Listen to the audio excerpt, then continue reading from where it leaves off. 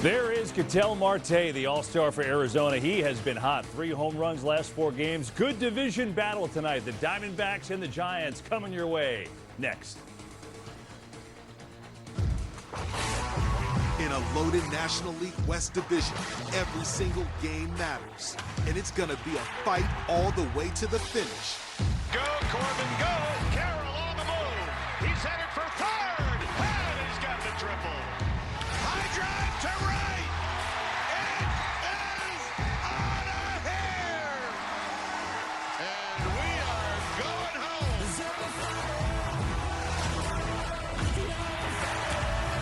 The Diamondbacks and Giants battle it out next on FS1.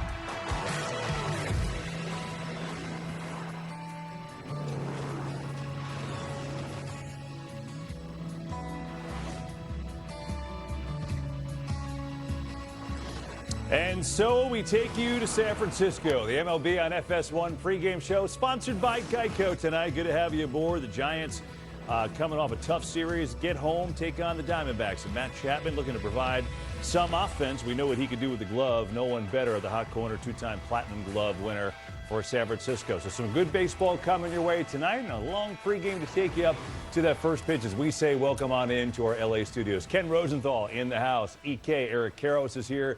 And I'm Kevin Burkhardt. Good to see you guys. Some baseball going on already. Why don't we get some highlights around the league, catch you up.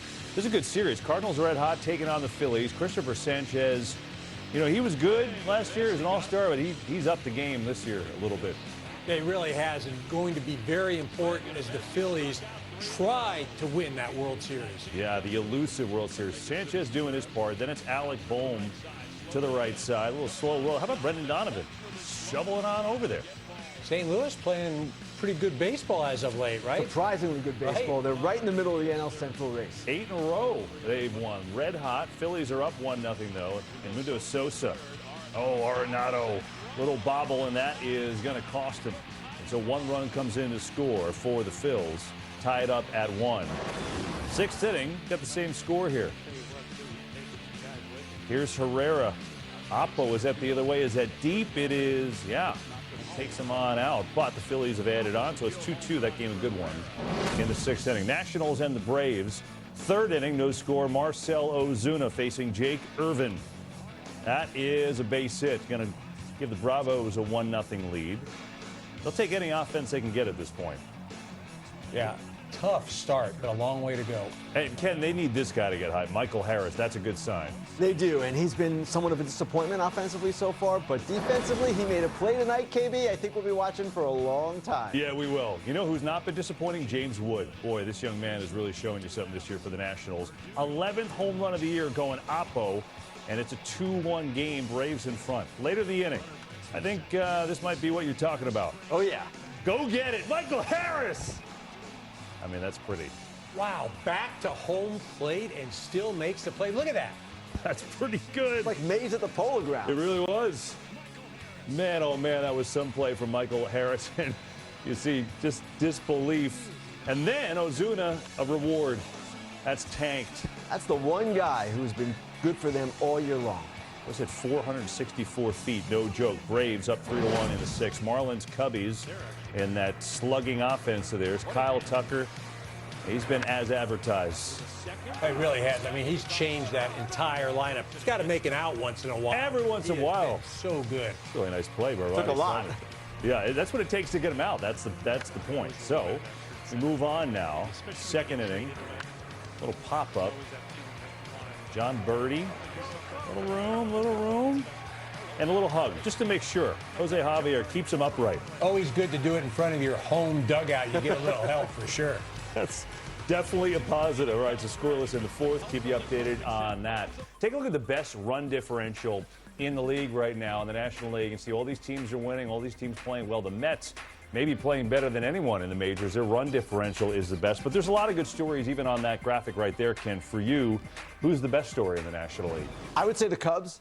And I'm saying the Cubs because of their offense, which we all thought would be better with the addition of Kyle Tucker. Sure. But first in the National League in runs per game, second only to the Yankees overall. I don't know that anyone expected that, and it's been top to bottom. First 4 guys in their lineup: Happ, Tucker, Seiya Suzuki, Michael Busch.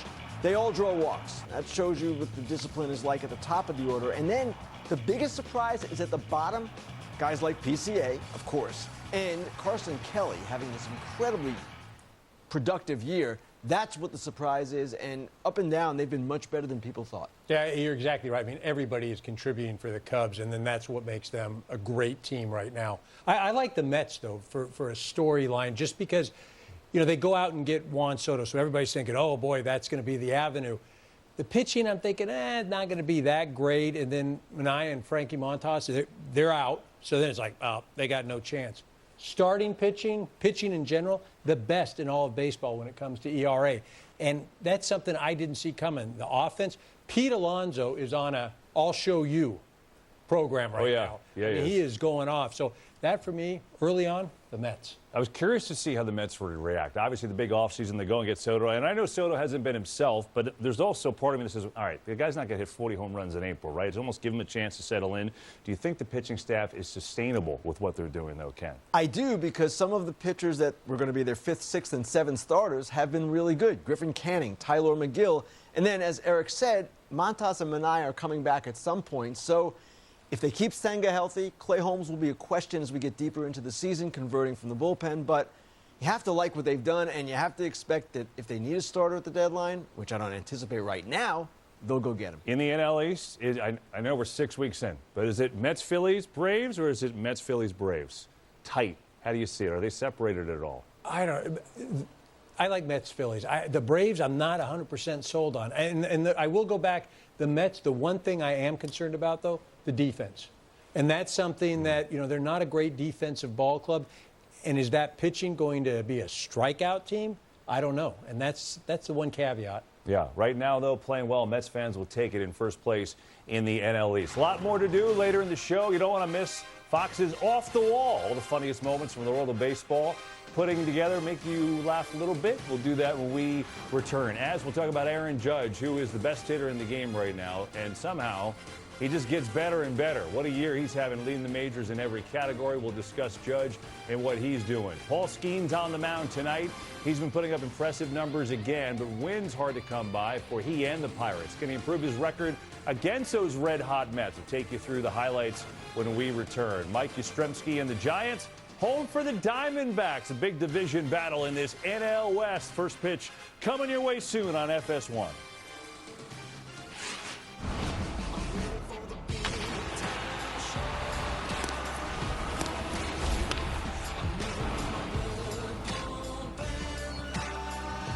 You know, they say that AI is the future, but Apartments.com has been using apartmental intelligence for many years with Carl here. Describe your perfect apartment because Carl is listening. 2-bed, 2-bath, AC. Okay. A barbecue pit, maybe a microwave on top of the stove. A pool. Did I say a pool? Oh, somebody's going to park.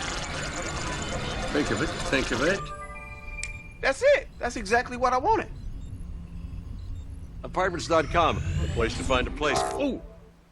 Today, let's stain with Bear, the #1 rated stain. Oh, we're finally staining the deck. Not today, we're not. With Bear stains, your deck will have all-weather protection. I mean, today's my endurance ride, though. This is so great. I've been telling him for months. It's been a lot of rain. That's okay. Bear stain will resist rain in just 4 hours. Hey, who are you calling? Oh, hey, we're having a barbecue next Sunday. Wait until you see the deck. Get the #1 rated stain at an everyday low price.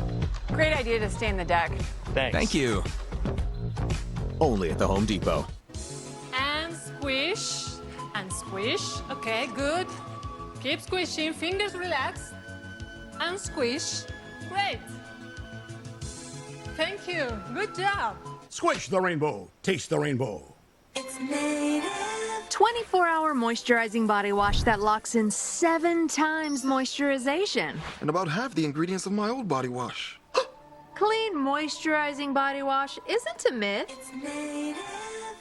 Meeting the parents. I haven't slept in like 2 days. For the first time ever, the farmers meet the families on their home turf. I'm hard to impress. Fox Thursday.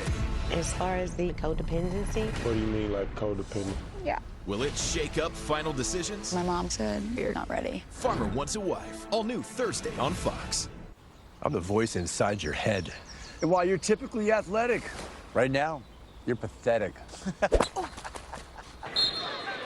Rick. Once you start listening to me, it's going to be hard to stop. Shank.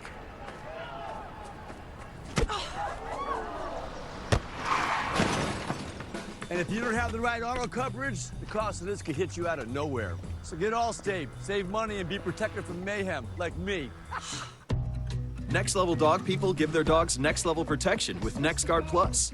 One and done monthly parasite protection against fleas, ticks, heartworm disease, roundworms, and hookworms. Used with caution in dogs with a history of seizures or neurologic disorders. Get next level protection with NexGard Plus.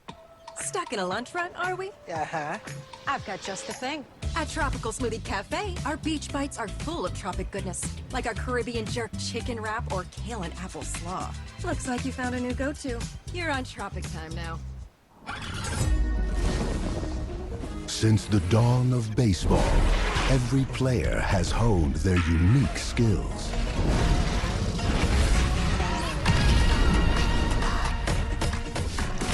Who from this era will prove worthy of legend?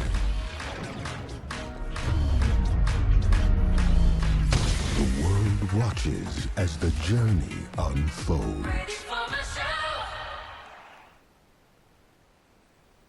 You just cannot take this for granted, what you are watching. The Judge numbers are already off the charts. Pitchers are afraid. This guy is absolutely amazing. When I walk in the crowded places like the Indy 500 race. But a guy who's consistently great every single day is Aaron Judge. There it goes. See ya. High fly ball. A grand slam for Aaron Judge. And the Yankees are pouring it on. I got that Aaron Judge right now leads the majors in everything. I mean, he's hitting .409, 14 homers first, 39 RBIs first. EK, you're the only professional hitter on this test. Are those numbers good, would you say?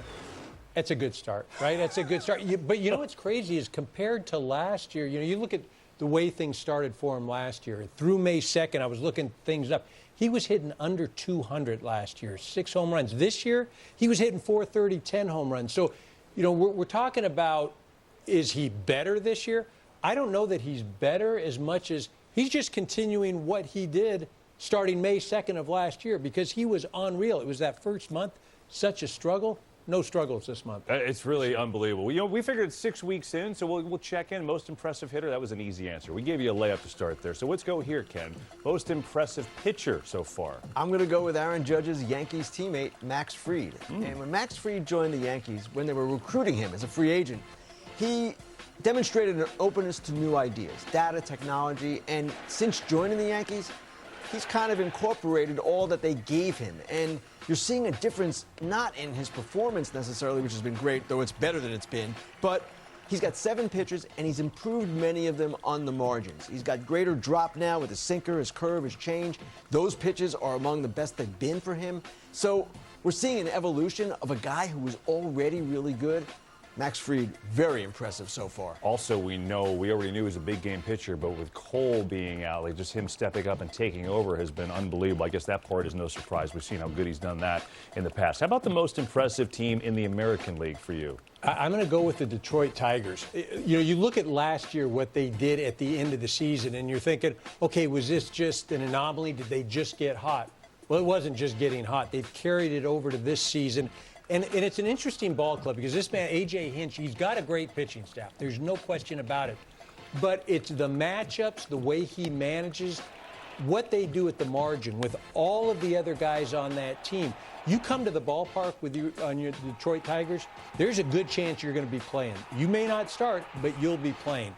Torkelson, Baez, Gleyber Torres, all of these guys have added some things. We know Carpenter. But they're a team that they're not going anywhere. Yeah, their offense going off tonight, by the way. We'll show you highlights of the Tigers in just a little bit. All right, we did the AL. How about for the National League? Most impressive team there, Ken? We've talked about this team a little bit, but why not talk about them again? The Mets. And the Mets, as Eric said earlier, it's the rotation, leading the majors in ERA from the rotation by kind of a big margin for this time of year. And granted, there are questions about Senga going forward. Can Clay Holmes do this, converting from the bullpen all year long? But they have other people in the mix here, and they're also starting to produce more from their farm system. We're seeing that, and we're going to see that with some of their arms that they bring up this year, most likely. So I just like where they are as an organization. They're sort of Dodgers East. That's who they want to be, and that's who they are on their way to becoming. Spend some cash. We know that. We know they will spend some cash. Biggest surprise in the league this year for you? Probably going to go to the American League, the Seattle Mariners. And that's a team that, we all talked about their pitching. It's going to be good. And, some of the guys have been hurt this year. The offense has been outstanding. And this is a team, they can hurt you up at the plate. They're going to hurt you on the base pass. I think you can go back to last year, the hiring of Wilson as manager. He changed the way that team was going to attack you. Former catcher, he realized it's tough to stop the running game, especially now with all the different rules that favor stealing bases. Edgar Martinez, the hitting coach, they have meshed, and they are much better than I thought. And they've been injured with the pitching staff, too. So right. Getting some guys healthier, that's a really good sign for them. All right, so that's a surprise. Biggest disappointment in the league, Ken, for you is who? Very easy. Baltimore Orioles. Only 3 teams in the major leagues have fewer wins than the Orioles, and they are among the dregs of baseball. The Pirates, the White Sox, and the Rockies. This is a shocking turn of events, but not so shocking if you've been kind of following them since the offseason. They did not properly address their rotation after losing Corbin Burns. And where are they in rotation ERA? 5.55, highest in the American League, ahead of only the Rockies and Marlins. It helps that Eflin is back. And injuries have been part of this. Sure. No question. Kyle Bradish, Eflin was out for a while. Grayson Rodriguez still out. And they've had some injuries on the offensive side, Kauser and Westberg as well. But their offense, too, has been disappointing. 23rd in the majors in runs per game. It just has not gone the way that so many people in Baltimore expected. It almost feels like it goes back to the trade deadline. It feels like they needed a little lift, didn't get it there, and just have kept on going down since then. I don't know if there's a correlation, but that's kind of how the Orioles have gone there. Let's keep going around the league. Some highlights for you. We showed you a few to start the show. Let's talk about Paul Skeens and the Pirates, right? He's doing all he can trying to get the wins, but the offense tough to come by. And how about a little D right here? Hard shot from Alonso. Start the double play from Kiner Falefa. That's a good way to go. And then it's Skeens. Libby Dunn likes it. Was she in Colorado when he pitched there? I don't know. I'm not sure. Here is Isaiah Kiner Falefa. Just revealed cousins with the late, great Ralph Kiner. And delivering at Citi Field with the Mets, which is kind of fitting. And then it's Jeff McNeil ripping one. That's a double down the line off Skeens. That's going to score a run. Make it a 1-1 game. Let's go to 5th. Runner on 2nd. Brett Beatty kind of getting a little renewed life here. Well, he's getting an opportunity, right? He's getting an opportunity, and it's not his job to lose. Playing much freer, and there's that D that I was wondering if they had. There you go. Well, that helps, okay? So they're still tied at 1. Bottom 5, Skeens in a jam. Juan Soto up. Not anymore. Skeens, one more. It's pretty good. Settling in. Pretty good. Yeah, someone should pay attention to Paul Skeens. There you go. Brewers Guardians, Bo Naylor against Freddie Peralta. Bo Naylor, but Sal Frelick has other plans. Nicely done. Laying out from Frelick. Brewers young outfielders, all very good. Oh, man, they can play. 4th inning, or prior to the 4th inning, Ben Lively warm-up pitch, and it's never a good sign. Discomfort in the warm-ups. Trainers come out, and he had to leave with a forearm injury. So that is no bueno for the Guardians. Still no score. Jacob Junis in a jam. Ramirez gets him out of it. Nice job by Junis coming out of the pen there. Bottom 4 now. It's Schneemann. Bryce Terang. Use that speed, Matt Glove. Super athletic kid from Southern California has really solidified that defense. Later in the inning, bases loaded. Gabriel Arias against Peralta. A little floater. Jackson Churio. Oh, no. Interesting route there. That was not the route of choice, and it clears the bases. 3-zip Guardians after that. And then the 6th inning. It's 3-zip. Kyle Manzardo just kind of punches one that's going to fall in. Guardians showing you some offense here very, very quietly in 2nd place and doing their normal thing. All right, the Pirates, we know Paul Skeens has been great. The Pirates have been the opposite, right? They fired their manager, Derek Shelton, the other day. What is the change that has to happen for the Pirates to get out of the basement and be competitive with this generational pitcher on their roster? Well, I don't know if there's going to be a change, but what this does, though, is it gives them a fresh start. It's like you can start over. All right, we're going to regroup, because I don't think that guys are going to play any harder now. They're not going to all of a sudden be better. Now, if there's a philosophy that is going to change on the way they approach things, much like we were talking about Dan Wilson with the Seattle Mariners last year, then that's something else. But I don't see it. I don't see it. I think as a player, you're coming into that clubhouse. Now you're saying, all right, we've got a new energy. The environment's a little different. You're not going to be able to quantify it, but you may feel it. You know, it's interesting, Ken, and this is not the first time, right? I mean, you look at Mike Trout with the Angels, but when you get a guy like this, how do you surround him with enough talent to kind of try and win and get to the postseason? Well, number one, you have to spend some money around him. That's a good start. The Pirates don't do that. The other thing, for a small market team, you have to develop, and you have to develop other players. Now, they have some pitching. There's no question about that. Bubba Chandler's coming. Jared Jones coming back from an injury later in the season as well. But they have not put together teams in a low-revenue environment the way Cleveland has, Milwaukee has, Tampa Bay has, and that is on the general manager, Ben Cherington, ultimately. Now, he doesn't have the resources that he should have. There's no question about that. But at the same time, you have to max out with what you do have, and that's something where the Pirates have fallen short. Well, you have to scout and develop, and some of their picks have not panned out, and that's a problem. I'm not talking about a guy like Skeens or even Jared Jones or something, but some of the position players haven't developed like they would have hoped, and that's a problem. You can't miss when you're small market. And because of it, they've got the worst offense in the league. They're averaging only 3 runs a game. That is tough. That's why it doesn't matter how good the pitching. They need a little bit of help, not getting it so far. Rafael Devers and the Red Sox front office, they have not been, let's say, besties of late. But doesn't matter. The guy is still hitting. We'll delve into that situation and Devers and the Red Sox when we come back.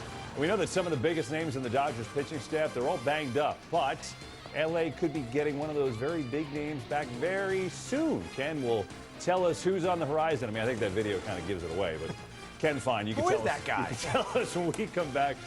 Gabriel Moreno for the Diamondbacks. See what he did against the Giants last year. Pretty good series beginning tonight on FS1. Giants D-backs, first pitch coming your way in just a few.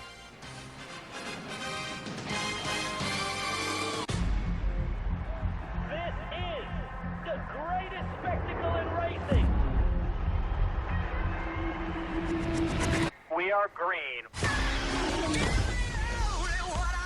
33 drivers are going to sprint into the eye of a tornado. Let's go. The Indianapolis 500.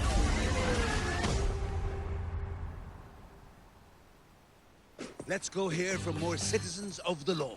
Happy grass, happy home. So what do you do? Regular feeding, it makes all the difference. Scott's Weed and Feed. The product is incredible. Now's the time to kill existing weeds with Turf Builder Weed and Feed. Feed it, Long. Feed it. Wait, there's a place up ahead. Oh, we're going. Come on the rising wind. We're going off around the bend. Plan your road trip in the ultimate playground at visitcalifornia.com. Grandpa earned it for my family. Mom earned it for me. USAA membership is for those who served and can be shared with their spouses, then kids, and their kids for generations to come. Start your family's legacy. USAA. See if you can become a member today. Nature's Bounty. Your bones are 4 times as strong as concrete. Nature's Bounty supplements your bone health with high absorption magnesium. It's in your nature to stand strong. Nature's Bounty. It's in your nature. What do you drink when you win the Indy 500? Drink the milk. We drink the milk. Maybe that helps me get a girlfriend. 100 Days to Indy, streaming May 22nd on Fox Nation. This is the story of the one. The one knows that when the big game is days away, the unexpected can put everything on the line. But with a solid game plan and a teammate like Granger that she can rely on to deliver the product she needs when she needs it, she's confident that she will always win the day. And her team will do the same. Call, click Granger.com, or just stop by. Granger, for the ones who get it done. It's lunchtime, and Gary is double booked. Good thing Gary's company uses Otter's AI meeting assistant to take notes and generate a summary. So Gary doesn't miss a meeting and can regain his lunch break. Try now for free. Visit otter.ai or download the app. The combo meal changed the game at BK. With so many options, I play my way. Fries are my say, no compromise. Winning big time, cause it's free to swap fries. BK, have it your way. Olsen and the Braves, battle Devers and the Red Sox. Or the Twins take on the Brewers. Baseball Night in America, Saturday on Fox. Well, there's a good shot of Alcatraz. It's a great tour. You should do it now because it might be an active prison soon. That's what we hear in the news. Giants Diamondbacks is our game tonight on FS1, and it looks like a beautiful night in San Francisco. Let's get some other highlights for you around the league tonight. Red Sox Tigers. Gleyber Torres getting the offense going against Tanner Houck has really struggled 2-0, and Torres has fit in well in Detroit. Become a leader as well, Kevin. And for a guy who was kind of maligned in New York, this was a fresh start. And it's Riley Green who hits one, and then the ball gets through, and he's going to keep on running. And you know what, in Detroit, if it gets through, you can keep on running. Look at him go. Little leaguer for him, all the way around the bases on the air. A little league home run, and it's 6-0 Tigers. Ugh. They're doing all this without Matt Fearling, and they're doing it without Parker Meadows. When those two guys get back, they have even more weapons to deal with, and it's an impressive offense right now. Yeah, they're playing good, right? Then later in the third inning, so you get a little league home run, an actual, a real league home run. To quote Anthony Masterson, a researcher, perfect. Trey Sweeney, it's 9-0 Tigers. What has happened to Tanner Houck? I don't know, but they really could use him to right the ship because it hasn't happened. This is Torres the other way. Javi Baez, another guy who's had a rebirth in center field of all things. Houck left the game 11 earned runs. That's unbelievable. 14-1. Top of the 8th inning. Not a good day for the Red Sox. Time now for Inside Pitch with Ken Rosenthal. You know, it's so nice. Usually I'm doing this into the camera, but you're here now in person. Rafael Devers' thing is interesting. We know it goes back to the offseason when they signed Bregman and they moved him to DH, and he was reluctant to do it. Well, he's done it, and now he's hitting. What is now the next iteration of this process where seemingly they've met to talk to move him to first base? He's not having it. Where do we go from here? I'm not exactly sure. It seems to me that ultimately he's going to acquiesce here and at least take grounders at first and try to get himself acclimated to the position. But I don't know that the manager wants that to happen. He keeps saying Rafael Devers is a great DH right now, maybe the best DH in baseball, and why do you want to mess with a good thing? Now, to me, the move to DH was entirely justified. Bregman is a better third baseman, of course, than Rafael Devers. First base is something else entirely. It's a much more difficult position to play than a lot of people think, especially for a guy who's never played it, and especially when he'd be doing it in the middle of a season.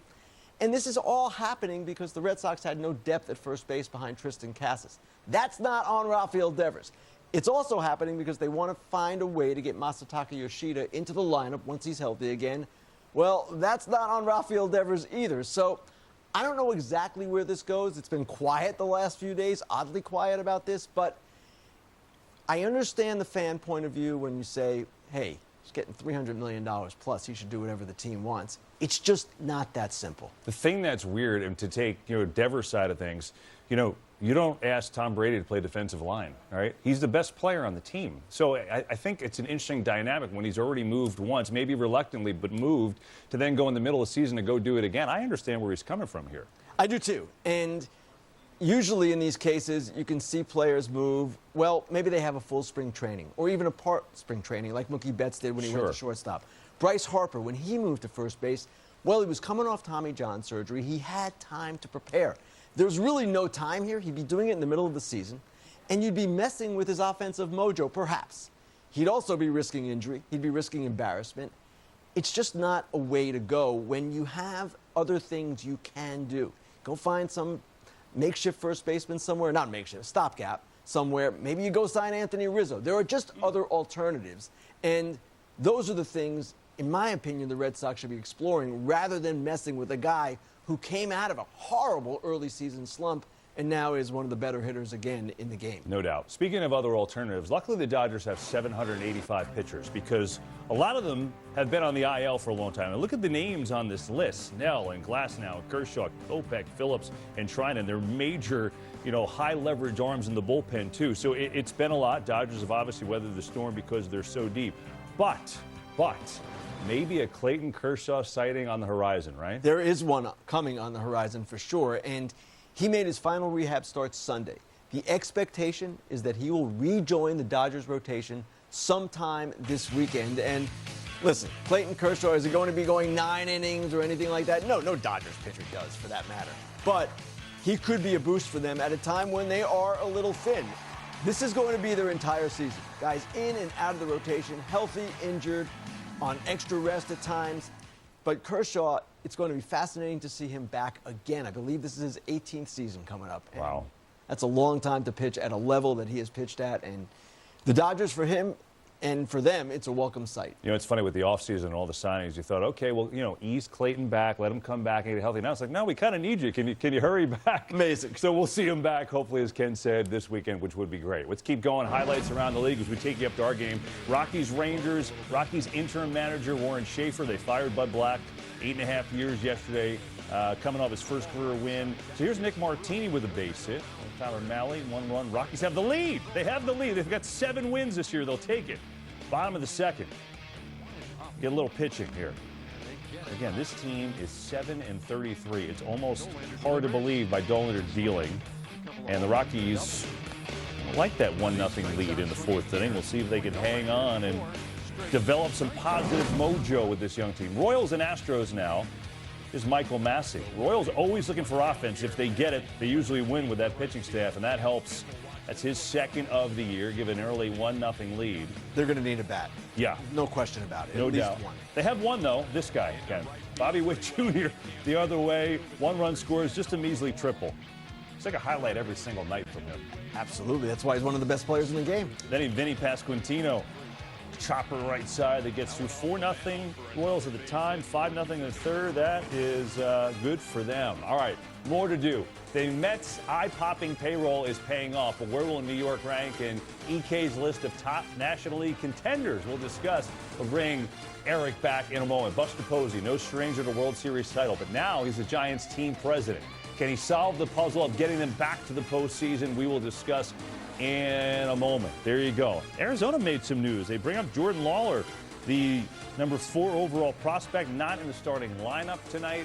And we'll have a little discussion on him with Tom Verducci when we return. Diamondbacks Giants coming your way on FS1.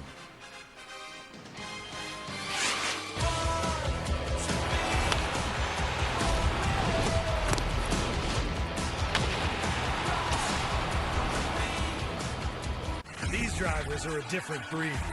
There are heroes and villains, pushing machines to the limit and unleashing emotions that can't be contained. The NASCAR Cup Series All-Star Race from North Wilkesboro on FS1. Fox UFL Friday lights up prime time. Let's go! As the Memphis Showboats, what a play! Battle the San Antonio Brahmas. Oh, what a hit! Fox UFL Friday kicks off at 8 Eastern. Safe Flight Repair. Perfecting your swing is hard. Nice shot, Dad. Safe Light Replace. But replacing your windshield doesn't have to be. Go to safelight.com and we can come to you. Sick. Our highly trained techs can replace your windshield where you are, even if that's right in your driveway. Have a good day. I love you. SafeLight makes it easy. Go to safelight.com and schedule a replacement today. Safe Light Repair. Safe Light Replace. The future is here. We've been creating it for more than 100 years. From the most advanced technology to the broadest, most reliable network of sales and service dealers. Always moving forward. We lead, others follow. Still dreaming of Japan? My budget's more instant ramen than sashimi. Try Priceline. They've got millions of hotel deals on the menu. Priceline. You're seeing Skechers' famous glide step footwear everywhere. And now that famous design is available in hands-free Skechers slip-ins. Get the and style of glide step now with the convenience of slip-ins with no bending down or touching your shoes. Try glide step Skechers slip-ins. New Chipotle Honey Chicken brings a hint of pure honey and seared smoked peppers with fresh chicken hot off the grill. For Chipotle heat with a touch of sweet and a perfectly balanced sauce. Chipotle Honey Chicken takes heat and sweet to a whole new level. Don't know about you, this time feels kind of better. I will be reducing the scholarship program to 3. Go out like a legend. It's a party. I'm gonna give you this designer bag if you can prove to me that you know your finances. Well, let's do it. How many subscriptions do you have? Probably just Netflix and Spotify. All right, it's saying you have 13 subscriptions, which is costing you around $270 a month. What? The app is telling you all of this? It shows you all your expenses in one place, and it can even help you create a budget, which I think you need. Coming for me, but okay. Don't worry about those 13 subscriptions you didn't know you had. You can cancel the ones you don't want right through the app, and it can even help you try and get a refund. Want the effects of Viagra, but faster? Sparks are designed to dissolve under the tongue to hit your bloodstream faster than traditional pills, with a dual-action formula to deliver a stronger boost. Rose Sparks contain tadalafil, which lasts longer in your system, so you're ready to go for up to 36 hours. Sparks hit faster and stronger to work longer. Say it with me. Faster, stronger, longer. Sparks. See if Rose Sparks are right for you at ro.co/switch. The NL West is the new AL East of just juggernaut teams. Currently the best division in baseball. All of Major League Baseball. Everybody aspires to be them. There's four. Suarez's magical night continues. High drive to right. Headed for San Francisco Bay. It is there. High drive. Deep left field. Let it go.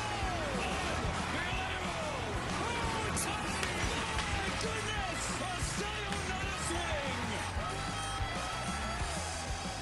Yeah, the NL West is good. And if you look at the top 5 records in the National League this season, well, you got a lot of NL West teams, and the Diamondbacks aren't far off that. Of course, the Mets and Phillies joining in on that. And that leads us to this man, Elliot Ramos, warming up for the Giants. They're good at home. They're 12-5 on the year, coming off a big game for him. But the Twins swept them. See if they can get back on their horse against the Diamondbacks. That's our game tonight. And welcome in the guy who will call it, and Tom Verducci joining us. And Tom, look forward to the call. This should be a fun one tonight. But we just saw that board, top 5 records in the NL.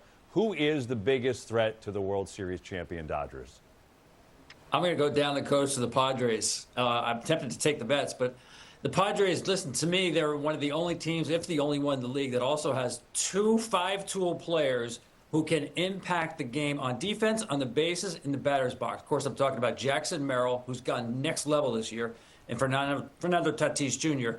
And by the way, I also like the pure stuff of the Padres staff better than anybody else. KB, one of the things I really like about a pitching staff when I look at stuff is, do they get hitters out in the strike zone? Especially when you play the Dodgers, they're not going to chase. You got to get them out in the zone. Well, guess who has the lowest batting average allowed on stuff in the zone? Yeah, the San Diego Padres. Listen, we've seen this matchup before, right? Head to head. I think the Padres get a kick out of looking the Dodgers in the eye and taking them on head to head. So no disrespect to the Mets. I think they are legit. Their pitching is much better than people thought. But my pick is the San Diego Padres to really give a run to the Dodgers. Yeah, hard to argue. And I think you get in that best of 5, man. You never know. I know the Dodgers survived it last year down 2-1, but that first round is scary when you get to that level. Tom, how about this? Diamondbacks making news. They called up one of baseball's top prospects today, and Jordan Lawler. He's not in the lineup tonight, and the interesting part is that he's a shortstop, and the Diamondbacks have a shortstop that they hope to be there for a long, long time. So how do they use him? Yeah, generally I'm not in love with this plan. You bring up your top prospect, one of the top 4 in baseball, and he's not an everyday player. But Torey Lovullo said he's going to use him at second base, shortstop, and third base, probably 3 times a week, maybe 4 times a week, to give some of his starters a day off. I'm also not in love with floating a young player around the infield like this, but Torey is convinced this kid is more than up to it. He's extremely athletic. He's played all those positions. He doesn't mind bouncing around. And by the way, you mentioned he's not in the starting lineup tonight. This guy can impact the game coming off the bench. He can absolutely fly. We're talking about a guy in the minor leagues with a career slug over 500 who steals bases at an 87% clip. I mean, he can absolutely fly. So you know he's on the bench when he's not in the lineup. And when he is in the lineup, he's got a great offensive game, can play multiple positions. Keep your eye on Jordan Lawler. He's only 22 years old. I have a feeling he's going to force himself into that lineup a lot more than we think, KB. You know, Tom, national TV game on FS1 tonight, you're calling. It would be great if Torey would just kind of slip him in the lineup. Maybe we'll make a call. We appreciate it. Looking forward to hearing you on tonight's call, of course. Diamondbacks and Giants coming up in a bit. And the Giants, look, they've hovered around 500, right, since their last playoff appearance in 2021. Their NL West counterparts have been battling well into October. But in 2025, San Francisco has been one of the biggest early season surprises. A new philosophy, new president of baseball operations. Giants believe they can compete in a loaded division and bring that trophy back to the Bay. The formula is there, and a lot of times it's not about the numbers, it's about the people you have in the clubhouse. They've been almost frustratingly right around the 500 mark for 3 years. It feels like that the Giants are bringing old school back. Here comes another hold. This game is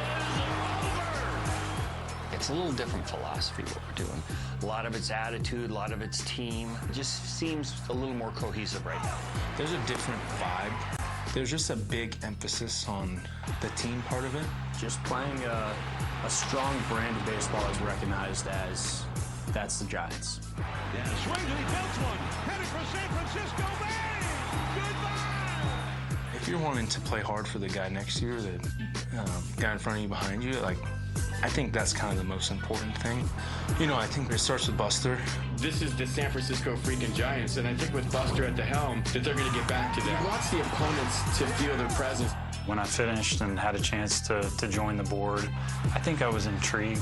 Ultimately, it's a combination of a love for the game and a love for the San Francisco Giants. You guys think back to Buster Posey's teams at 10, 12, and 14. You knew you were playing the Giants, and I think that's what they want to get back to. Like, I want to be part of that because when you did it as a player, I know you know what it takes. Not to do it once, but like 3 times. He gets it. He's a baseball player. He's somebody that had a ton of success, and he feels pride in the Giants organization, and you kind of feel it from him. Swing, and he hits a high drive in the center field. Goodbye! A grand slam! We like the depth as far as the pitching goes, so we feel like we're ahead of game there. The sky's the limit, so I think as a whole, you know, I think it's largely probably overlooked how good this rotation could be. Swing and miss. Verlander has looked good again here early on. Double-digit strikeouts for Logan Webb. I'm coming for gold. Here comes Ramos. This game is over. I think just playing the right baseball, you know, just to build a culture of, like, you know, play hard every day, like run the bases, like hard, you know, and like just to want to be out there competing. The goal is to win the National League West every single year. The goal is to win the World Series every single year, and I think that's been a big emphasis. I'm coming for gold. Well, since the Giants' last World Series, and you look at what they've done, and the answer is playoff-wise, not much. Just 2 appearances. They did have the division title, and then the Dodgers eked them out in the next round. 6 losing seasons, uncharacteristic for them, and so they replaced Farhan Zaidi with Buster Posey, the World Series hero, the 7-time All-Star as president of baseball ops.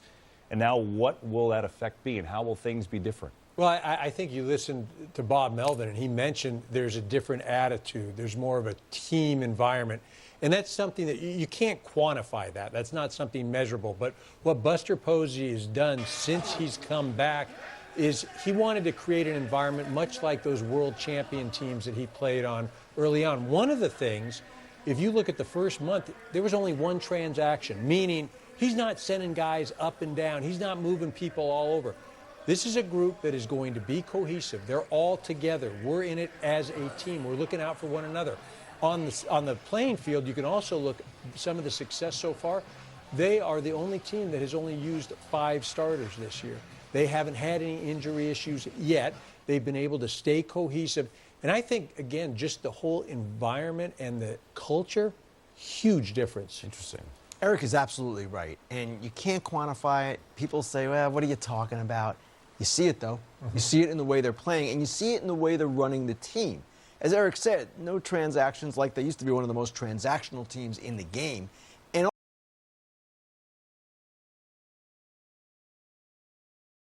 group now, and not just using every possible matchup advantage when the manager has a feel for something else. Now, obviously, we've talked about A.J. Hinch.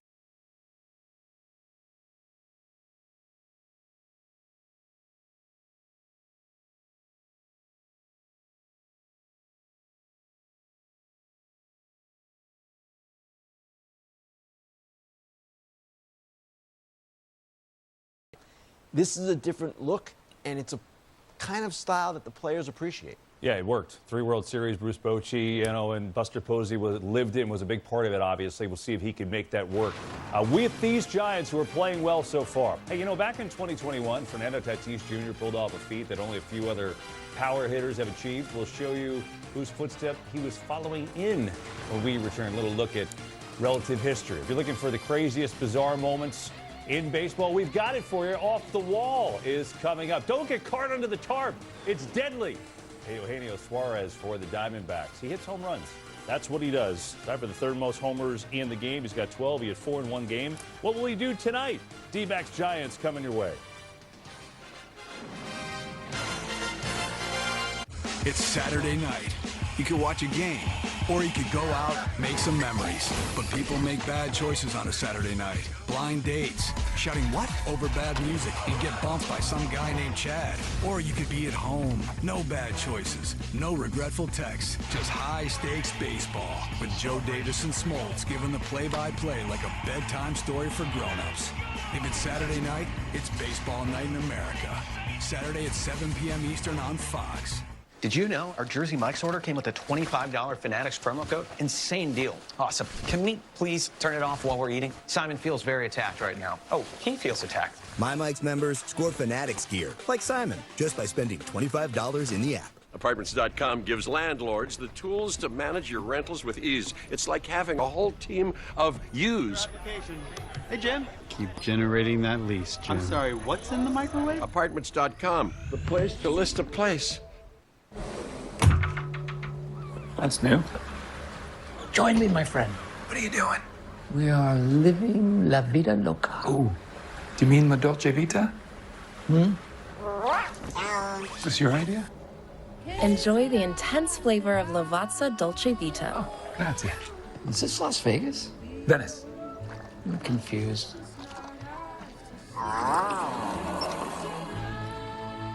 That is good.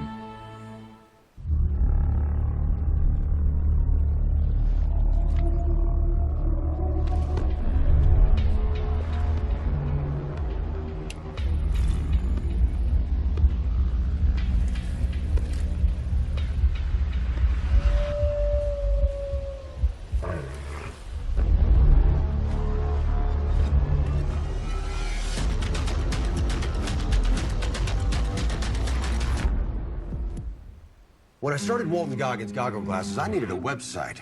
And GoDaddy Aero uses AI to make a beautiful website so fast it'll blow my customers' noggins while they're shopping for Goggins for their noggins. Upset stomach? Iberogast. Indigestion? Iberogast. Bloating? Iberogast. Thanks to a unique combination of herbs, Iberogast helps relieve 6 digestive symptoms to help you feel better. 6 digestive symptoms, the power of nature. Iberogast. Dad, don't forget about my new cleats. Sweetie, I can't make it to Dick's this week. Have you heard of Dix.com? I heard of Dix.com. Have I heard of Dix.com? Whoa. Don't overthink it. Let's go shopping. Anyone impressed with how fast that was? Is that Danny DeVito? Don't worry about me. This is a commercial for Jersey Mike's, where the subs matter most. Almost forgot. I found your ball. It's a rock. Where the subs matter most. It's a Jersey Mike's thing. This is Indy's champagne. It doesn't come from Champagne, France, but from the southern region of this Holstein dairy cow. Rich, smooth, and best paired with victory.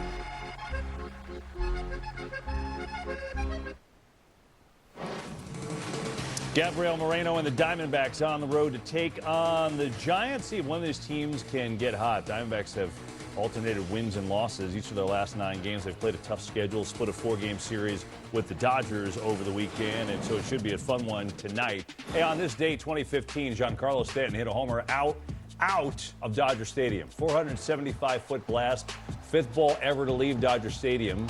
Since then, though, Fernando Tatis Jr. also joining that club. So just a touch to leave. Here's a look at the full list of players to ever hit one out of Dodger Stadium. Mike Piazza, the only Dodger on the list. Willie Stargell did it twice. You were playing for a couple of these guys. Yeah, I was there with Mike and Mark McGwire. The one McGwire hit, though, I mean, we saw the highlights of Stanton. He went to the right side of the scoreboard in left center. McGwire did. And I'm telling you, if he was wearing a Dodger uniform, it said like 450 feet. If he had a Dodger uniform, it would have been 540 some odd. It was I almost wanted to high-five him when he was coming around first, but I don't think Jamie Arnold would have liked that. You know, I feel like this is a good time for you to talk about your top 5 National League teams, but it's weird. You're usually up to a big board and you're touching panels. Can you do it sitting at a desk? I can, even with I've got some nice purple pants on that I'd like to show off, but I'll do it here. Let's do it. All right, the National League pennant contenders, number 5 on your list is? I'm going to the north side of Chicago, the Chicago Cubs. Now, this is a team offensively is the best in the National League at scoring runs. They are second in the National League in stealing bases, second in home runs. The Kyle Tucker effect is absolutely real. You know, you've got PCA, Suzuki, Swanson, Kelly, Bush. Like, all of these guys are contributing, and it makes them, as a sum, they're much greater than all of the parts individually. They've been playing great. You pointed out, tough schedule for them, too, no doubt about it, the way they're playing. Number 4, we go into Philadelphia here. So Philadelphia, for me, it's just what they've done the last few years. I feel like they've got the experience. They've got the pitching. They've got more strikeouts than any other team in baseball as far as pitching staff. The thing about them is they're going to have to hit. They're going to have to get more contributions than what they've had. But these guys have track records. Kyle Schwarber's been absolutely outstanding. But you're going to need to have big years from Harper and Turner. But they're a team that I expect to compete. I love where the rotation is. And we saw Christopher Sanchez tonight. Ranger Suarez is back. Jesus Luzardo, stealth all-star candidate right now. But I do question their offense a little bit for the reasons Eric was saying. They've been kind of in and out. And they've got some guys, Stott and Bohm, Brandon Marsh, that are in a place in their careers where they kind of need to take off a little bit. Trey Turner needs to be better than he's been. So that's my one question, because that was a problem for them at the end of last season as well. But their starting pitching is incredible. Yeah, well, their starting pitching is the best it's been during this run, no doubt, top to bottom. Number 3, what do you think? Were you talking starting pitching? I was. You were. Well, I'm New York, the Mets. Right now, they have got the best ERA pitching-wise in all of baseball. That's something that never saw it coming. If they can sustain that, yes, they're going to be a team that is going to have to be reckoned with in the postseason. They've also given up the fewest home runs. Pete Alonso is on a, oh, yeah, you want to just sign me to this limited deal right now? He's got an OPS of over 1,000. Lindor having a great season up to this point. They're doing all this, and Juan Soto hasn't even got to be Juan Soto yet. Yeah, they're looking pretty good. We got 2 left. I think I have an idea who one of them is going to be. Well, who's number 2? San Diego Padres. I've got to go down south. And this is a team that was probably the closest to eliminating the Dodgers. They were the closest, and they were probably the best team in the postseason last year that the Dodgers faced. Fernando Tatis Jr., Manny Machado. But the guy to really watch is Jackson Merrill. This is a youngster. Padres pot committed to him, and he is outstanding. The 1-2 punch of King and Cease, they can walk through any series. And we're not even talking about Cronenworth having a nice season so far. It's these guys are not scared of the Dodgers either. Yeah, and to your point, they've navigated injury to start this year and still playing great. All right, Dodgers, the World Series champs. Yeah. Guessing they're going to be your number 1. Why? Why not? Yeah. Right? When you look at the Dodgers, I think they're being compared to the expectations for themselves right now. And people want to see 120 or 130 wins, and they want to see injury-free rotation. Okay, it's not real. Baseball season impacts everybody. They've got 3 Hall of Famers at the top of the lineup. Teoscar Hernandez, outstanding RBI guy. Andy Pages is emerging. The pitching staff. Yamamoto might be the best pitcher going right now, and he's going to only get better. You know, it's amazing because we look at, the Dodgers have this, and they got injuries, and the best record in the league. Anything about this list you don't like, Ken? The only thing I question is the Padres at number 2, and for what they've accomplished so far, absolutely, that's where they belong. Their rotation depth is something that is a concern to me. Randy Vasquez and Kyle Hart at the back. Darvish will come back, and presumably if he's good, okay, but they're an injury or 2 away, like every team is, from having a real problem, and that's my only concern with the Padres. All right, there you go. Pretty good list, EK. 6 weeks in. We'll check you 6.5 weeks. Check you 2 days on Wednesday. Why don't we take a look, have some laughs now, our latest edition of Off the Wall. Here we go. Let's go and check out here, Yankee Stadium, little pop fly. Dad with his daughter on his head. Incredible. Look, don't look. You're covered up. He makes the catch. That's pretty good. That is impressive right there. That is Wow, the no look. That's really Still good. gives the daughter the ball. You know, you gotta look out for one of your own. I mean, the guy goes down and they just keep running over him. That's some athleticism, though. Over the top, finds himself under the tarp, but unscathed. Like said, he's fighting for his life. Wow. Thankfully, he was okay and able to walk it off. This I don't really understand. Wilson Contreras, pitch clock running out, he eats the tape. Did that really save time? Could he just have thrown it on the ground? Man, I'm taking the ball. Right? I'm just going to, yeah, or the strike, I should say. Yeah. Did he digest it? I'm confused. Matt Mervis. What do we got here? Oh, that's, we got that. That's not a funny. We got an awkward bounce, and that's not funny for any man watching, I'll tell you that. I mean, the immediate grab, though, was pretty impressive, right? There, you got to. I guess that make it feel better? I'm not really sure. White Sox lead the Royals by 1. Little pop-up chase, my draw. Oh, this was a crazy play. Off the head. Guys, I'm not saying anything. That's one of my guys. Coached him as a young kid. Played ball with my high school boys. Hey, it happens. And you know what? That guy's going to be a good player. Oh, he is. Everybody is high on him. Yep. I'm not denying any of that, but it bounced off his head. I get it. I can't get on him. Happened to Jose Canseco. What's the big deal? Happened to Canseco. He might be the nicest guy in the world. He might be a 10-time All-Star, but still bounced off the noggin. We can laugh.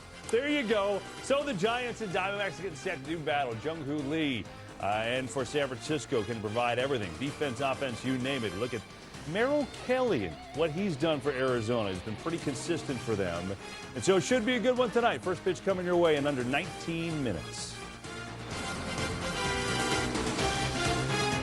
Our restaurant's in trouble. Send help. Right, I'm on my way. This kitchen's a ticking time bomb.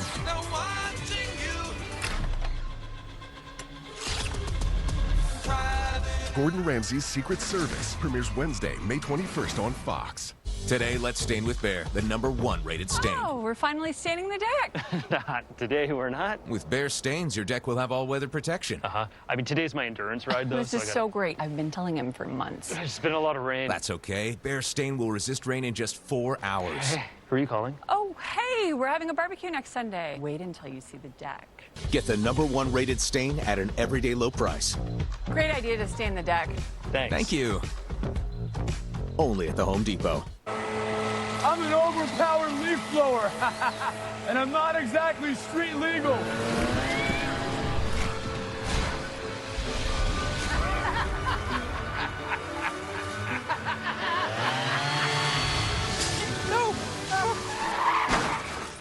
And if you don't have the right auto coverage, this could really blow your budget.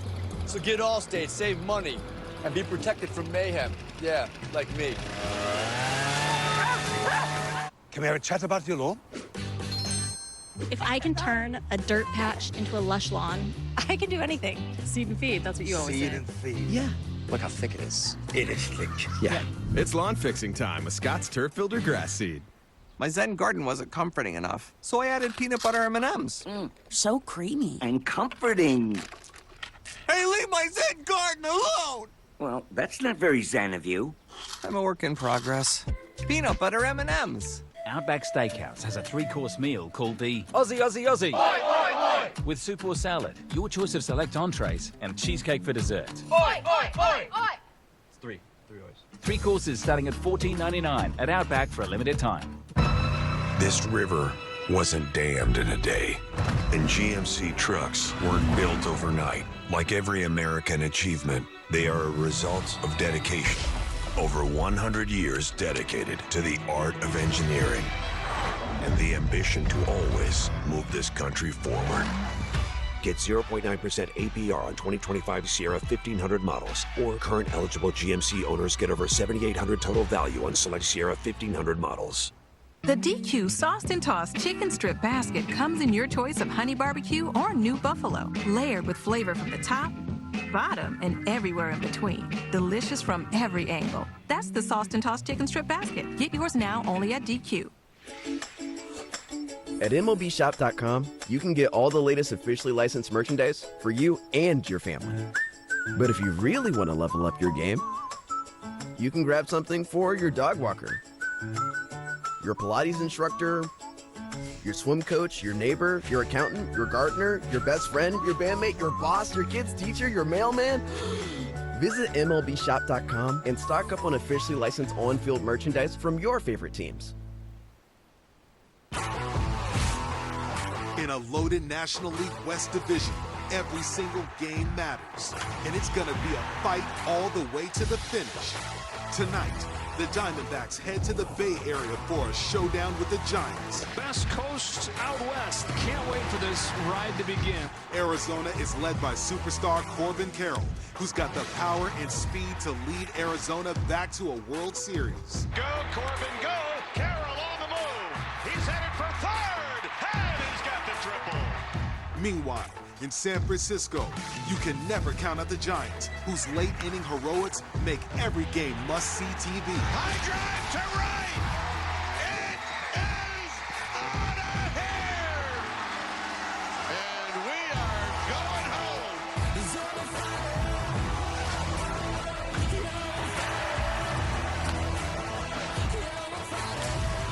The Diamondbacks and Giants battle it out next on FS1. The MLB on FS1 pregame show, brought to you by Geico. Take the old cable car to the game tonight. Why not in San Francisco? Justin Verlander gets the start. He is ageless. Looking for his first win as a Giant, though. He'd love to get it tonight. Getting the start for San Francisco against the Diamondbacks, who kind of alternated wins and losses for a bit now. Ketel Marte has done his part. He's been hot of late. Giants and D-backs in this tough NL West, and that's the matchup here tonight, and we say welcome to the pregame show. Good to see you. Ken Rosenthal is here, EK, Eric Karros, and I'm Kevin Burkhardt. Highlights, a lot of games going on already. Let's get you caught up some of the big ones. Pirates and Mets at Citi Field. Paul Skeens, what's he got going on? He's got wicked stuff. That's what he's got going on. Juan Soto down swinging. And then Alonso.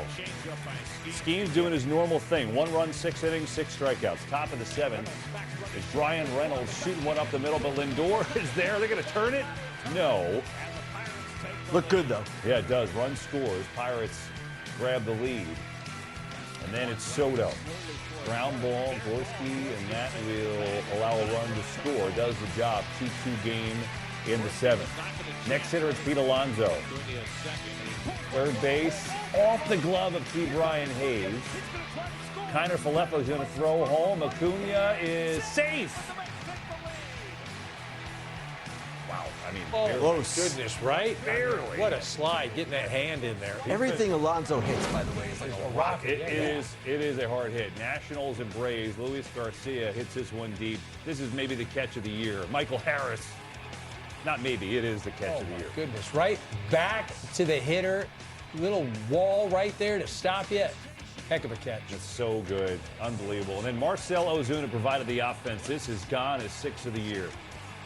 You know, they struggle on offense, but Ozuna pretty consistent. Then we go in the 9th inning. Time runs in scoring position, but that is, oh boy, throw goes wide. Look at this. 2-run score tied at 3. Nick Allen has been so reliable for them, but not there. Yeah. So we go Cardinals, Phillies. Cardinals red hot. Alec Boehm to second. Watch Brendan Donovan's D. Little scoop. Gold glove utility, man. Love that. He's all over the place. Made a great catch the other day in left field, too. And so 1-0 Cardinals there. Let's go to the 6th. We're tied at 1. Von Herrera against Christopher Sanchez. This is deep. This is the other way, and it is gone. Tough to hit home runs against Sanchez. Last year was outstanding. This year, giving up a few more. Well, here's a home run by Mason Wynn off Matt Strom, his 4th of the year. And the Cardinals, don't look now, they've won 9 in a row. They are breathing down the Cubs' necks. We've been talking about the Cubs all show. Yeah, 1 game back of the Cubs coming into tonight. Let's see if they can tie him. Dansby Swanson. Dansby Swanson says, not tonight. 2-run home run, 9th of the year. Cubbies up 2-zip in the 5th. Then it's Kyle Tucker. Tucker gets in one. That is roped, and that is down the line. That's going to be a triple to score a run, make it 3-zip. And then this #1 offense in the NL just doing their thing. Suzuki. That's what they do. Get it from everyone. And remember, they've got the easiest schedule the rest of the way. They have played a gauntlet so far this year. Rockies interim manager Warren Schaefer coming off the first career win yesterday. They fired Bud Black, and then there's Chase Dollander, the #1 overall pick a couple years ago, who was He's pitching well tonight. Well, and just an appropriate place, too. Texas, fireballer, going to get back on the mound and just rear back and see how hard he can throw it. Feels about right. He reached 2 outs here. Watch him get through it. This one to center, but that is a great catch out there. He's got a no-hitter through 5 as Doyle makes an outstanding catch. So, Doyle, no-hitter. Well, let's see if that stays. This is moments ago. Wyatt Langford's at the plate for Texas. Langford, that's going to end it. You know, like I was a tease for like a second, and then the guy say, well, we got another highlight, and then the dude hits a home run. Oh, well. It was dramatic for like 4.2 seconds. Anyway, Corbin Carroll's dramatic. He was a breakout star for the Diamondbacks in 2023 on their run to the World Series. Carroll, though, struggled out of the gate last season. He failed to build off that rookie year campaign. A shoulder injury did not help. But now in 2025, Carroll's off to a great start, and he's showing one more time why he is one of the most dynamic players in the game. Carroll, the rookie of the year 2 years ago of a sophomore slump, but bounced back over the second half of last season. Definitely was a good testing moment for me, and was proud of the way that I held myself and kept showing up to work, ready to go each day. That's one thing that I feel like every young player needs to go through. Challenge yourself, keep growing and learning. He's been on an ascent his whole career, and then when you finally hit that little roadblock and you got to make some adjustments and challenge yourself, you find out a little bit of who you really are. This guy is going to have a long, successful career. He's got the it factor. Call me the working man. I guess that's what I think you kind of saw like last year that when Corbin was scuffling at the beginning of the year, we were having a hard time kind of getting things going offensively. And then that second half when Corbin started to get hot, the lineup just gets that much longer, that much more dangerous. Corbin, as a young player, there's too much talent, too much drive and determination. And that's what I get to see behind the scenes. Corbin Carroll every single day on the baseball field is what the fans get to see. I get to see the product inside of the walls of this clubhouse, and it's very special.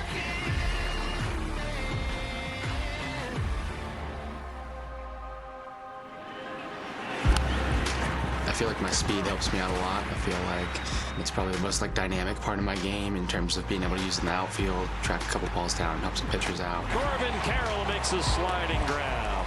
Use it on the base paths. On offense, take a couple extra bases here and there. And buckle up! The speed of Carroll! He's fast, he hit him for power, and he's really smart. Everything he's doing, and he's doing it with passion. Corbin Carroll on our team is very special. Fly ball to right field, Corbin Carroll, and it's gone.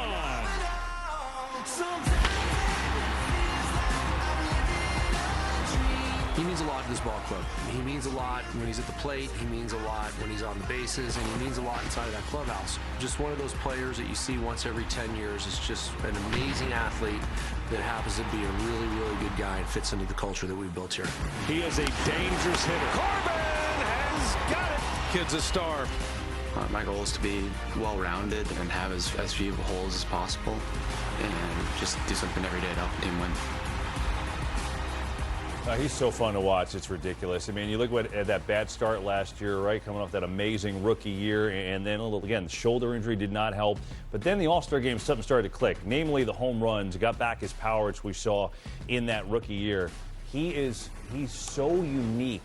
And I guess from your eyes looking at him, what makes him that way? What makes him so different? I mean, it's the combination of the speed and the power. Everything this young man does is explosive, whether it's at the plate, whether it's on the base paths.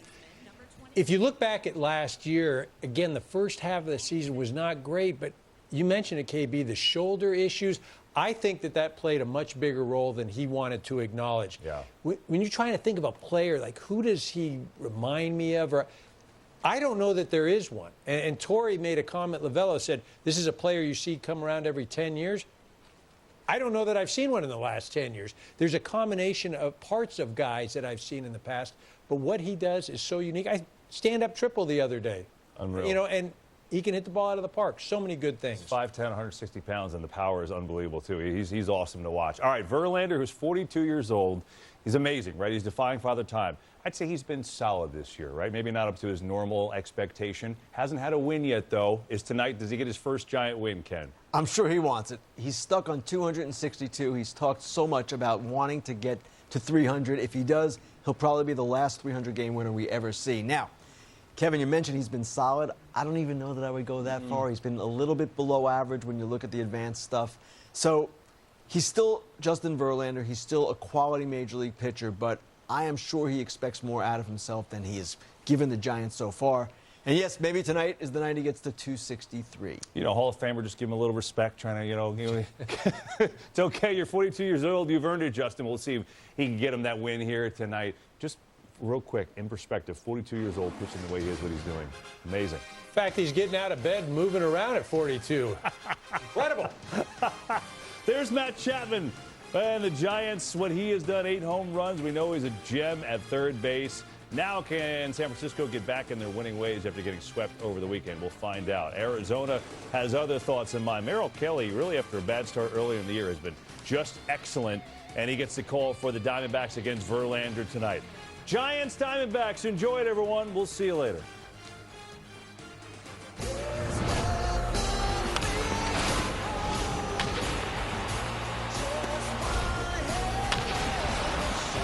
So why can't we say we're the best home shopping site? Because while true, you just can't say that legally. So I can't say homes.com is the best? No. What if we jumbled up the words? Homes best is com.the. No. What if we said it in Spanish? Homes.com es el mejor. No.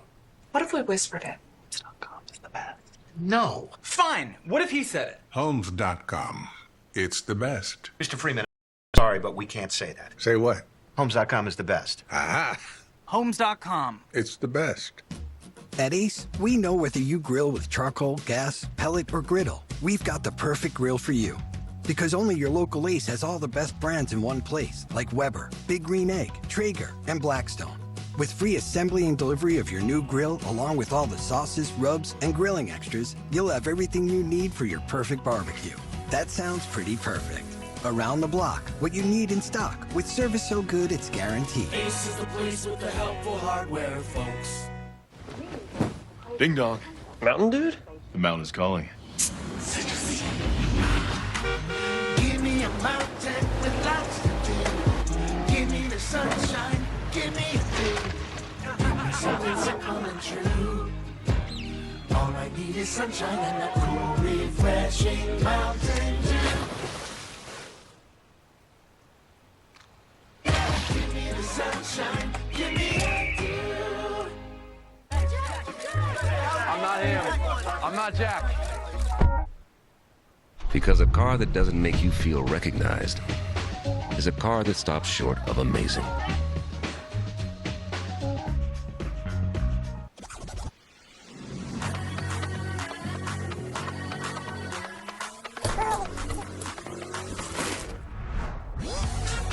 With low prices store-wide, eat well for less at Whole Foods Market. You're seeing Skechers' famous glide step footwear everywhere. And now that famous design is available in hands-free Skechers slip-ins. Get the comfort and style of glide step now with the convenience of slip-ins with no bending down or touching your shoes. Try glide step Skechers slip-ins. This is Arby's tender 13-hour smoked brisket in a smoker. This is Arby's tender 13-hour smoked brisket in a sandwich. This is Arby's tender 13-hour smoked brisket in a Cedric. Arby's, we have the meats. And we welcome you to San Francisco, California, and Oracle Park, the site tonight of a big NL West matchup between the Arizona Diamondbacks and the San Francisco Giants.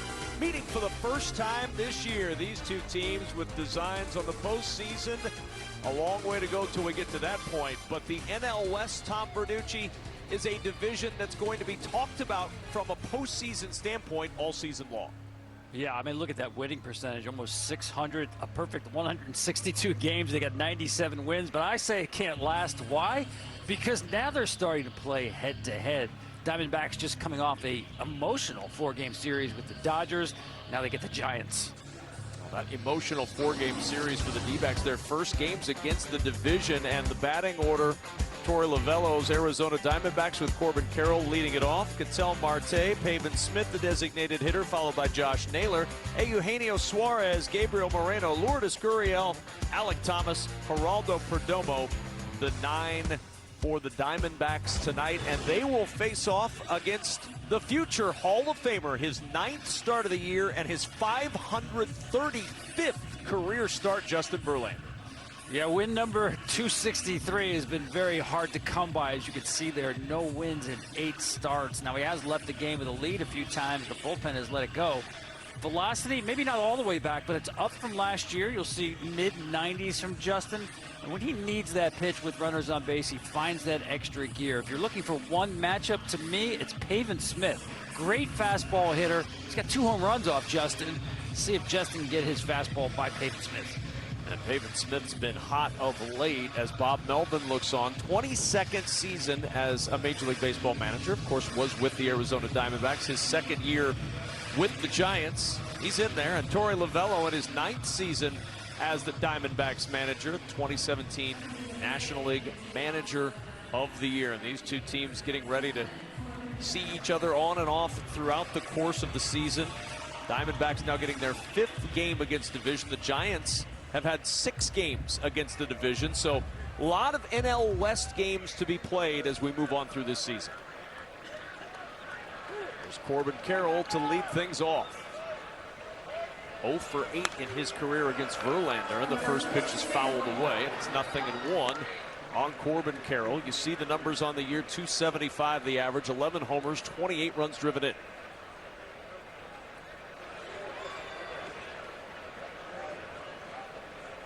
Carroll just 1 for his last 16 at the plate. Knifes that one foul, 0-2. But Tom, it's been a much better start to the season than what we saw from Corbin Carroll last year. Really struggled, especially early in the season. Yeah, last year pitchers like a Verlander would get him out on high fastballs, and he actually flattened out his swing too much. I had never heard of that. The swing was too flat. But that was the case because he was popping up a lot of pitches. And he went to drive line the course of the offseason and worked on a better angle to get his bat to the ball, especially anything on the inside half of the plate. You see Justin's trying to bury those sliders there on the back foot. 1 ball, 2 strikes on the leadoff man, Corbin Carroll.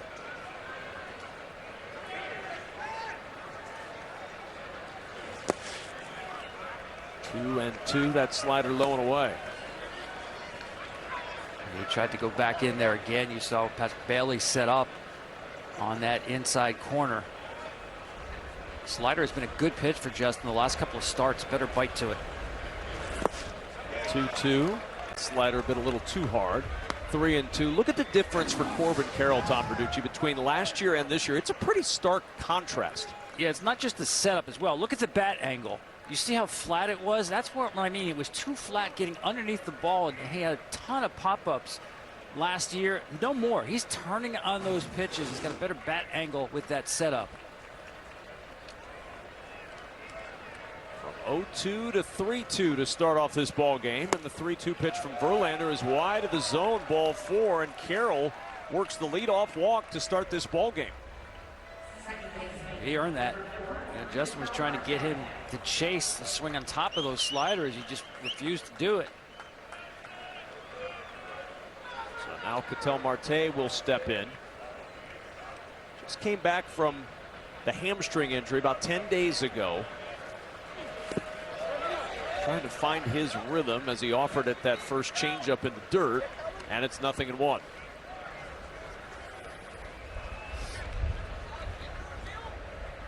Found the power last weekend. All 3 of his home runs came against the Dodgers in that 4-game split over the weekend. The 0-1 catching the inside corner quickly, 0-2. So the second straight batter, Verlander, has started out in front 0-2. Carroll obviously is a threat to run at first base, but this combination of Verlander and Patrick Bailey, tough to run on. Just 2 stolen bases so far in 5 attempts. No movement on the 0-2 in the dirt, and a good block by Bailey, 1-2. Well, that's textbook. His positioning on that. I mean, you take a picture of that, a video, and show it to little leaguers. Smothering the ball with the chest. You get your chest out in front like that, the ball has nowhere to go but straight down.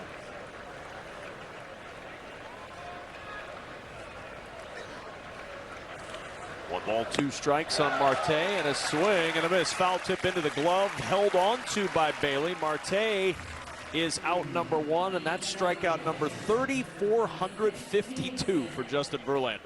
Yeah, look at the tight spin on this slider here. The last couple of starts to me, he's had much better tilt, and here he's going to have to break off a few of those against Pavin Smith, who, again, pitchers do not want to throw him fastballs. Go over to first to delay the inevitable. Pitching to Pavin Smith, who over the last few games has really seemed to find his stroke. He'd been struggling a bit, still at 313 on the team, but 6 for his last 8 at the plate. Seeing it really well as he takes a fastball for a strike.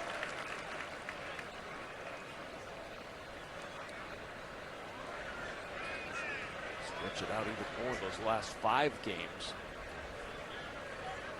Pavin Smith doing work. And quickly 0-2. Yeah, I was in the zone. Pavin's just asking, but you know that curveball has so much break to it. He's thinking that's way out of the zone. It's just a teardrop coming into the strike zone. 3 straight 0-2 counts to start this game for Verlander. And that's a cold 3rd strike. Outstanding at bat. Pavin Smith saw a little bit of everything as he's caught looking for the 2nd out. Yeah, you're absolutely right. Doubled up on the curveball right here. Watch Pavin. He can't pull the trigger on it, and that one got the inside corner perfectly located. Great job of sequencing.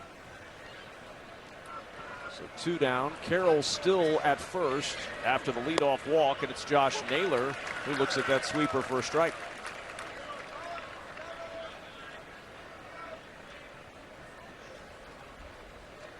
Verlander knew he had to be careful with that first pitch. Naylor with 14 hits on the first pitch this year. That's the most in baseball. Attacking pitch number 2 in this at-bat, and he's down 0-2. 4 straight 0-2 counts from Verlander. Throwing some really good breaking balls. Good count to run on here with Carroll at first base and Naylor way behind the count. You know, I was talking to Dave McKay, the first base coach for the D-backs, does an outstanding job. And I was talking to Bryce Harper, and he said he's amazed at how good McKay is. He said he will actually tell a runner when to go. He'll just give a subtle go because he can time the pitcher so well.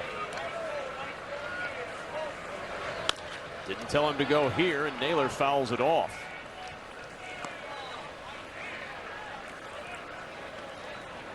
Carroll had inched out his lead, though, some, Tom. There was a more aggressive approach on that 0-2.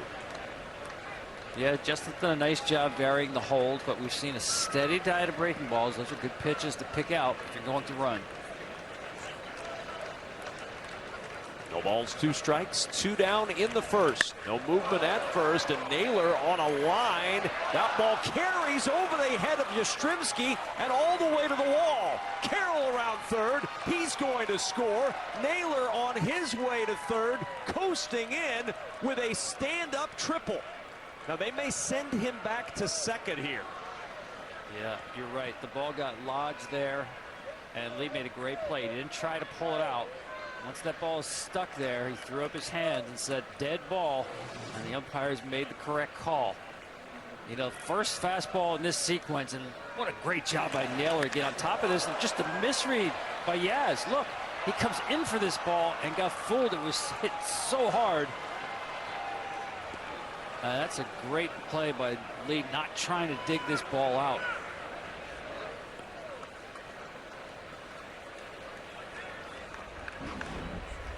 So now they will send Corbin Carroll back to third, I believe. Torey Lovello is out arguing he would have scored, but Corbin Carroll's back at third base. Take the run off the board. Yeah, I get Torey's argument here. He's saying, I got one of the fastest guys in baseball. He's scoring easily on that ball. But the play is literally dead the moment Lee throws his hands up. And I don't think you can award Carroll home plate at that point. Probably not yet at third base. Would he have scored? Absolutely. That's a great break for the Giants. I'm telling you, that's a heady play by Lee. I've seen a lot of young players just in the anxiety of trying to make a play, dig that ball out. As soon as he threw his hands up, play is stopped dead. And at that point, according to the judgment of our 4 umpires, Corbin Carroll had not gone past third base, so he is back at third, and Eugenio Suarez up with 2 on and 2 out. And a chance for Verlander to get out of this inning unscathed. Second and third. Naylor at second, Carroll at third, and the 0-1 on the ground to the left side. Over to get it is Adames. The throw across the diamond in time, and that will retire the side. 2 left on in the top of the first, and no runs scored.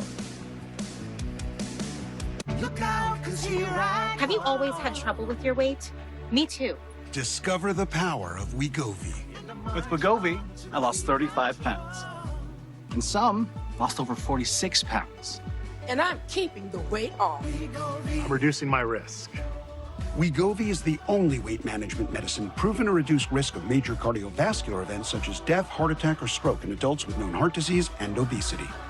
Don't use Wegovy with semaglutide or GLP-1 medicines or in children under 12. Don't take if you or your family had MTC, MEN2, or if allergic to it. Tell your provider if you plan to have surgery or a procedure, are breastfeeding, pregnant, or plan to be. Stop taking and get medical help right away if you get a lump or swelling in your neck, severe stomach pain, or any of these allergic reactions. Serious side effects may include pancreas inflammation and gallbladder or severe stomach problems. Call your prescriber if you have any of these symptoms.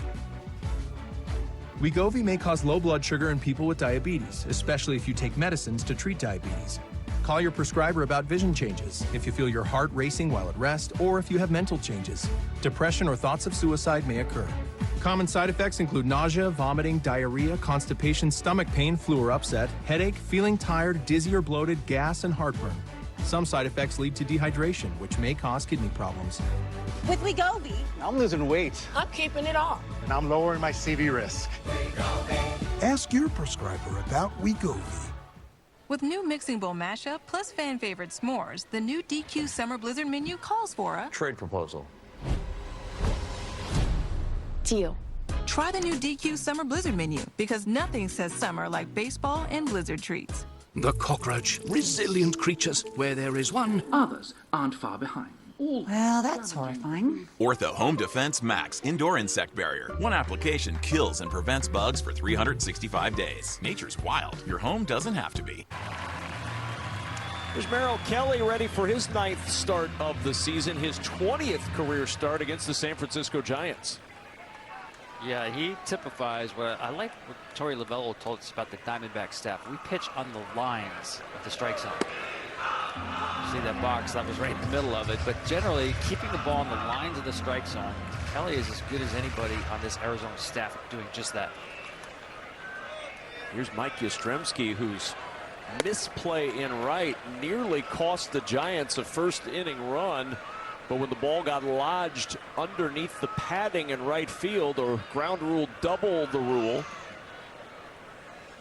and the Giants able to get out of the inning with no damage done as Yastrzemski's out in front 2-1. Matt Chapman, Elliot Ramos still to come for the Giants in the first, and the 2-1. 2-2 now to Yastrzemski. Any pitch at any time. That's Merrill Kelly. I like to look at what does a pitcher throw in full counts when you really have to throw a strike. This is incredible to me. He's 5 different pitches at a full count, all between 12 and 29% of the time. So any pitch, anytime. The 2-2 goes right back down the middle of the plate. Outstanding movement. Yastrzemski knew it. Tipped the cap and he walks away. Out number 1 in the first. That front hip two-seamer with a lot of arm side run. My goodness, to get that ball come back over the plate. Here's the Giants batting order. Changed up quite a bit tonight by Bob Melvin. First time this season Matt Chapman has batted somewhere other than the 4 or 5 spot. Ramos, Jung-Hoo Lee to follow in that lineup, with Flores, Adames, Bailey, Matos, and Koss rounding out the lineup for San Francisco. Giants 11-12 over their last 23 games after that 13-5 start to the season, and they were swept over the weekend by the suddenly red-hot Minnesota Twins. How about that? Got over 500 with an 8-game winning streak. 1-1 fouled away. 1-2 now on Chapman.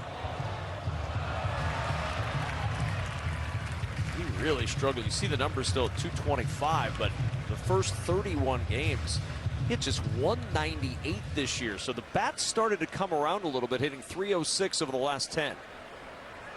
Still really good plate discipline. Works long counts.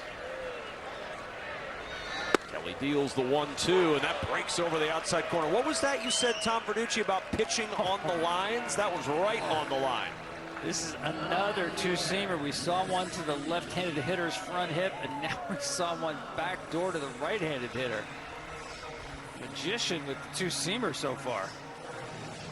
I mean, watch Chapman here. He's just going to give up on this pitch, thinking it's way outside, and it came all the way back. Great movement. 2 strikeouts looking, 2 out in the first, and the first offering to Elliot Ramos is high for ball 1. 278 the average, 10 for 16 at the plate his last 5 games. And on the ground, that's a fair ball behind the bag at third. Long throw Suarez. It gets away off the facing of the stands. No advance from Ramos. Likely an infield hit for Elliot Ramos. Yeah, this is he's trying to get the long hop here to first base. Long throw, doesn't have the greatest of arm strength, so he's going to try to long hop it to first, but instead he gives Naylor the in-between hop. Much tougher hop to handle.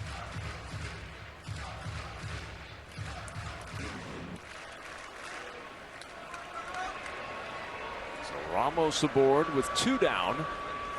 It is a base hit. And now Jung-Hoo Lee is that throw over to first to try to keep an eye on Ramos. Yeah, Kevin, that's one of those throws as a first baseman. You almost, to avoid that in-between hop, go behind the first baseline, create a longer hop. For Jung-Hoo Lee, first time in his Major League Baseball career that he's batted in the cleanup spot. Now, that's put a little asterisk by that statistic because he only had the 37-game season last year that ended up with the torn labrum and season-ending shoulder surgery. And a bunt fielded very nicely by Moreno, and the throw to first to retire the side. 1 hit, 1 left, scoreless through 1. You can really taste the hickory on this Arby's 6-hour smoked pulled pork. You know, I always thought your best quality was your flavor palette. Well, you know, people think I'm funny, too. Nah, it's your palate. What? Arby's, we have the meats. La playa is Spanish for the beach. If you can't remember that, the word Corona also works. Corona, La playa awaits. Meeting the parents, I haven't slept in like 2 days. For the first time ever, the farmers meet the families on their home turf. I'm hard to impress. Fox Thursday. As far as the codependency. What do you mean, like codependent? Yeah. Will it shake up final decisions? My mom said, you're not ready. Farmer Wants a Wife, all new Thursday on Fox.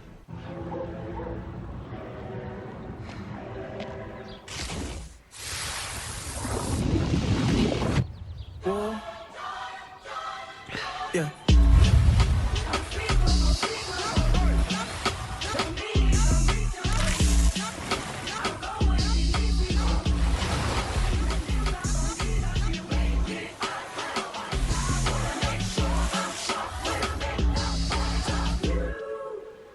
I was ready to start building my credit, but I didn't want a credit card with fees, interest, or end up in expensive debt. So I got the Chime Credit Builder card, and I use it for everything. There's no annual fees, no interest, and there is no minimum deposit required. My card limit is based on my own money, and Chime can cover me up to $200. On top of that, fee-free. My credit score is in the 700s, and I just got approved for a mortgage. Join the millions of Chime members like me building credit every day at Chime.com. The MLB app's got game.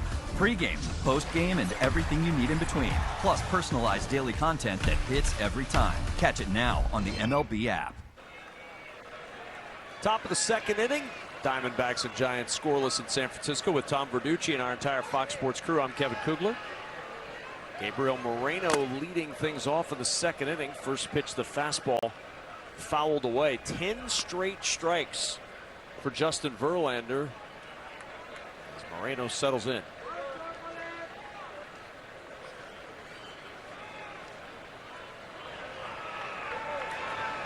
Moreno, Gurriel, and Thomas for Arizona here in the second inning. Verlander's gotten out in front of each and every batter he's faced, and the 0-1 chop to third. Chapman charging, throws across in time for out number 1. Let's go back to the first inning, and Jung-Hoo Lee in the cleanup spot for the first time this year, and he bunts trying to get on with 2 out. Well, this is in the first inning, rather. Yeah, Yastrzemski misplays the ball, and you're thinking that's a run with Corbin Carroll running. Jung-Hoo Lee says that's a dead ball, and you got to go back to third base, Corbin. Torrey said, wait a second, he's going to score, and then it's sorry. That ball was essentially blown dead, if we had a whistle in baseball, before he got to third base. That is just a heads-up play by Lee. What an enormous play. Not too many times in baseball you see a run taken off the board, but it happened right there. When we saw he giveth and he taketh away, because then in the bottom of the inning tries to bunt for a hit with 2 out, and Moreno with an easy play to first to end the first inning. So Jung-Hoo Lee with a highlight and a low light, and we've played 1 inning so far. And Kevin, I can tell you that I personally have experience with that dead ball rule. It was years ago at a spring training game between the Red Sox and the Orioles, and I was umpiring in the game. And I'm the second base umpire, and one of the Orioles hit the ball out, very similar to that. This is in Fort Myers spring training ballpark, when the ball almost got lodged there. J.D. Drew is the center fielder for the Red Sox. He actually played it. They got it through the inning, and as he's running off the field, he didn't realize it was me umpiring second base. I guess he thought I was some Florida State League ump. Going in. Oh, nice pitch. Gurriel is out on strikes. Third strikeout already for Verlander, and 2 gone in the second. So J.D. running off the field comes up to me and he says, what's the rule if that ball gets stuck down there? And I said, well, you mean if the ball goes through the gate out there? He says, no, what if the ball gets stuck? And I said, you mean if it bounces? I was just killing time until Field and Culbreth, one of the other umpires, came over and answered his question. And I said, yeah, J.D., that's a dead ball if it gets stuck. Just throw your hands up in the air. I mean, come on, everybody knows that, J.D.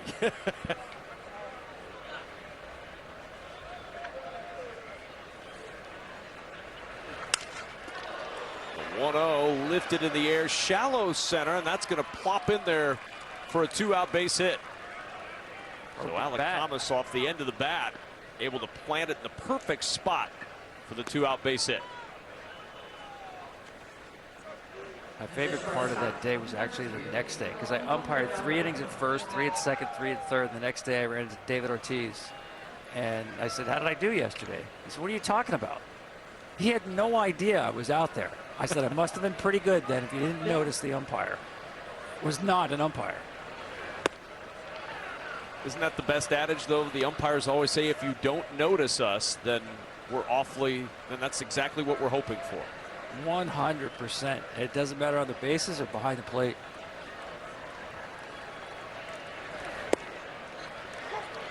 A ball, 1 strike.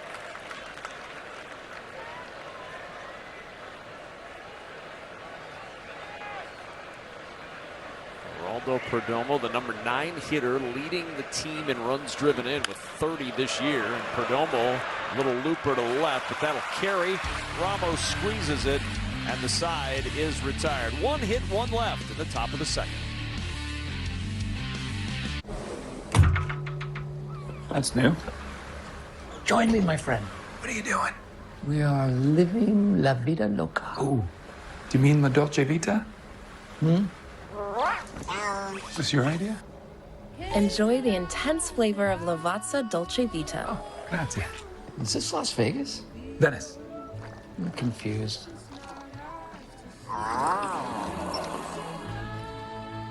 That is good. I'm the voice inside your head. And while you're typically athletic, right now, you're pathetic. Rick. And once you start listening to me, it's gonna be hard to stop. Shank.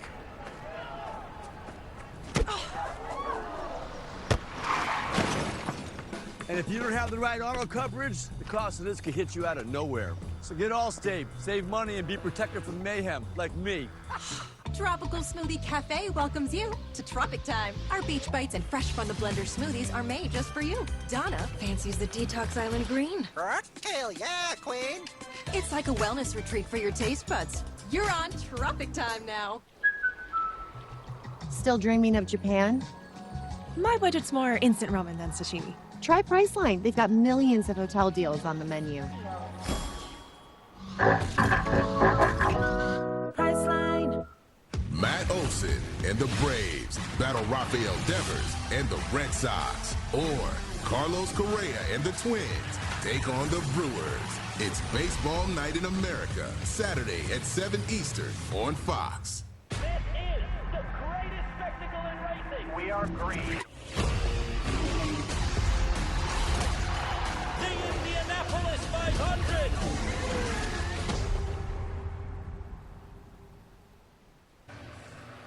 Fun start to this one. Two veteran pitchers going at it. Merrill Kelly and Justin Verlander. Kelly back to work for his second inning, facing off against Wilmer Flores. And the first pitch, a strike of the knees. And it's 0-1 with Tom Verducci. I'm Kevin Kugler. Good to have you with us tonight. Game one between these two NL West foes. Battling in, right now anyway, baseball's toughest division as Flores pops it up to right. Long run for Corbin Carroll, and he'll get there to make the catch for the first out. So Wilmer Flores is retired, and Willie Adames to the plate. Two teams facing off for the first time this year. The Diamondbacks hadn't played anybody in division until they started off their 4-game series with the Dodgers. Then the quirks of schedule making, the Chicago Cubs had played 22 games against the National League West before Arizona saw one team from their division. Arizona's schedule was crazy. Coming out of the gate, the first 4 weeks, they made 3 East Coast trips. It's the first time any team had done that in about 25 years. And you know, they made a movie about that, by the way. Snakes on a Plane. You always love a movie when the entire premise of a movie can be summed up in the title. Snakes on the Plane. Nobody says, what is that movie about? Well, but you think about it, though, Tom, some of the very best movies have been described by their title. Star Wars, you know what Star Wars is about. Rocky, it's about Rocky. The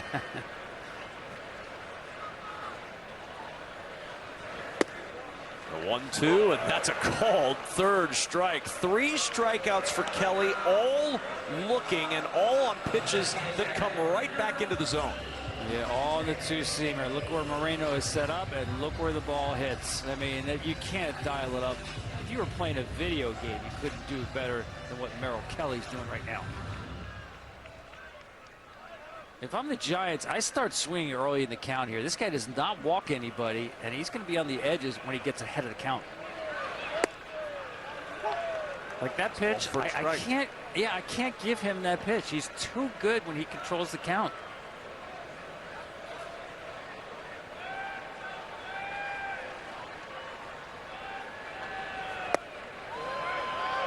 Did he go around, appeal to third? Yes, he did. And now quickly 0-2. And this is where Merrill Kelly has been so good with 2 strikes.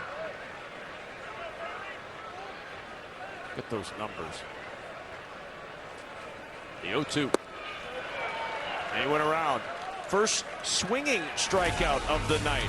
4 strikeouts for Merrill Kelly. Scoreless through 2 in San Francisco. The Phoenician scheme. Subject, Zsa Corda. He's the shrewdest businessman alive. Bold. I took a bullet for you. I'm aware. I witnessed the event. Romantic. Did you love her? No. Holy moly. Legendary. You're fired. What'd you say? You're fired. I'm fired? Wes Anderson invites you to discover the life. Help yourself to a hand grenade. Of Zsa Zsa Corda.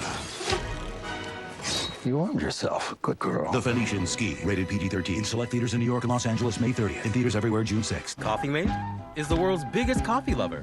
Because we Biggest love... coffee lover? Huh? Impossible. Well, Coffee Mate loves all the ways you enjoy Biggest coffee lover?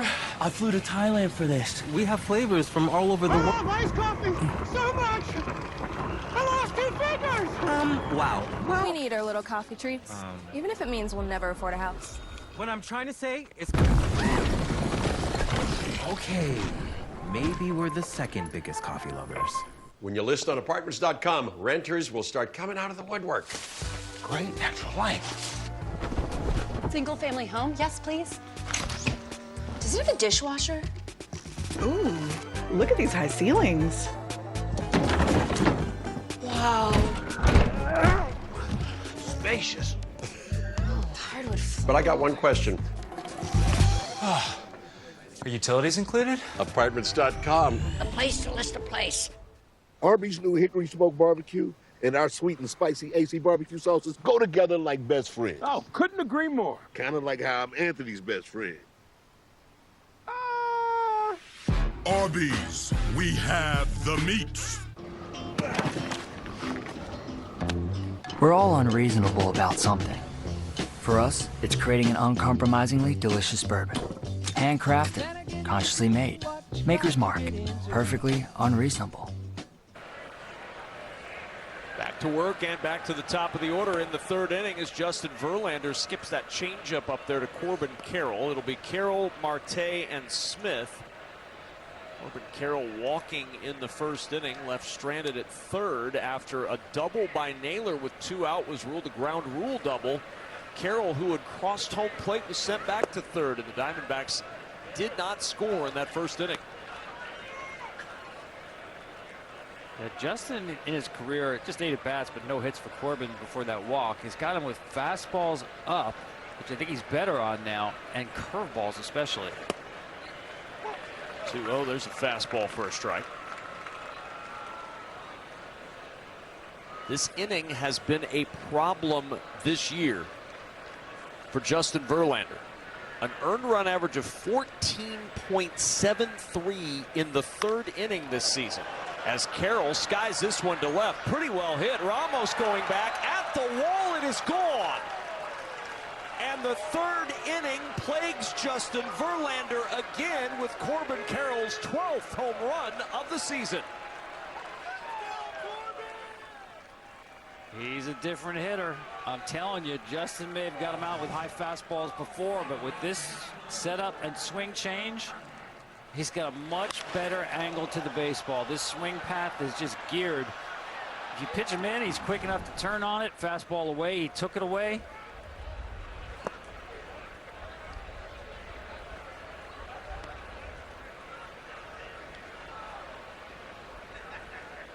Corbin Carroll continuing his tremendous start.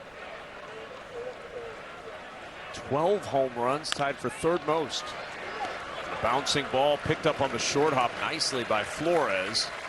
He'll tag the bag for out number 1 here in the third inning.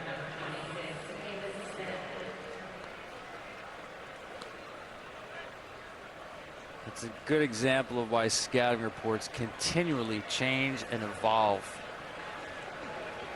You know, it's not a big sample size, the 0 for 8 coming in, but you know, as I said, Corbin Carroll this year, if you're scouting him, you pitch him differently than you would last year.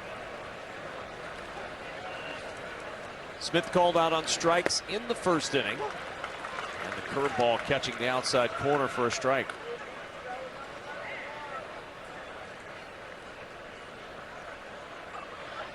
Three for 7, 2 home runs in his career against Justin Verlander. Smith looks at the 0-1. He went around, and it's 0-2. Yeah, Justin's going to keep throwing that. Curveballs and sliders. Nice picture of the rainbow over the bay. No one sees more non-fastballs than Pavin Smith. Nobody. Pitchers do not want to challenge him with fastballs. There's one. And a swing and a miss. And Smith out on strikes. Good location on that fastball from Verlander. Absolutely. You also look how late he is on this swing too. He's convinced he's seeing nothing but spin from Verlander, and that's pitching backward. Slowed him up to get the fastball by him. 4 strikeouts tonight for Verlander. 2 down in the third, and the fastball misses high for ball 1. There's Naylor's double in the first. Initially looked like it had plated an Arizona run, but the ground rule double was called, and Carroll goes back to third. 1-0 evened up 1-1.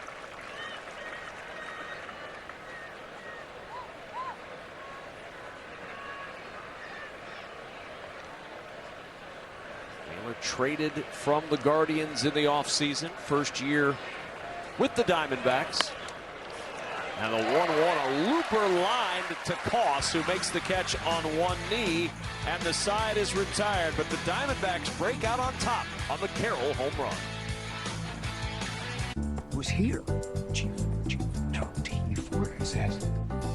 Because any car that doesn't offer the confidence that it will find you is a car that stops short of amazing.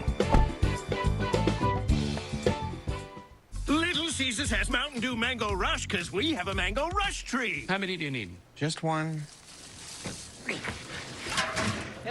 He's Employee of the Month. Get delicious Mountain Dew Mango Rush. Only at Little Caesars for a limited time. Pizza. Since the dawn of baseball, every player has honed their unique skills.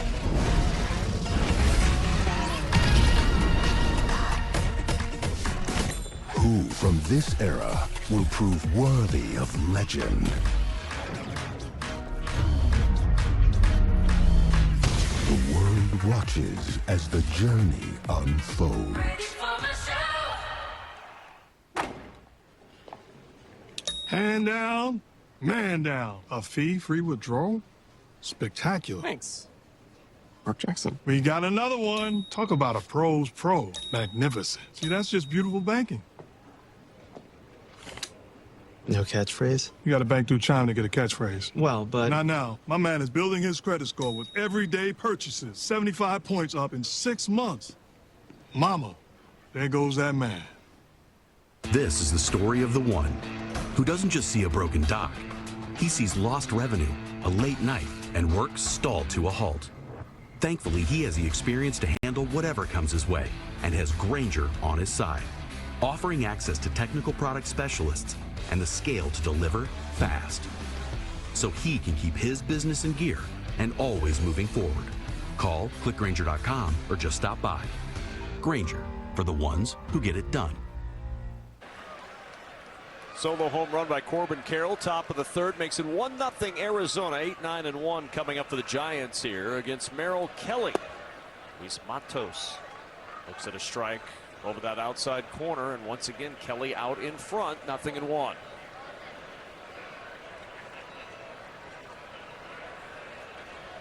Matos struggling a bit, 185 the average as he pops this one up. Right side, foul ground, long run for Corbin Carroll, too long in fact, and it's 0-2. Kelly's stuff early on here is just exceptional. The command, everything working. You know, it's interesting, when he's throwing like this, the only thing he has to be careful about is cramping up, right? He's had a lot of history with that, going back to 23, 24, earlier start May 2nd. You have to leave with a cramp in the hamstring. And last start, he figured, you know what, I got to keep moving when my team is batting rather than sitting down and ramping up again and getting cold and hot and cold and hot. And it worked last time out. That's an issue that's been, I don't want to say a big time problem, but it'll pop up from time to time on Merrill. The 0-2 swung on and missed. Perhaps the breeze from the bats flailing at home plate will keep him loose in the early going tonight. 5 strikeouts already. Suit up this season at MLBshop.com. Check out the largest selection of authentic jerseys, caps, hoodies, t-shirts, and more. Visit MLBshop.com, the official source for your favorite team gear. And the strange thing, at least this season for Merrill Kelly, has been the cramping has been on the road. You'd attribute it sometimes to the fact that they're playing in the desert heat, although it's an indoor stadium on those hottest days, Chase Field. But it's been twice on the road this year for the cramping, as the pop-up is fielded by Marte for the second out. Yeah, Torey Lovella was funny telling us that a fan sent Merrill 4 huge mason jars filled with pickles. You see a lot of punch-outs and swings and misses so far.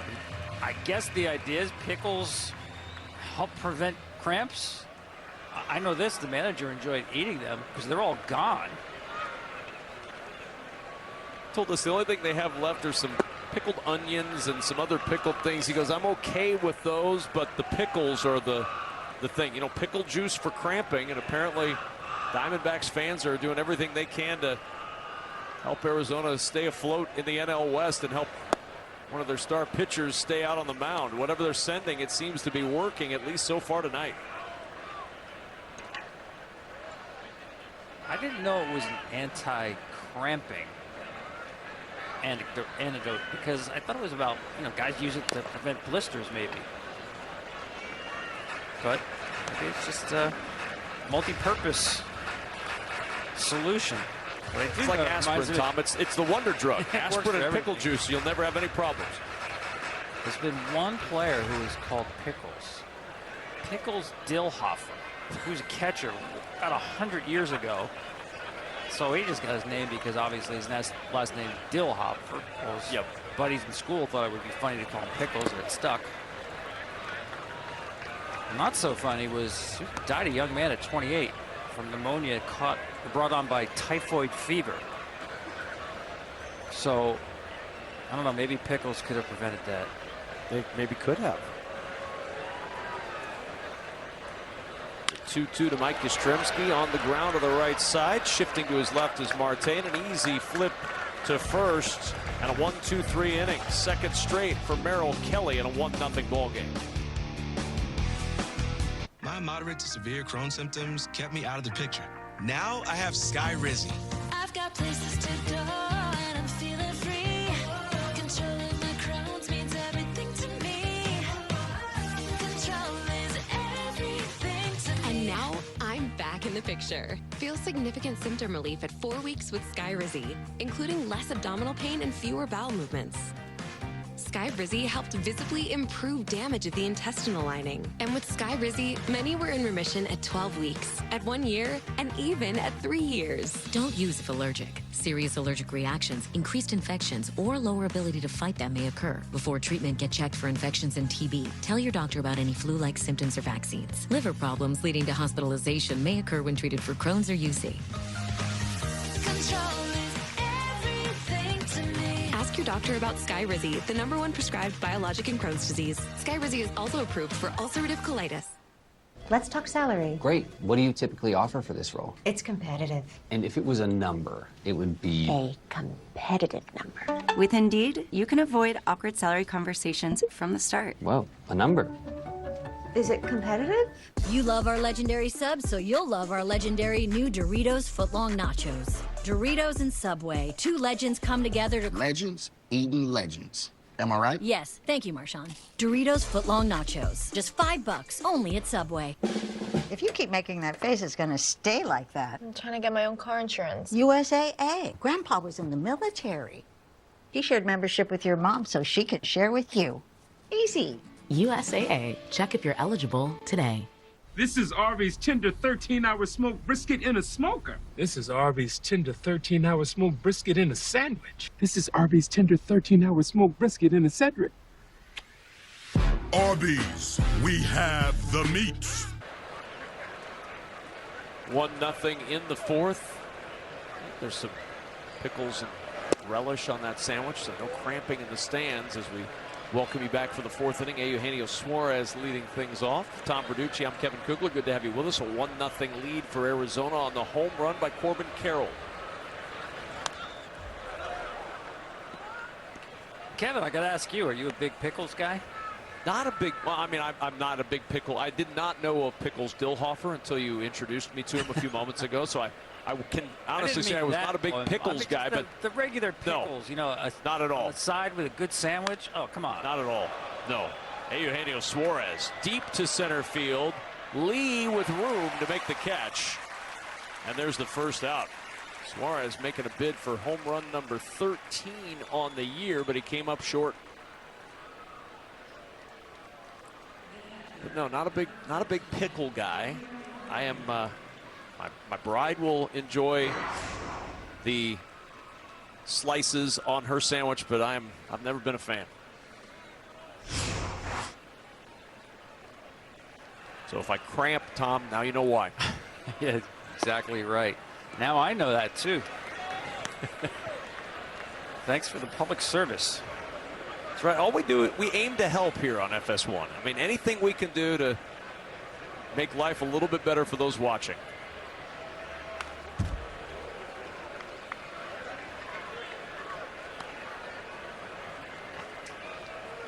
There's Merrill Kelly. Staying warm. Yep.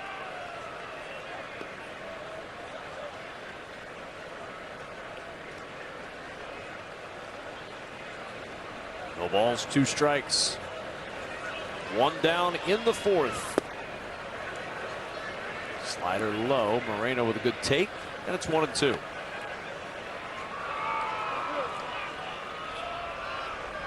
House divided there.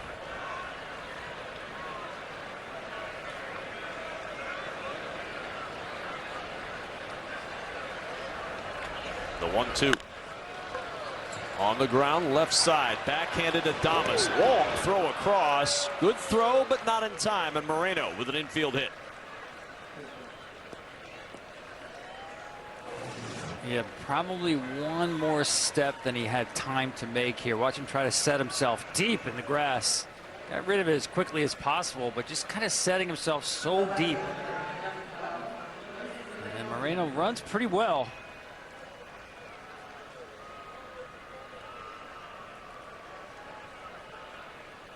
Yeah, also when you out in front on a breaking ball like that as a right-handed hitter, it's as if you have a running start towards first base. No swing there.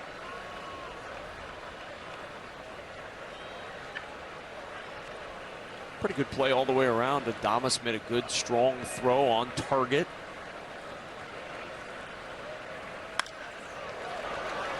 In the air to right, down the right field line. That ball is fair and rolling around into the corner. Headed for third is Moreno. He'll slam on the brakes there. It's a double. And the Diamondbacks in business here in the 4th. Gurriel at second and Moreno at third. Yeah, this wasn't a bad pitch on the outside lane of the plate. He just took it the other way. Fastball 94.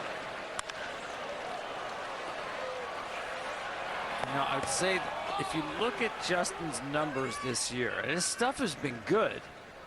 And he's talked about this. He's been much better out of the windup than out of the stretch. Just the timing of his delivery. But working out of the stretch, runners on base, has been much more gettable. And I think it's more of a matter of not so much velocity, but just commanding the baseball out of the stretch position. Gurriel with his 8th extra base hit in the last 12 games has Arizona in business against Verlander. Second and third with only 1 out.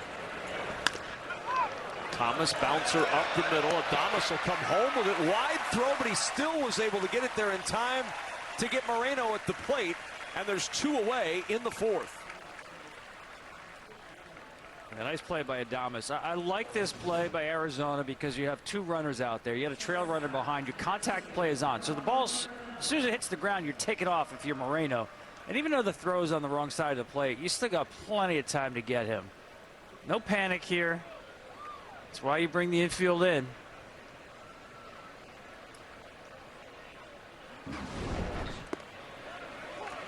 Now 2 down, and the leading run producer this year for the Diamondbacks, Geraldo Perdomo at the plate. Hitting .310 this year with runners in scoring position. Runners at the corners here with 2 out. The 0-1 on the ground to second. Hoss is there. Inning over, and Verlander pitches out of big-time trouble with no damage done in the 4th. Did you know our Jersey Mike's order came with a $25 Fanatics promo code? Insane deal. Awesome. Can we please turn it off while we're eating? Simon feels very attacked right now. Oh, he feels attacked. My Mike's members score Fanatics gear, like Simon, just by spending $25 in the app. Iced tea? Come on, Liquid Death. This is like my grandma's energy drink.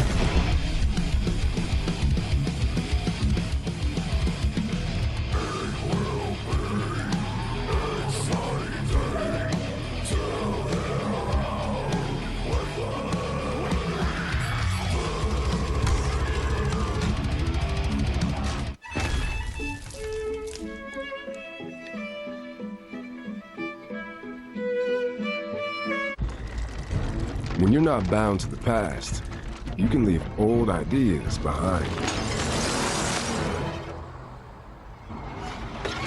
The new GV70. Welcome to Genesis. Let's go hear from more citizens of the law. Happy grass, happy home. So what do you do? Regular feeding, it makes all the difference. Scott's Weed and Feed. The product is incredible. Now's the time to kill existing weeds with Turf Builder Weed and Feed. Feed it long. Feed it. Any questions? How did you become the Capital One Bank guy? I've always been passionate about no fees or minimums on checking accounts. Aren't you in the Hall of Fame? And didn't you live in space? What's in your wallet? Inside every dog is a struggle between good. Good. And fun. Fun. Good and fun. Let your dog indulge both sides with good and fun treats for dogs. Let dogs dog. Is that Danny DeVito? Don't worry about me. This is a commercial for Jersey Mike's, where the subs matter most. Almost forgot. I found your ball. It's a rock. Where the subs matter most. It's a Jersey Mike's thing. Merrill Kelly through 3 innings, keeping the Giants offense in the cooler where they were all weekend against the Twins, scoring 8 total runs as Minnesota swept them over the weekend. First pitch, Matt Chapman puts a charge in this one. Long run to the track for Alec Thomas, and he makes the catch. 1 pitch, 1 very noisy out to start the bottom of the 4th. Yeah, I like the approach, though. As I said, you just cannot give Merrill Kelly a free strike 1. Cutter in the zone here, pull the trigger, hit it well, just the deepest part of the ballpark. I mean, you think about Merrill Kelly in his last start, no walks, he had 1 3-ball count. So if you think you're just going to ride him out, get his pitch count up, make him throw a ton of pitches, no. You're just playing into his game. If you're conceding strikes early in the count, you got to be ready to pull the trigger on anything in the fat of the plate. There's Ramos, first pitch over the outside half of the plate for a strike. He singled in the first. Kelly has not had a 3-ball count tonight. Only 2 balls now have been hit out of the infield.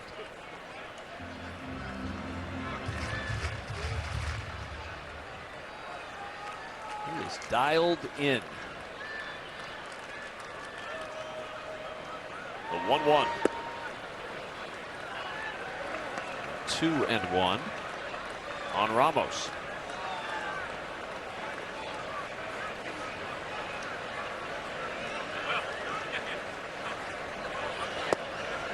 And for the first time tonight, Kelly's gone to a 3-ball count.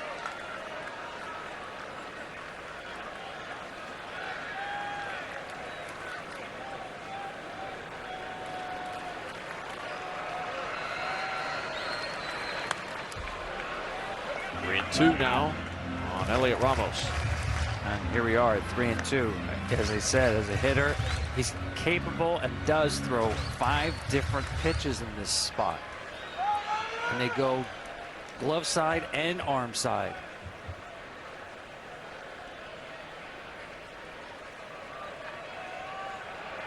Two. Bouncing ball up the middle. Up with it, Perdomo, but he couldn't scoop it and transfer it. It'll be an infield hit for Ramos. Sunday, the NASCAR Cup Series All-Star Race takes center stage at the legendary North Wilkesboro track. It all begins with the open races at 5 Eastern. Then the best of the best battle for the crown at 8 all Sunday on FS1.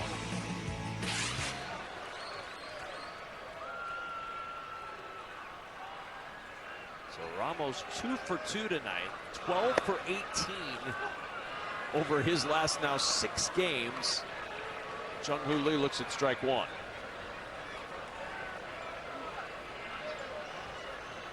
He tried to bunt his way on with 2 outs in the first inning, and was thrown out by Moreno. In the air to right field. That's going to drop in there for a base hit. On his way to third is Ramos, and the Giants with something cooking. 1 out, runners at the corners, a single for Lee here in the 4th. This guy's back control is amazing. He's fooled on this changeup here. Watch him just keep his hands back here and just throw the barrel out there. I mean, literally throwing the bat at the ball.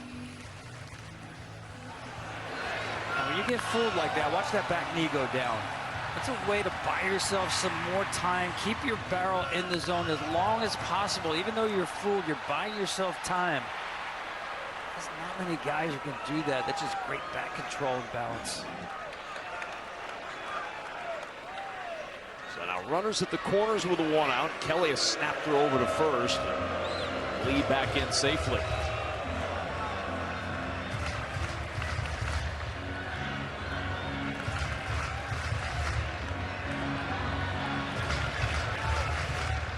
Over Flores, 33 runs driven in this year. Chance for at least 1 here. 0-1 on Flores.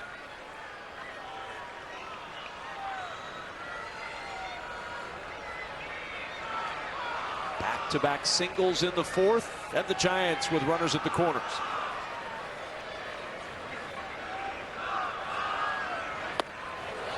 Wave and a miss. Flores helping out Kelly there. 0-2. Yeah, just the beauty of a changeup. Bottom fell out of that.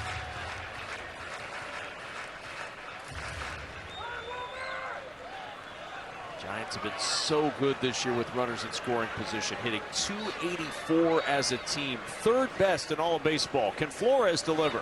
The 0-2 misses wide of the zone.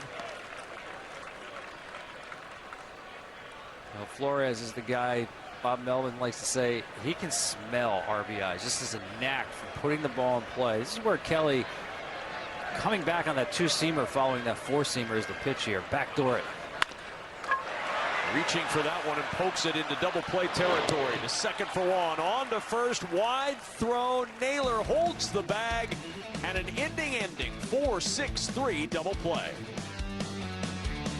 This is Arby's tender 13-hour smoked brisket in a smoker. This is Arby's tender 13-hour smoked brisket in a sandwich. This is Arby's tender 13-hour smoked brisket in a Cedric. Arby's, we have the meat. Homes.com, it's the best. You cannot legally say Homes.com is the best. Well, how can we not say it if that's our new name? Homes.com is the best.com. Fox UFL Friday lights up prime time. Let's go! As the Memphis Showboats. What a play! Quick toss. That's a touchdown. Battle the San Antonio Brahmas. Oh, what a hit! That is something special right there. Fox UFL Friday kicks off at 8 Eastern. Did you know that 80% of people have subscriptions they forgot about? Well, that's dumb. I keep track of my subscriptions in spreadsheets, and I always get it right. We'll see about Whoa. that. All right, so I just downloaded Rocket Money on your phone, and it looks like you're paying for 2 meal delivery kits. What? Why? Let me see. It's probably my ex. Gotta call and cancel. Oh, wait, with Rocket Money, you can cancel subscriptions you don't want right from the app with just a few taps. Well, I still lost $400. But you might not have, because Rocket Money will also reach out and try to get you a refund for the money you lost. Actually? Yeah, download Rocket Money today. Have a great trip. Do you think they'll be okay? Honey, nothing's gonna happen. And if it did, your parents would take care of the kids. Our money, our house, everything would go to them. Doesn't count. It's a solid plan, but what you need is a will. Luckily, Trust and Will makes creating a will easy. It's an attorney-designed, official plan that states your wishes if you died, and it actually counts. Slugbug, get started at trustandwill.com and make it count. At MLBShops.com, you can grab something for your dog walker, your Pilates instructor, your bandmate, your boss. Visit MLBShop.com for officially licensed merchandise.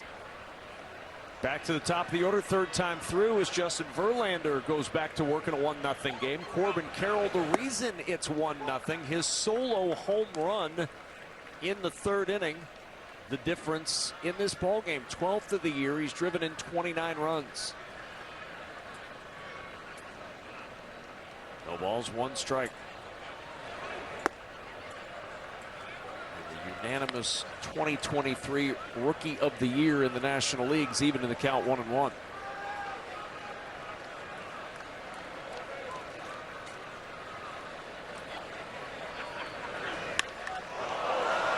Carroll puts a charge into this one to right. Yastrzemski and Lee looking up, and it is gone. Corbin Carroll's done it again. Was 0 for 8 in his career against Justin Verlander. He's hit 2 tonight off the right-hander, and it's 2-0 Arizona.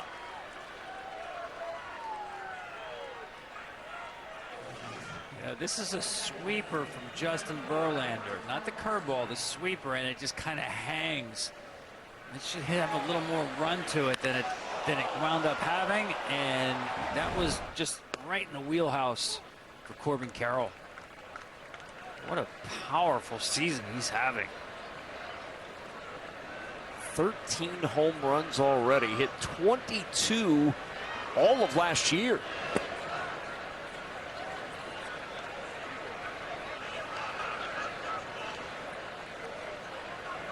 .25 in his rookie season, and already his third multi-home run game of the season.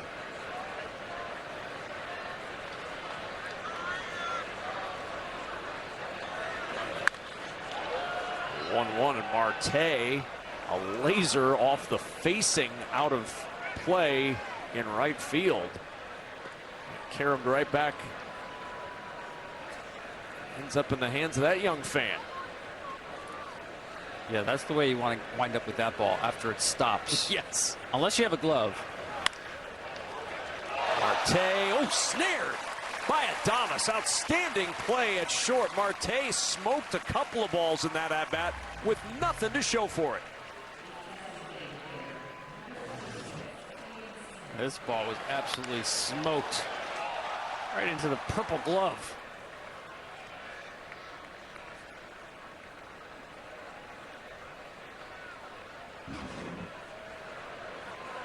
So here's Pavin Smith, 2 at-bats, 2 strikeouts on 6 pitches. That's the 7th pitch he saw, and that's strike 1.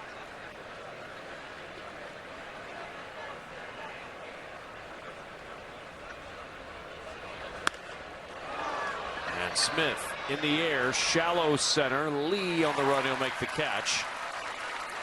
2 gone in the Diamondbacks' 5th. Well, we talked about Pavin Smith. He sees fewer fastballs than anybody. Justin threw him 1 fastball, surprising for the 1 strikeout. But overall, Justin's breaking stuff, other than that sweeper to Corbin Carroll, has been really good. He's actually entered this inning over 50% breaking pitches. It's a little high for him, but it's been that good. Fouled away. 0-1 to Naylor. Doubled in the first.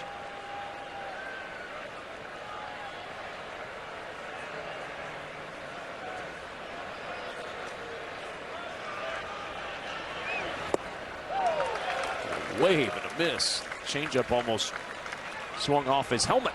0-2.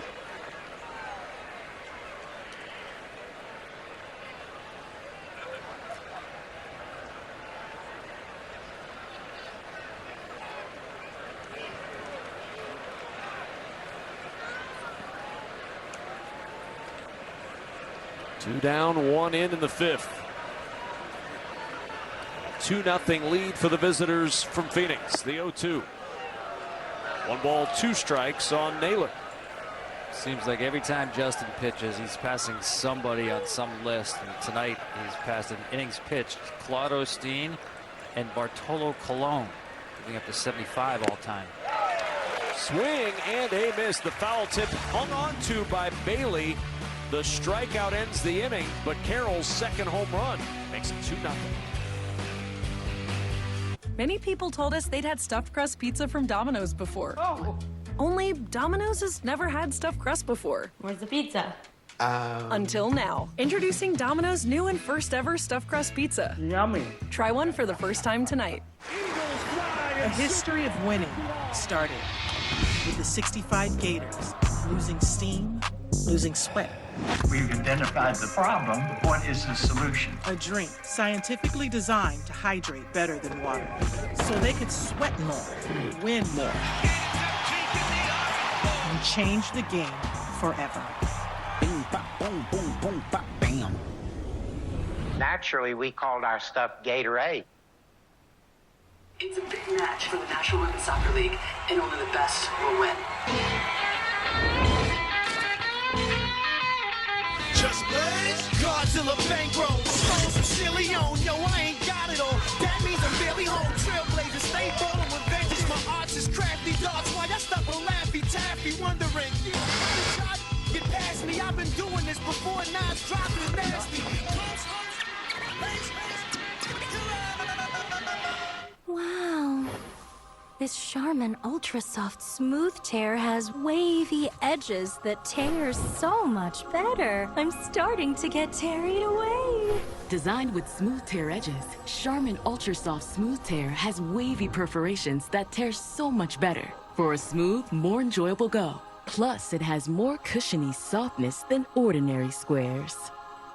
Try Charmin Ultra Soft Smooth Tear, proud sponsor of Major League Soccer. The new McCrispy Strip is here. Dip approved by ketchup, tangy barbecue, honey mustard, Sprite, McFlurry, Big Mac sauce, double dipped in buffalo and ranch, more ranch, and creamy chili McCrispy Strip Dip. Now at McDonald's. Ba-da-ba-ba-ba. 2 solo home runs tonight for Corbin Carroll. A little double bubble for your treat as he starts off bottom of the 5th inning. Does Merrill Kelly with Willie Adames at the plate and looks at ball 1 inside. Very fitting. Double bubble, 2 home runs. Corbin had never homered in this park before. 17 games, zippo until tonight.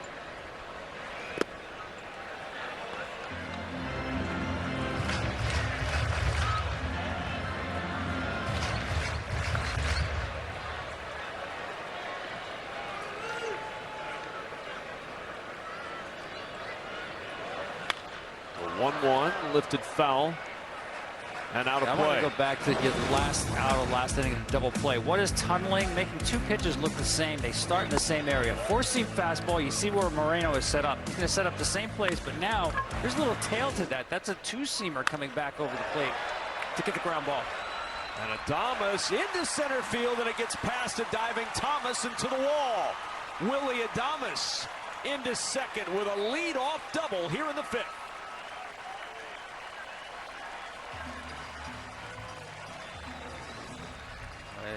Once it got by him, I thought this was 3, but nice job by Gurriel getting over. That's way out of the strike zone.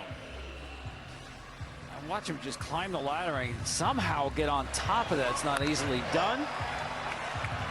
Thomas leaves his feet. Get it. Look at Gurriel getting this back quickly to keep him at second base.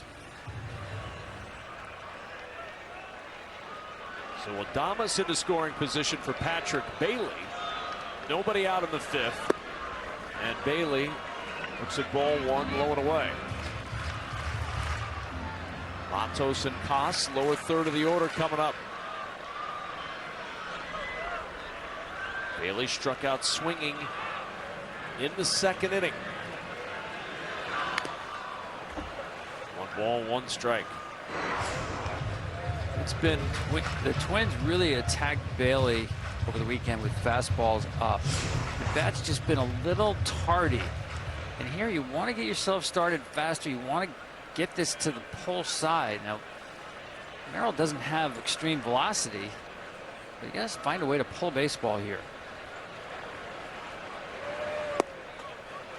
Staying away, and it's 2-1. Only 6 walks this year for Patrick Bailey, 38 strikeouts, and OPS coming in at just 476. It's been a struggle this year for Bailey at the plate.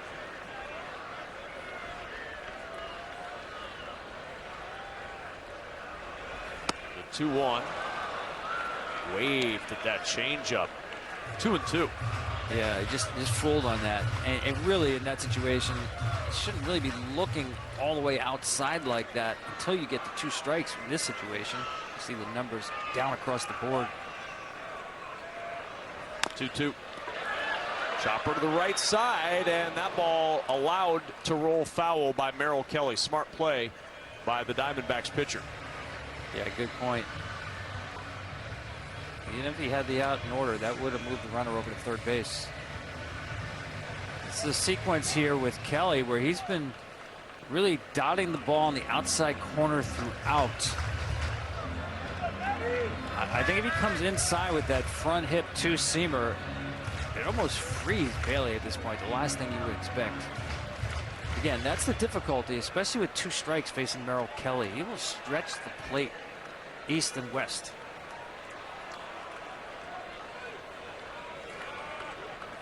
The 2-2. Swing and a miss. Got him on strikes for the 6th strikeout of the night for Merrill Kelly. 1 gone. And Bailey can't advance the runner from second. The second time he's got him on this changeup. You see how deep that ball is in his hands. He's got sink and he's got arm side run and he's got pinpoint control. We talked about it, Kevin. 2 strikes. This is a dangerous guy to face. And here's Luis Matos, who struck out swinging to start the 3rd inning. Ball 1 outside. Kelly's been out of the zone more in this inning on first pitch than we've seen tonight, Tom. 9 times the Giants tonight have taken a called first strike. 1-0 to Matos here, and now 2-0 to the number 8 hitter. Yeah, you're right in this sequence, and it partly has something to do with the runner at second base with nobody out, but you know, Merrill gets the 2-0 on 2 non-competitive pitches, and you're like, wow, what's going on here? He's not a machine. And now 3-0.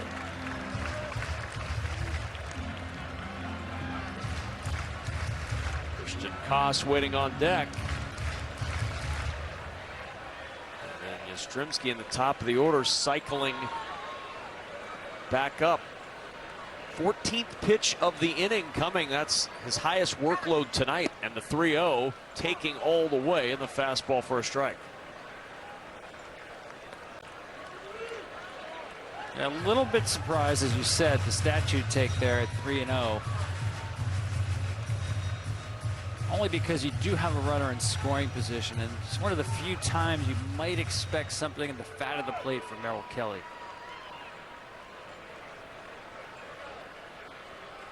See what he does here on 3-1. Kelly deals, and Matos fouls that cutter off to the right side, and room over there to make the play for out number 2. Naylor able to get over there in time to squeeze that in foul ground, and there's 2 gone, and the Giants are going to need Christian Koss to come through to avoid wasting a leadoff double. Yeah, you're exactly right. A lot of pressure here on Koss because those are 2 just really empty at bats. Bailey couldn't put the ball in play to move the runner over, and then Matos, I had 3-0 with the foul pop up. 1 ball, no strikes on Christian Koss. Every batter except Christian Koss has taken a first pitch strike tonight. Kelly falling behind in this inning more than we've seen tonight. Gets back even with that good fastball. 1-1.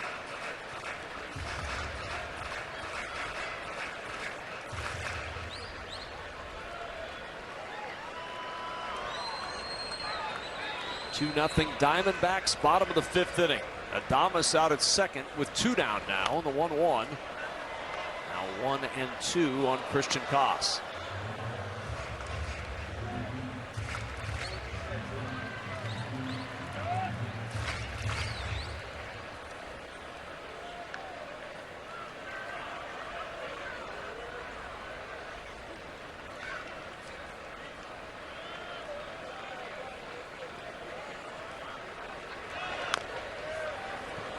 Staying alive, fouling off that change. Still 1-2 to Koss.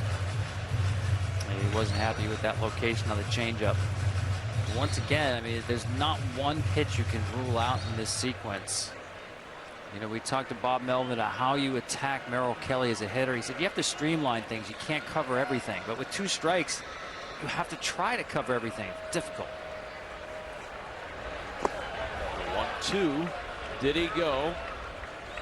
No appeal, no swing. 2-2.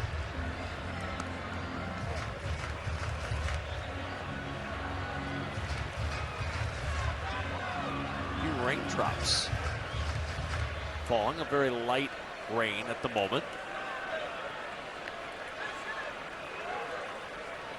The 2-2. And Koss through the hole on the right side. That's a base hit, and Christian Koss delivers. Now Koss caught trying to stretch it from first to second, and Koss tumbling down for the final out of the inning, but he does deliver the RBI single to make it a 2-1 game through 5.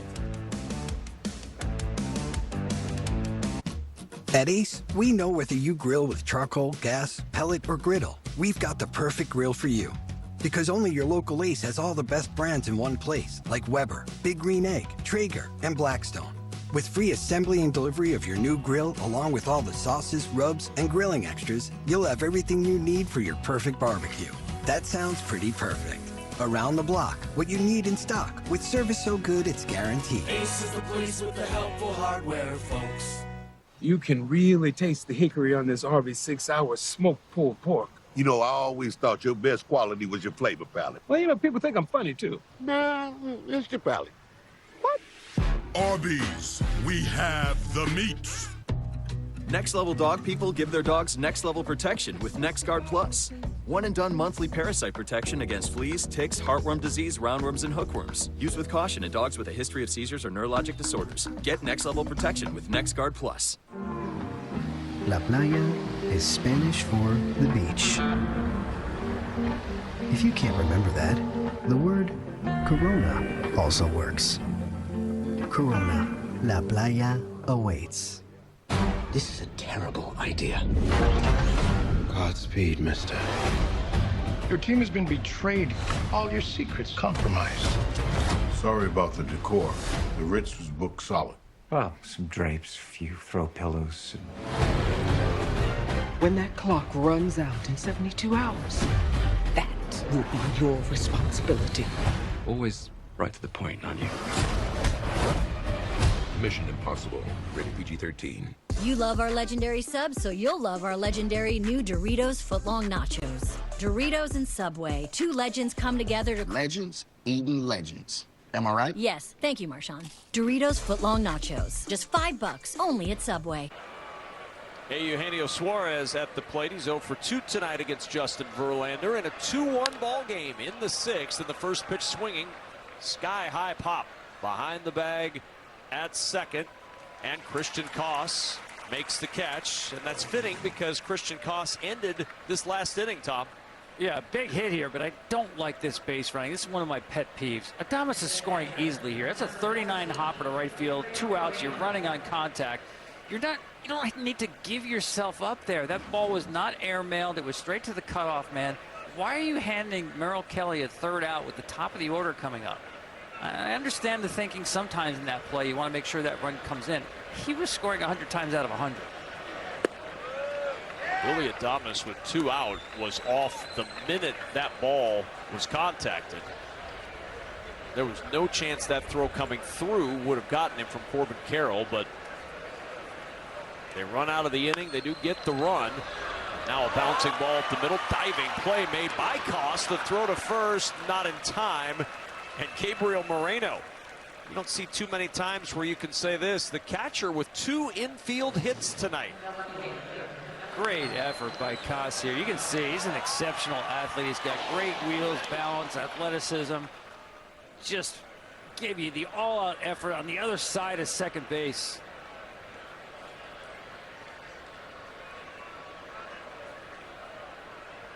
Got to his feet quickly, but just didn't have time to get Moreno.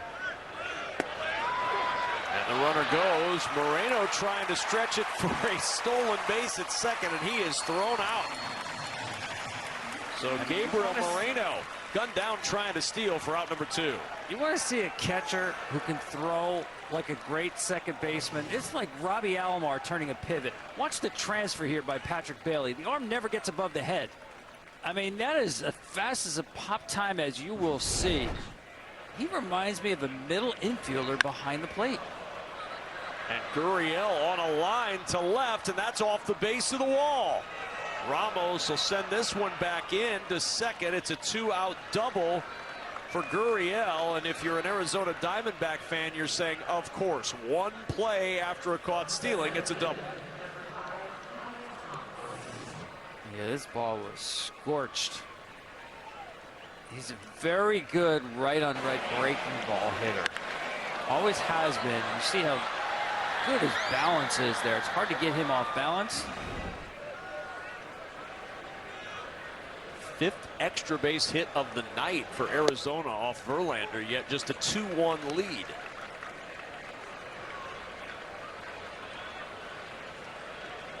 Alec Thomas has been on twice, reached on a fielder's choice, and singled back in the 2nd inning.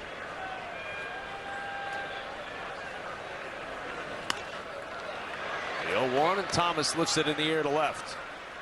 Ramos there with plenty of space, makes the catch. Inning comes to a close, and the Diamondbacks do not score. To the bottom of the 6th we go in San Francisco. Hey guys, there's a change in the air. 2 changes. 2 changes. The 3-row luxury TX, because everyone should feel like the center of the universe. As long as probably forever there's only been one Frosty. Because what would we even do? Add a bunch of new swirls and mix-ins like Oreo cookies or Pop-Tarts pieces? That's kind of genius, actually. For a fresh way to Frosty, gotta be Wendy's.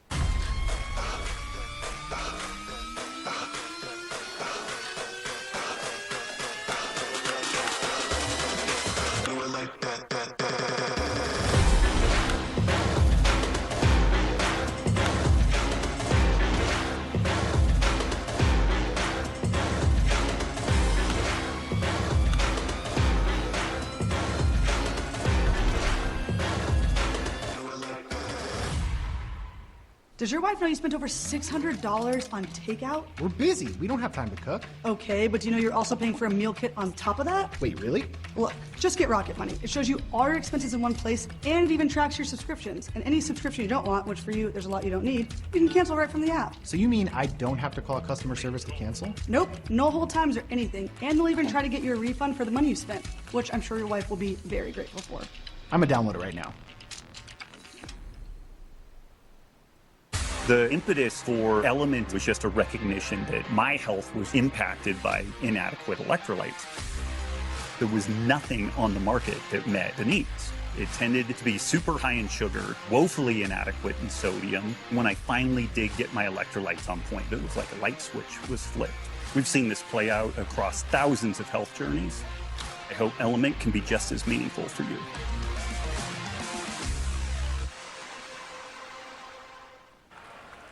Good ball game in the Bay Area. A 2-1 lead for Arizona. First meeting of the year between these two NL West foes.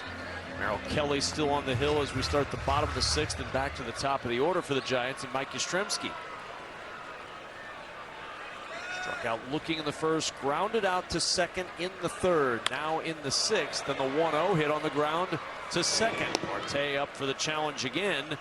And there's one gone in the bottom of the 6th inning. Stream MLB Network 24/7 for the entire season, plus live audio for all 30 teams, no blackouts. Includes access to minor leagues, MLB Big Inning, and available pre- and post games. Visit MLB.com/@bat for details. What's that food stuff there, Kevin? What is he eating? Almost looked like popcorn in a box. Right side. With a fork. Popcorn with a fork? Come on, there must be like some sauce or something on that.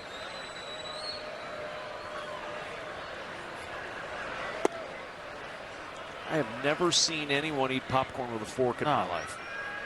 I don't care what's on it. There's got to be something on it, though.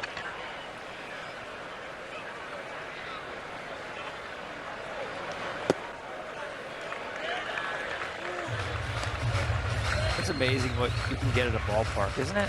The food, the choices. That's more your traditional. There's your peanuts and Cracker Jack. Gotta have that. Hot dogs. And popcorn in a box with a fork, clearly.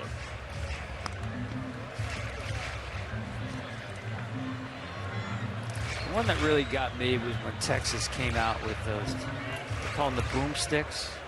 Those long, the hot dogs that were so long, it was like a suitcase because it came with a carrying handle. 2-2 on the ground to third. Suarez across. He throws out the opposite third baseman and Matt Chapman for the second out.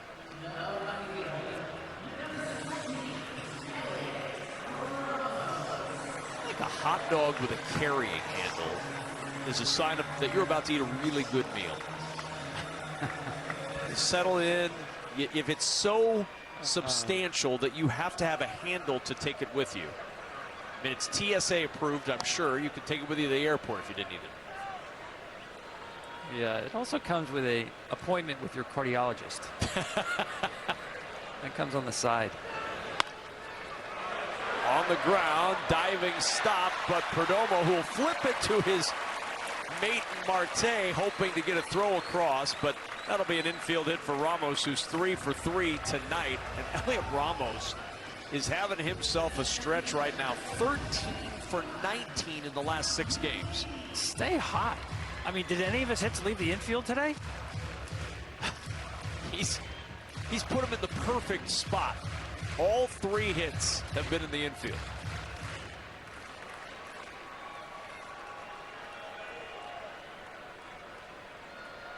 Jung-Hoo Lee.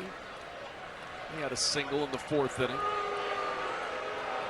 2 down, a 1-run game in the bottom of the 6th. You watch when Lee hits, he actually strides twice.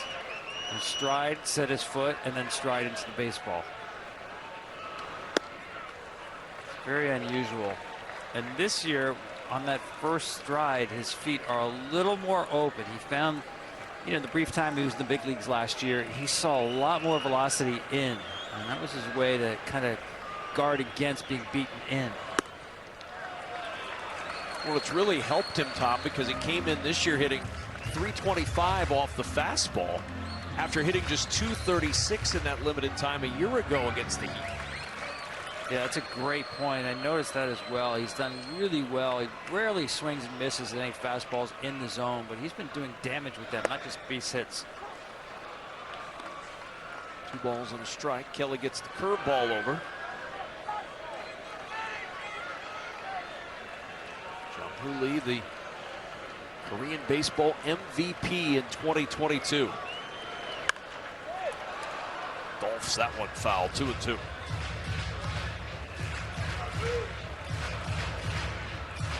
Injuries have plagued his last 2 years, as you see no fork required there. You just take the garlic fries right out of the helmet. Garlic fries in a helmet. That's living. That's Giants baseball.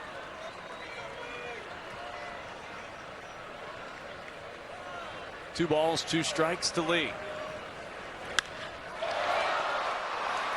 In the air, left field, Gurriel with plenty of room to make the catch.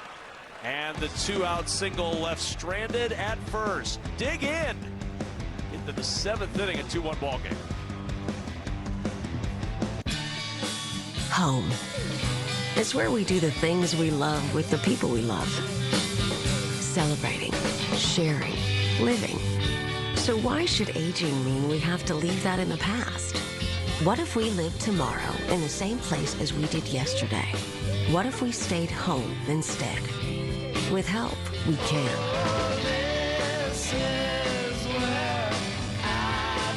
Home instead for a better what's next.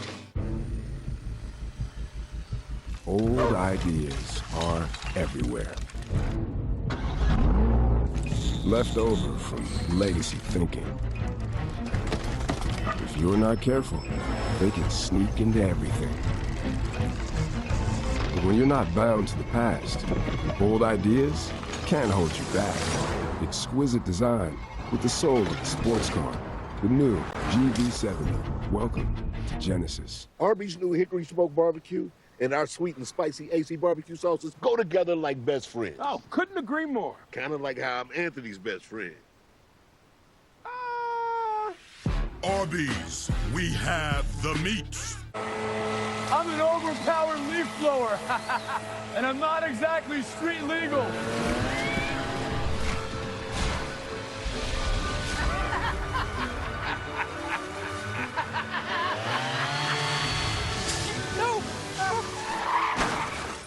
And if you don't have the right auto coverage, this could really blow your budget. So get Allstate, save money, and be protected from mayhem. Yeah, like me. In the off-season, I'm a male hand mutt. Now I have relaxed fit hands-free Skechers slip-ins. No bending down and no touching. I kind of love not using my hands. Come on, Andy. I'm out the game. Try relaxed fit Skechers slip-ins. 9-1-2 for Arizona here against Justin Verlander in the 7th inning. Bullpen's just starting to get loose for the Giants. Eric Miller, the left-hander, up and starting to throw as this 7th inning begins. Verlander at 76 pitches. The 0-1 to Perdomo just misses low. 1-1 the count. Seen two excellent starts tonight, Tom. Yeah, taking the ball this deep in the game, you don't see it a lot in today's world, right? And starting pitchers still out there. Justin's stuff still looks good to me. You know, I don't know what would bring the lefty in. Maybe if Perdomo gets on for Carroll, who's got the 2 home runs. Second time this year that Verlander has pitched into the 7th inning. I mean, otherwise you don't want Marte hitting from the right side, and he's handled Pavin Smith really well with breaking stuff. The 1-2 to Perdomo. On the ground through the hole on the right side, and that's a leadoff base hit. Geraldo Perdomo, and here comes Corbin Carroll. 2 long balls tonight off Verlander. Yeah, and this will make you change pitchers, right? 2 at bats, get the fastball away, then the sweeper kind of hung in the zone. Really, one of the few mistakes that Verlander made. Corbin Carroll took advantage. So that'll do it for Justin Verlander. He leaves in the 7th inning with a runner on, down a run.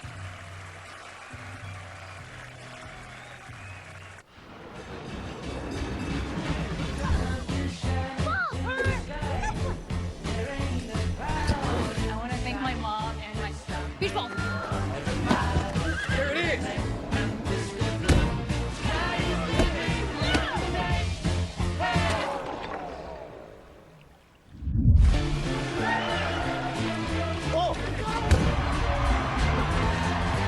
Find your ultimate playground at visitcalifornia.com.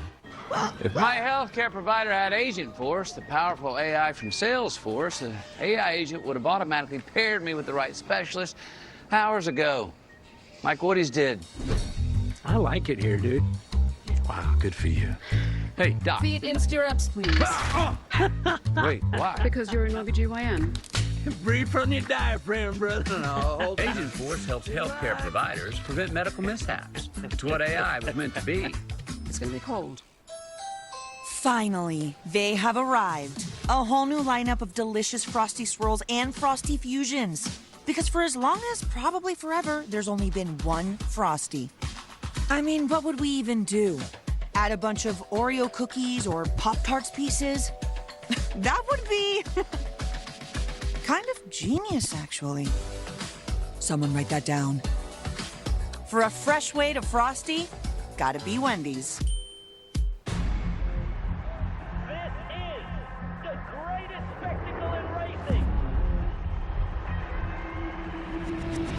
We are green. 33 drivers are going to sprint into the eye of a tornado. Let's go.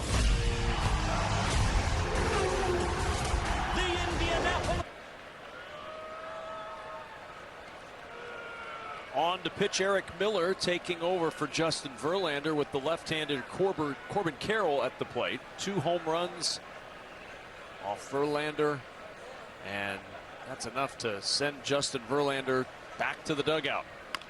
Lefty versus lefty, and Carroll on the ground to the right side. Good pickup, the throw to second for one. They'll get the lead runner. Perdomo is retired as Flores makes the pick, and a good throw to Adames at the bag. One gone as Carroll reaches on the fielder's choice. Yeah, nice play by Flores. Good throw there. Miller, you see the numbers. Really good velocity, upper 90s. Throw a changeup to right-handers, generally not the lefties. Slider, fastball. And how about Justin Verlander? Threw the ball well, threw a lot of breaking pitches. 52%. That's as much as he's thrown the game this year. But 9 starts now, looking for win number 263, and it's still elusive. Longest drought between wins at any point in his MLB career. The second for one, and around the horn, the double play ends the inning. 5-4-3, and we stretch in San Francisco. Today, let's stain with Bear, the #1 rated stain. Oh, we're finally staining the deck. Not today, we're not. With Bear stains, your deck will have all-weather protection. I mean, today's my endurance ride, though. This is so great. I've been telling him for months. It's been a lot of rain. That's okay. Bear stain will resist rain in just 4 hours. Hey, who are you calling? Oh, hey, we're having a barbecue next Sunday. Wait until you see the deck. Get the #1 rated stain at an everyday low price. Great idea to stain the deck. Thanks. Thank you. Only at the Home Depot. It is stressful out there, and a lot of phone companies are making noise about great deals, but how do you know you're not paying more? We all need things that comfort us, that we trust. A nice cup of tea, a fresh basket of puppies, and T-Mobile. When you switch, not only can you save 20% versus the other big guys, the price of your rate plan won't change for 5 years, guaranteed. Sometimes it's nice when things don't change. T-Mobile's new experience plans. Families can save 20% today, and your price won't change tomorrow. Ah, that's better. The DQ Sauced and Tossed Chicken Strip Basket comes in your choice of honey barbecue or new buffalo, layered with flavor from the top, bottom, and everywhere in between. Delicious from every angle. That's the Sauced and Tossed Chicken Strip Basket. Get yours now only at DQ. For the professional, it's not enough to possess knowledge. We seek to refine it, to wield its power, to redefine its boundaries. Knowledge is put to the test in every GMC Sierra. Or get 0.9% APR on 2025 Sierra 1500 models. Or current eligible GMC owners get over $7,800 total value on select Sierra 1500 models.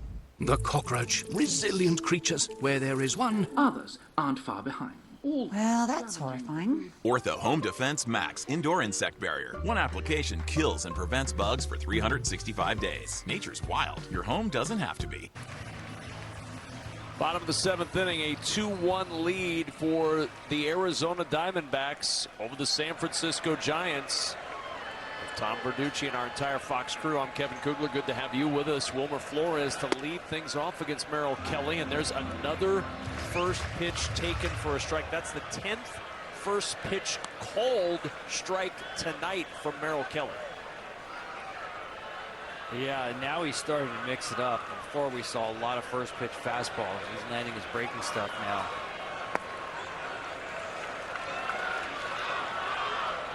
One ball, one strike. Flores, Adames, and Bailey here in the bottom of the 7th inning.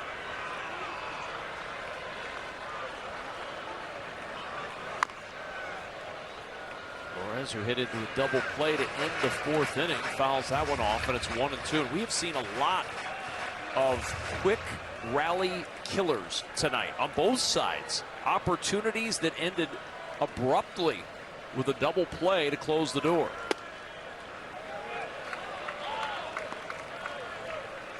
That's a great take. I don't know how you take that. That barely missed. It was in the zone until the very last minute. 2 balls, 2 strikes to Flores. On the ground and through into left field, and a leadoff base hit starts the 7th inning for the Giants.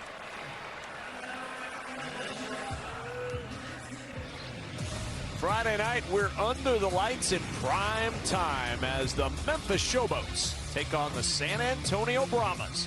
Fox UFL Friday kicks off at 8 p.m. Eastern.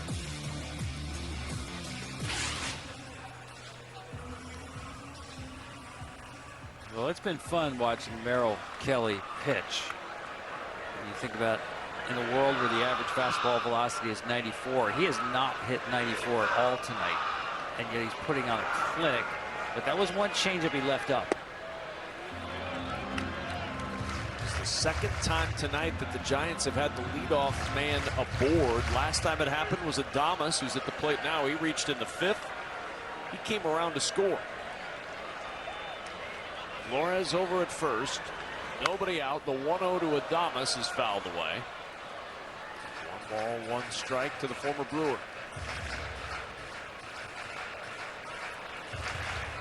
Yeah, he's starting to come around too. We're seeing better swings out of Willy Adames. He's got a long swing, and the timing early just wasn't right. It's gotten better the last couple of weeks. The 1-1 off the end of the bat, and it's 1-2. Merrill Kelly, a season high 98 pitches, Tom, in his last start, closing in on that 90 pitch mark here in the 7th inning. Yeah, he won't go much more over 100, I wouldn't think. Here he's looking to get a ground ball. Adames back out away. Just missed that one low. 2-2.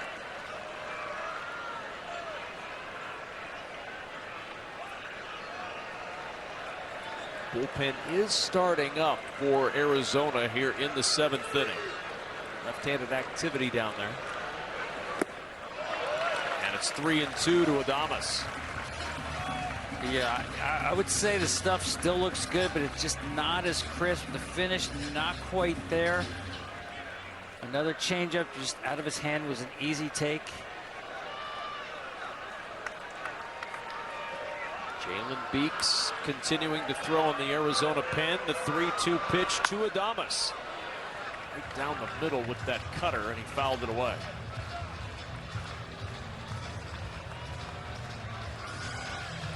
Normally you might think, well, ground ball pitcher on the mound, 3-2, start the runner in first, but Flores doesn't run well. Adames does have some swing and miss. Just the calculus just is not in your favor.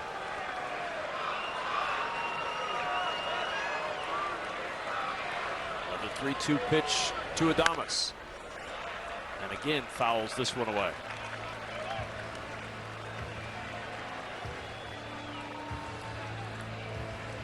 Get a lot of help when you're the ball guy down there. Where to send the foul ball.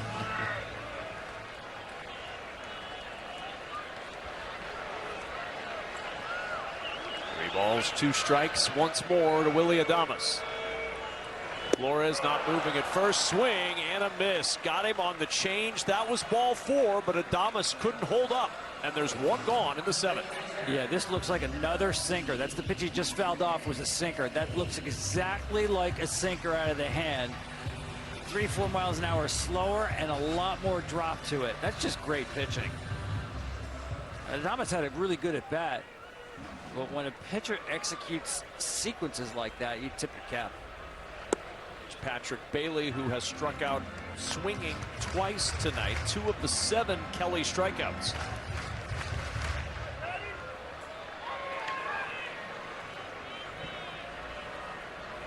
One on, 1 out now for the Giants in the 7th. 2-1 ball game. First meeting of the year between these 2 NL West foes. Yeah, and that was a good example of why you just don't send the runner 3-2 on a ground ball pitcher like Merrill Kelly, because he's able to get the swing and miss. We talked about this at the top, Kevin. He's one of the best 2-strike pitchers in the game. And you think about 2-strike pitchers, you think wipe out velocity, maybe a splitter. He does it with command and 5 different options. 1-1, and Bailey ropes it to right. That's a base hit. Bailey has had real problems all night with Kelly. This time able to get good contact on it. And a laser to right puts runners at first and second. Struck out twice on changeups. Here's another one, but look at the location. That's up and over the middle of the plate. We've talked about here, you talked about getting to his 100 pitch count. Maybe the crispness, location, not quite where it was earlier. That's a good example. Just not the same finish on that changeup. The pitch, it got him twice on the same pitch, but down in the zone, chase swings. That one was just a hanger. Yeah, that's the look of a manager who says, I wonder how much he's got left.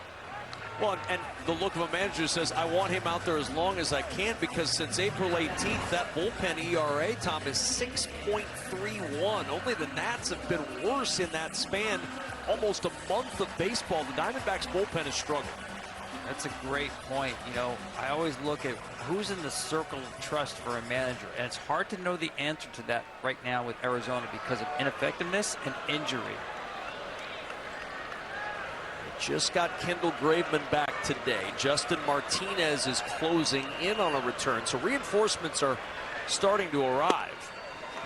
But they're going to be real careful. We were talking with Torey Lovello before the game, and he said we're going to be real careful with Kendall Graveman, going to give him some soft landing points to try to build him back up. He really hasn't pitched since September of 2023 with the shoulder injury.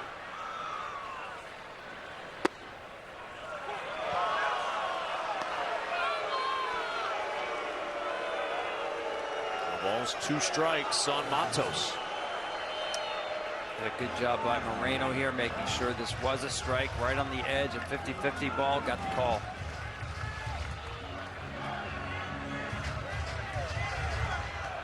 Kelly trying to work out of trouble in the 7th. Clinging to a 2-1 lead. The 0-2 is low, ball 1. To underline the point about that Arizona bullpen, Tom, they pitched 14 innings in the Dodgers series and allowed 13 runs out of the pen. You see only the lefty up, so that's for Yastrzemski, I would believe. Beeks. The 1-2. Just with the slider, 2-2 now on Matos. Pitch number 100 coming up for Merrill Kelly.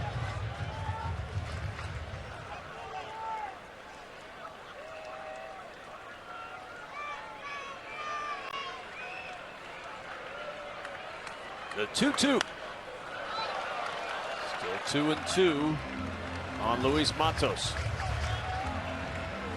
Yeah, look at the pitch count here this inning, too. You can almost see the wear and tear right now on Merrill Kelly's face. Not so much the pitch count, but it's what the count is in this inning and working out of the stretch since the leadoff batter got on base.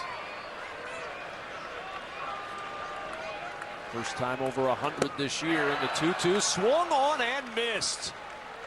A terrific changeup. 8 strikeouts for Kelly, and now 2 gone in the 7th.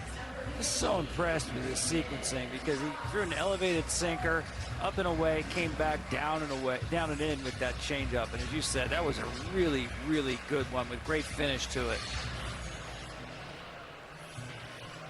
Well, as you pointed out, with the left-hander ready in the pen in Jalen Beeks, this is likely the last batter of the night for Merrill Kelly regardless. 2 on, 2 out, and the sinker low for ball 1. Yeah, I love this trust of Torey Lovello. Watching this guy pitch a great ball game, pitching his heart out. Number 9 hitter in the box, deep into a pitch count game this early in the season. Trusting he'll make a pitch to get out. And the 1-0 is lifted in the air. He made that pitch to get out. Marte will squeeze it to make sure. And Kelly goes 7 strong with a 2-1 lead. This is Arby's tender 13-hour smoked brisket in a smoker. This is Arby's tender 13-hour smoked brisket in a sandwich. This is Arby's tender 13-hour smoked brisket in a Cedric. Arby's, we have the meats. We're all unreasonable about something. For us, it's creating an uncompromisingly delicious bourbon. Handcrafted, consciously made. Maker's Mark, perfectly unreasonable. The NASCAR Cup Series is revved, ready, and roaring on FS1. Great. There are heroes and villains. You know I beat your favorite driver again. Pushing machines to the limit. Oh. Unleashing emotions that can't be contained. The NASCAR Cup Series All-Star Race from North Wilkesboro on FS1. Thirsty, headaches, fatigue, irritability. You might be dehydrated. Transform ordinary water into extraordinary hydration with Live Hydroscience. With an optimized ratio of electrolytes, essential vitamins, clinically tested nutrients, superior hydration than water alone. Get more out of your water. Tear, pour, live more. Liquid IV.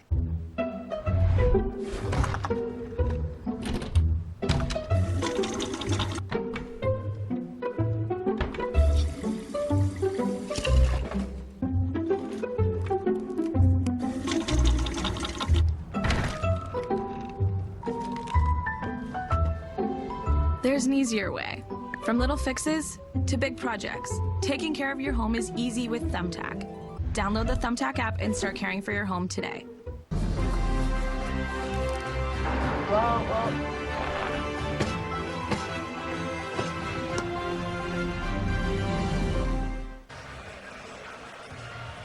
2-1 lead for Arizona in the top half of the 8th inning. Merrill Kelly getting congratulations from his teammates in the dugout. His night is done. No walks in his 7 innings pitched. That's now 80 consecutive batters without issuing a walk for Merrill Kelly. What an outing tonight. He leaves with a 2-1 lead, and Tyler Rogers on the hill now for the Giants to face Pavin Smith.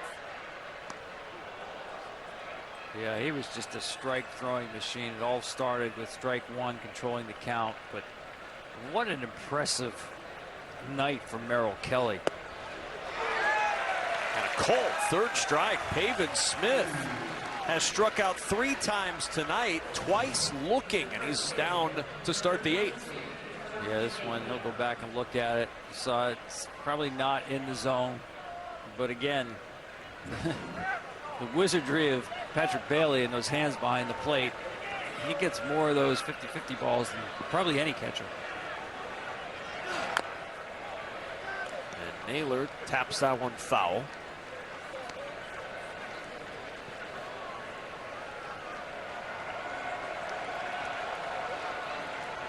Pavin Smith's night, Tom. He saw 11 pitches in 4 at-bats tonight, all strikes, struck out 3 times and flew out to center as Naylor pokes this one into left field. Coming on, making a diving catch, Elliot Ramos. Highway robbery in San Francisco. Naylor has it taken off the turf for the 2nd out. I mean, this guy's becoming a highlight machine. Over the weekend, a couple of great diving catches in Minnesota. I didn't think he was able to get to this, but he closed ground quickly. Look at that effort, flying. Look where he keeps his defensive card as well. I was just thinking the same thing. Right near the palm of his hand in his glove. I don't know anybody else who does that.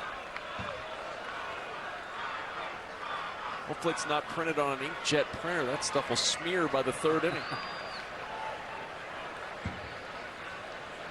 2 down for Suarez, and Eugenio Suarez looks at ball 2. 2 balls, no strikes, 2 out, top of the 8th inning. And if you're looking ahead for the Giants, that 8th inning, top of the order, Yastrzemski, Chapman, and Ramos. And on the ground to the right side, Arizona down in order for the first time tonight. A quick 1-2-3 top of the 8th. We were all looking for some place to call home. But first you need a place to look for a place to call home. And that's homes.com, because it's the best. I told you, you cannot legally say homes.com is the best. What if she says it as Morgan Freeman? I can get this. Home.com. No. Well, how can we not say it if that's our new name? Give up. Homes.com is the best.com. Did you know our Jersey Mike's order came with a $25 Fanatics promo code? I did. It's kind of hard to forget, dude. $25 Fanatics promo code for every $25 you spend in the Jersey Mike's app when you have chips and drinks. Insane deal. Awesome. Can we please turn it off while we're eating? Bro, he's right there. He can hear you. Right, Simon? Spot on. What'd he say? Simon feels very attacked right now. He feels attacked? That's what he said. Oh, he feels attacked. My Mike's members score Fanatics gear, like Simon, when you order through the app. SandCloud chose the Capital One Spark Cash Plus card. It's a serious business card with unlimited 2% cash back on everything they buy. So they reinvested their cash back to help build their retail store. What's in your wallet?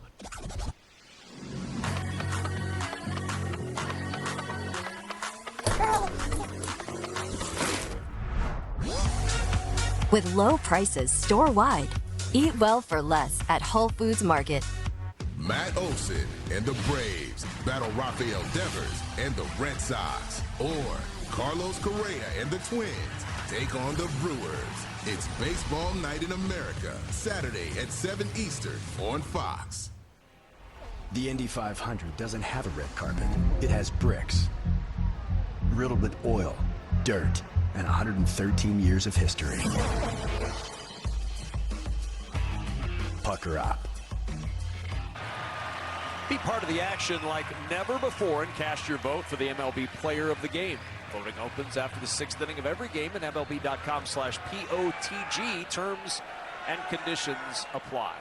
Brian Colucci, our producer, Brian Biederman, our director, never shy about influencing your vote for MLB Player of the Game as they show Corbin Carroll with 2 home runs tonight. Jalen Beeks on for his 20th outing of the year, working against Yastrzemski, Chapman, and Ramos here for the Giants in the 8th. 2 balls, no strikes on Yastrzemski, who was 0 for 3 against Merrill Kelly. Giants are thrilled to see Kelly leave this ball game. Yeah, this is 7 strong innings tonight. Anybody but Kelly, right? No offense to Beeks. Right here, I think this is, to me, statute take mode. You got to make Beeks throw a strike here. And he does not. 3-0. This has been a problem all year long. We talked about it earlier with Torey Lovullo. What do? You look down there and somebody has struggled seemingly every time out from that pen.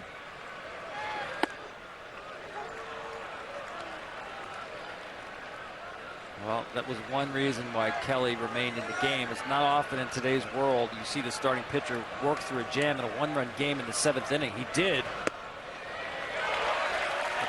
And a lead-off walk starts the Giants' half of inning number 8. Tying run is aboard in the form of Mike Yastrzemski. Yeah, the reason he could stick with Merrill Kelly is for the reason you pointed out. There's really not an obvious end game to how Torey Lovullo can manage a game with a lead right now. That's a nervous position to be in.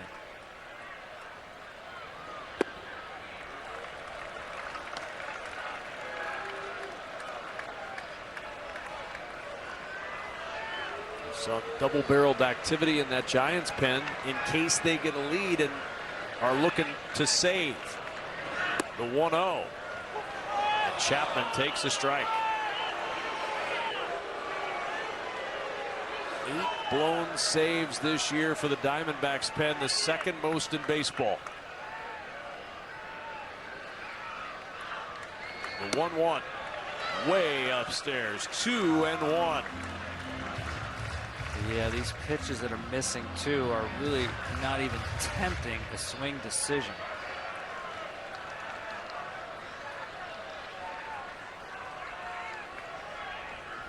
Two balls, 1 strike. Off the end of the bat, and it's 2-2.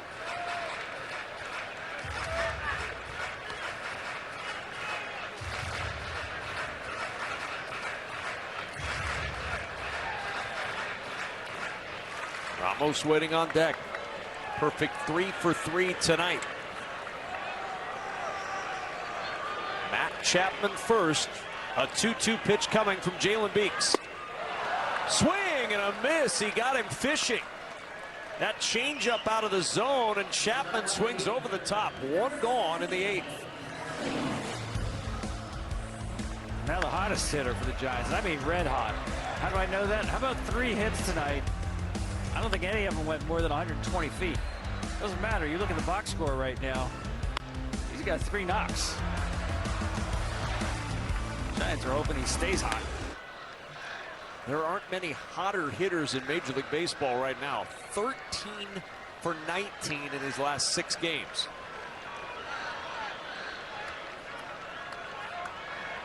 One out, 1 on. And the 1-0, big rip on that fastball. Evens it up 1-1. Got to keep an eye on Yastrzemski here. Beeks is not especially quick to the plate. And he will take a bag if he smells it. 2 balls, 1 strike.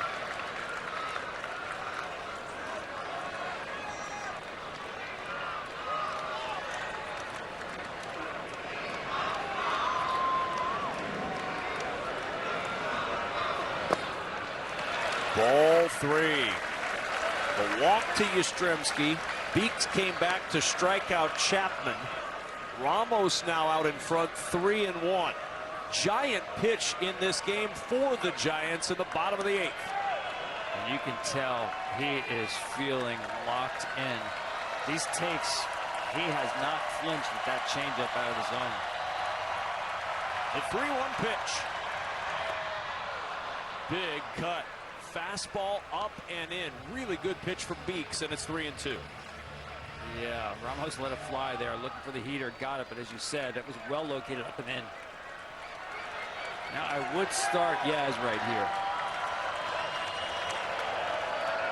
There he goes, and the 3-2 fouled off the end of the bat.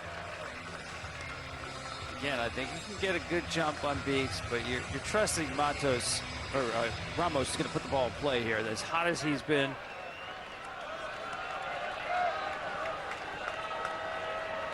He's got a walk-off home run this year. It was a Little League home run against Texas in April of this season. The 3-2 pitch fouled away, still 3-2. Bottom of the 8th here in a 1-out, 1-on situation for Ramos.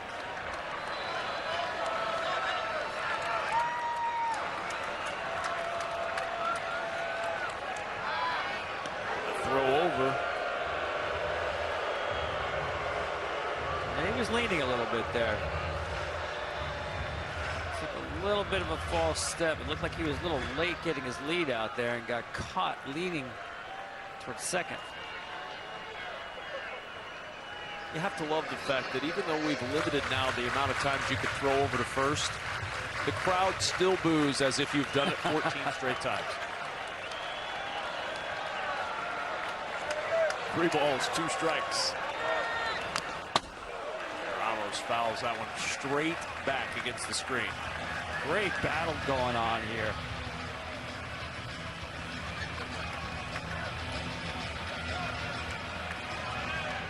See the pitch of the at-bat coming. Yeah, he's fouled off some really good pitches here.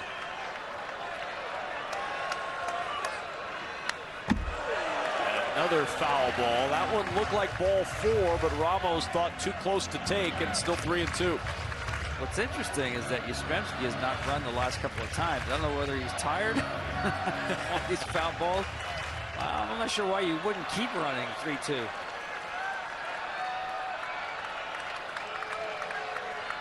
Five straight fouls. And the 3-2, no movement again from Yaz, and another foul ball.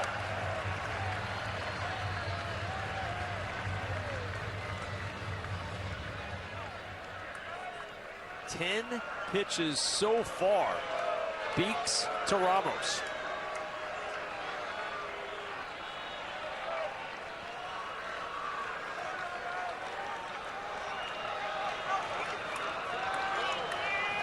Another 3-2 pitch coming from Jalen Beeks. And Ramos to left. And what a catch!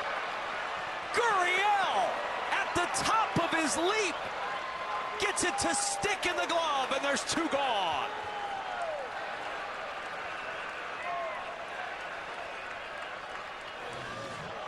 Wow. Not too often you see a left fielder essentially knocked over by a line drive, but that was what it took to haul this one in, almost like going up for a rebound.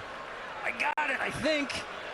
Stretched out to the max at the track. Wow, game-saving catch. And the best ball Ramos has hit. My and he has nothing to show for it after going 3 for 3 with 3 infield hits. At the end of an absolutely epic 11-pitch at bat. And now lefty versus lefty. The exit velocity nearly 111 miles an hour on that liner to Gurriel, and a high strike one to Jung-Hoo Lee.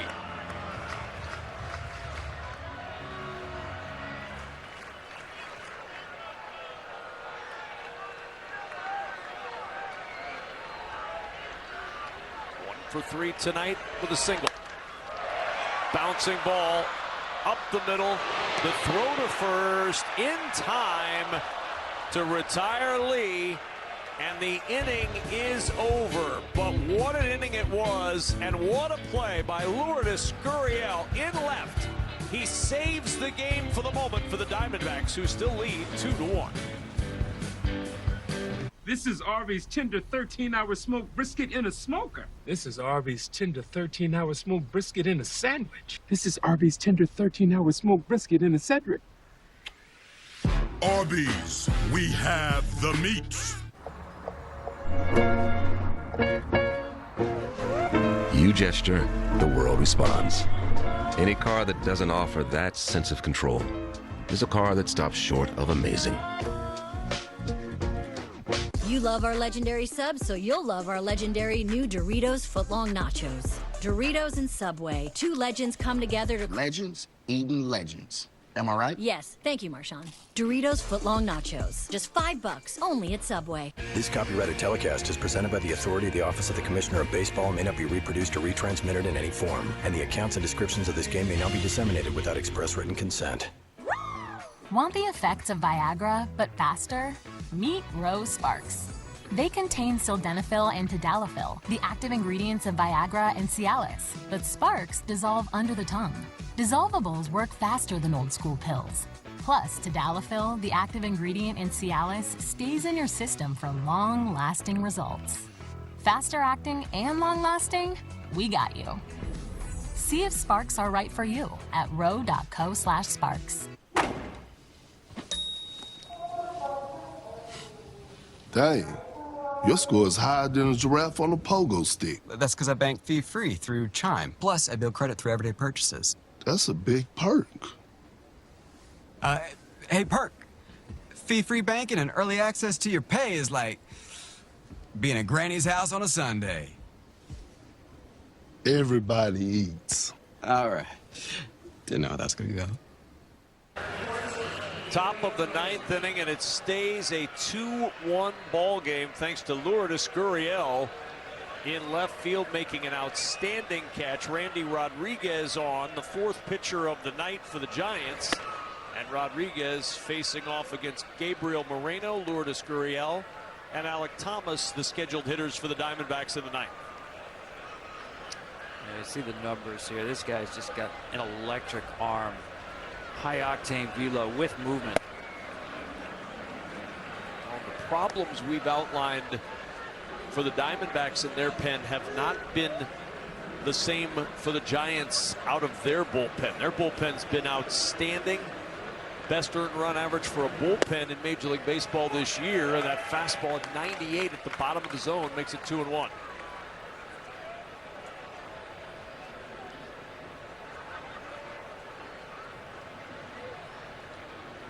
A couple of infield hits tonight. Pops this one up on the infield as well. Adames with the catch, and there's one away here in the top of the 9th. Play Ball is baseball's global youth initiative to highlight the fun and accessible ways to play our great game. To learn more, including how to find a league near you, go to playball.org and follow @playball on X, Facebook, and Instagram.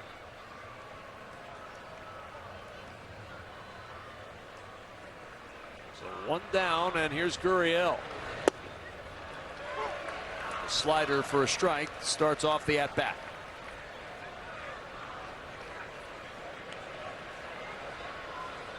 Two doubles tonight, but the biggest play, the play in left that saved the game for the moment. Mighty cut on that 99-mile-an-hour fastball, and it's quickly 0-2. Yeah, That ball gets on you, especially when it's above your hands like that. It's just great late life.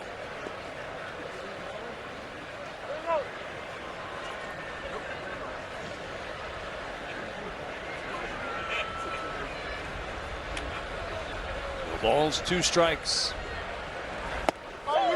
Swing and a miss, 100 miles an hour. Gurriel couldn't catch up to that one, and there's 2 gone in the 9th. There, watch his wrist here as the ball comes out of his hand. There's a little bit of a wrist wrapper behind him, but he's got a little snap. It reminds me of what Nolan Ryan used to say, that late life comes from the wrist just kind of snapping upon release of the ball. Just loose wrist, loose fingers.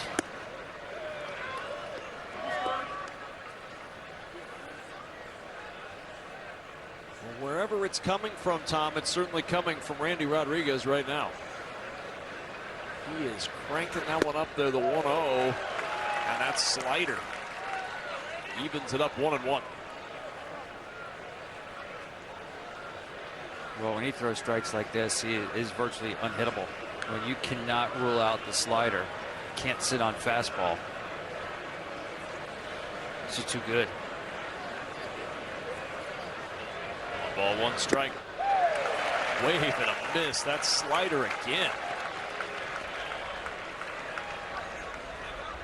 Flores, Adames, Bailey due up for the Giants in the bottom of the 9th. The 1-2. Did he go around? No swing. 2-2.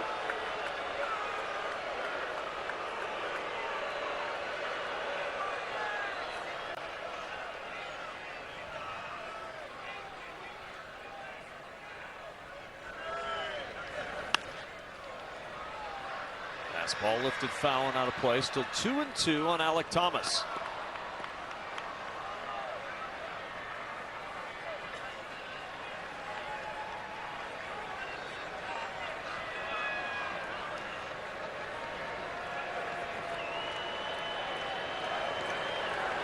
Two balls, 2 strikes, 2 down in the 9th. And a cold 3rd strike. 100-mile-an-hour fastball ends the top of the 9th. Giants need 1 to tie, 2 to win. Hey, son, vote. With plaque psoriasis, even the thought of an itchy situation can throw you off your game. Otezla is the #1 prescribed pill to treat plaque psoriasis. Car, drum. Yes. Otezla can help you get clearer skin and reduce itching and flaking. It's a bird. It's a plane. Doctors have been prescribing Otezla for over a decade. Don't use Otezla if you're allergic to it. Get medical help right away if you have trouble breathing or swallowing, swelling of the face, lips, tongue, throat, or arms. Severe diarrhea, nausea or vomiting, depression, suicidal thoughts, or weight loss can happen. Tell your doctor if any of these occur and if you have a history of depression or suicidal thoughts. Baby. What? Go. Football. Yes. Yeah! With less itchy redness, game night is a great night. Live in the moment. Ask your doctor about Otezla and scan to hear how it works for a pro football player. Safe like repair, safe like replace. Sadly, windshield chips can turn into windshield cracks. But at least you can go to SafeLight.com and schedule a fix in minutes. Sweet. SafeLight can come to you for free. And our highly trained techs can replace your windshield right at your home. Safe light, safe light. Don't wait. Go to SafeLight.com and schedule now. Safe light repair, safe light replace.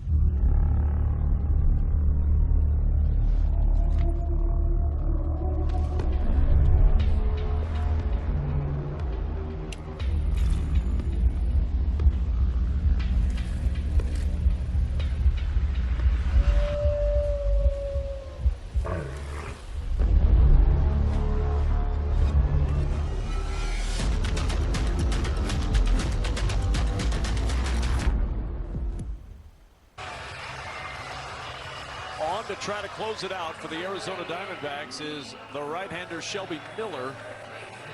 He'll face Wilmer Flores, Willie Adames, Patrick Bailey. 5, 6, and 7 in the Giants lineup. Miller 4 career saves, 1 for 3 this year, and the first pitch, the sweeper for a strike to Wilmer Flores, who is 1 for 3, had a single in the 7th. Yeah, mid-90s fastball. Righties will see the sweeper. Lefties, a really good split. On the ground, left side, Perdomo across, and there's one away in the 9th inning. Big first out recorded. Shelby Miller gets the ground out off the bat of Flores, and now it's Willy Adames with the opportunity.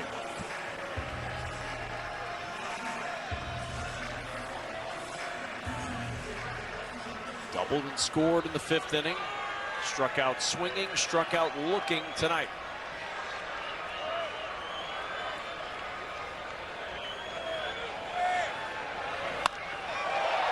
Adames in the air to right field. Pretty well hit. Carroll at the track has room to make the catch. And there's quickly 2 up and 2 down in the Giants' 9th.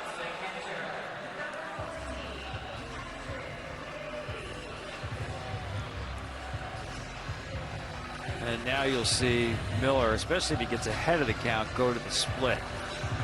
He's thrown 66 splitters this year and given up 1 hit on that pitch.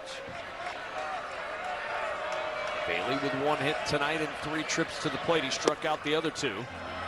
Starts off with the fastball low, and it's 1-0.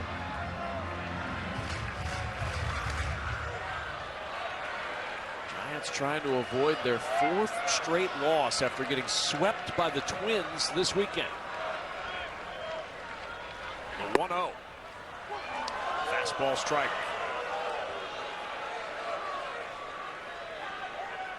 A familiar script playing out for San Francisco. 12 of their 17 losses by 2 runs or less this year. They've been in almost every game. The 1-1. In the air to left field. Long run. Gurriel, and that drops foul.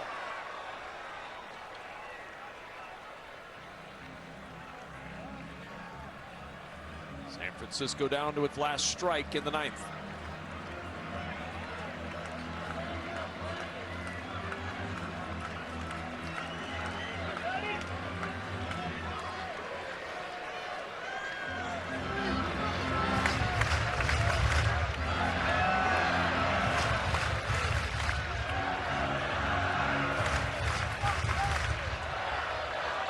Ball, 2 strikes, 2 out, bottom of the 9th, and a 2-1 lead for Arizona. Staying alive. Bailey fights off that good pitch. You were looking for that one, Tom, and there it was. That's a good foul ball because that was well located, especially with 2 strikes. He's not shown the fastball up yet. That's where I'd go here. It's the one pitch that really has given Patrick Bailey some trouble this year. Velocity above the hands. 1 ball, 2 strikes. 2 down, bottom of the 9th. 2-2.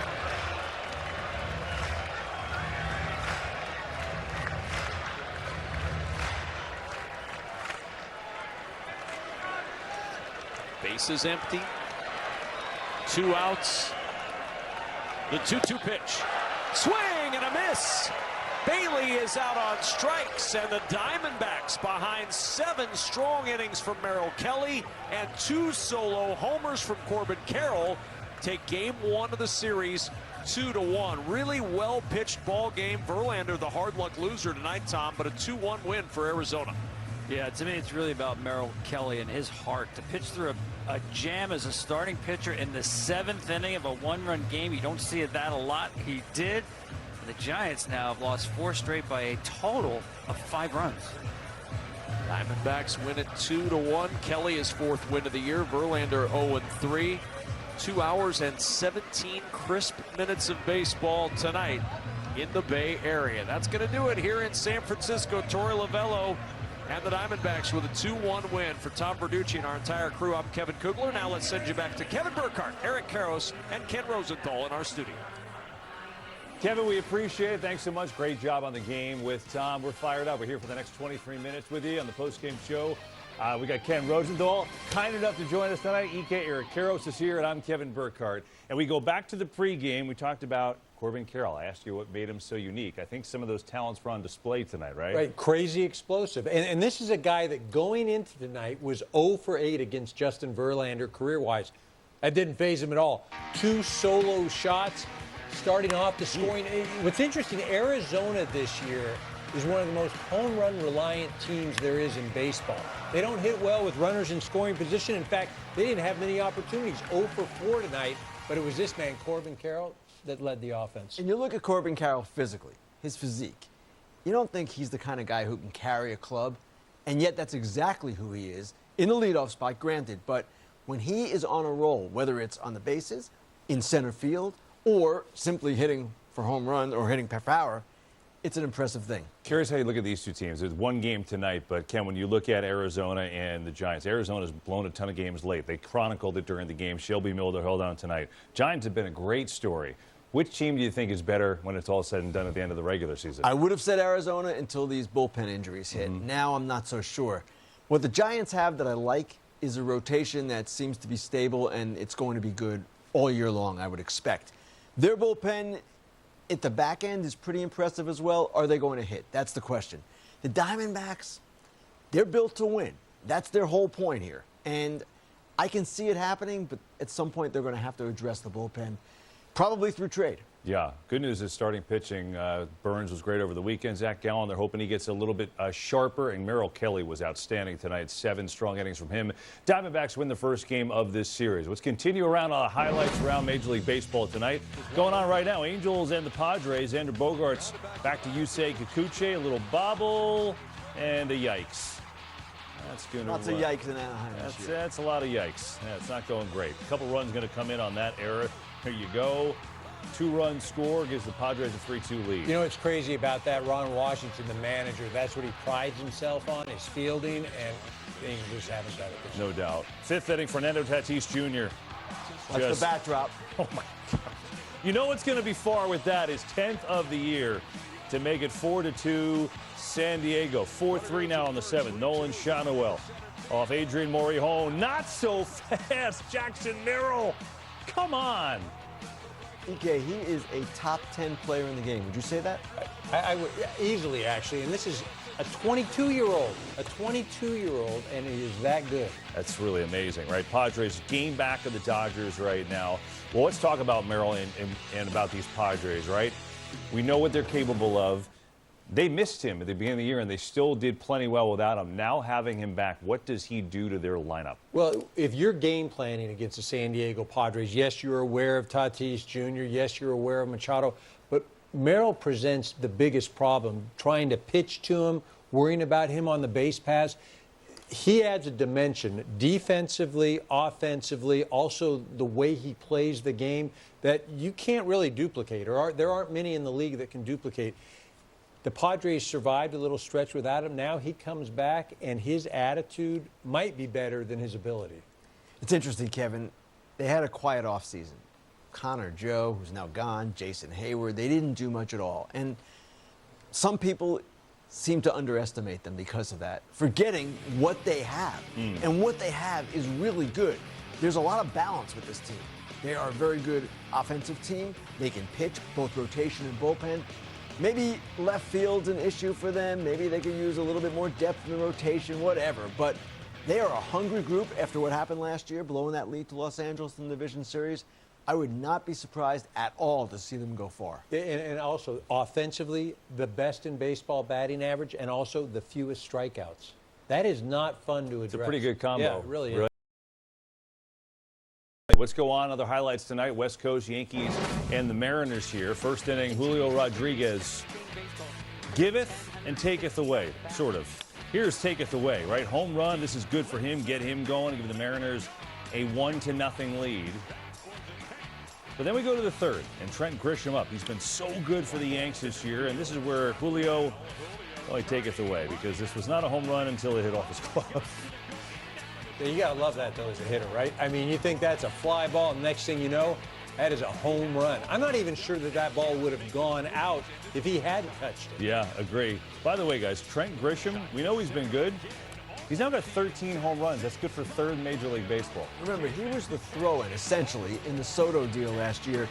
Kind of sat on the bench last year, played a very minor role, and I love stories like this, when guys kind of defy all expectations, and he certainly is doing that. Austin Wells, 3-run bomb for the Yanks, his 8th of the year. Yanks with a big inning there moments ago. This is the big dumper, Cal Raleigh, with a man on going deep. It's what, his 13th of the year, I think. He's having an amazing season. When did Seattle start playing small? Like at a ballpark. I mean, we're watching home runs left and right. It really is. Red Sox, Tigers, this is a long night for Boston. Gleyber Torres against Tanner Houck. A long night for Tanner Houck, and it started here with a 2-run shot from Gleyber. And the ex-Yankee is fitting in nicely with the Tigers, 2-0. Then it's Riley Green. Little League home run. Watch this. To right. Oh, boy. Wilyer Abreu. Long run after that one. So Riley Green hustling, chugging. How tired is he right about that? Well, you know what's crazy is you'll be at a youth game, right? And that'll happen in Little League, and some parent will be screaming like, oh, I can't believe, oh, my kid did this and that. You see it at the big league level. And he's an excellent defender, Wilyer Abreu. It still happens. And Green hustling all the way, comes on in to score. So the Tigers going off 6-0. More for that. Trey Sweeney. This is not a Little League home run. This is a real over-the-fence home run of the 3-run variety. It's 9-0. Tanner Houck. Oof. But more.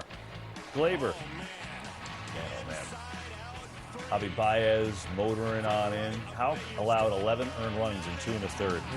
That's twice this season, 10 or more. Red Sox have to get him right, no doubt. 14-2, I should say, Tigers. Royals, Astros, second inning, Michael Massey at the plate. Looking for a little pop, and he's got it. He'll go on out of there in Houston, right to the Phoenician he came. You know what's interesting? The Royals don't hit a lot of home runs. That's one of their issues, but they've been swinging a little better as of late. They have, and this guy's always swinging pretty good. Bobby Witt Jr. to the wall. That's going to be a run-scoring triple, 3-0 Kansas City, and then it's India. Another base hit. This is a good sign for them. India, Massey, the complementary players, they have to do more because they're too reliant on Witt, Perez, and Pasquantino.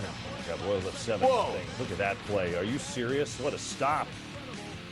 That is incredible. It was a bullet, but nicely done defensively. Massey with the turn, 4-6-3. And there you go.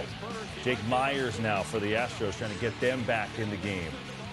2-run score. Look at this, a little overrun in right field again. All of a sudden, you got a game, 3-run game. You go to the bottom of the ninth. It's a 2-run game. Carlos Estevez trying to close it out.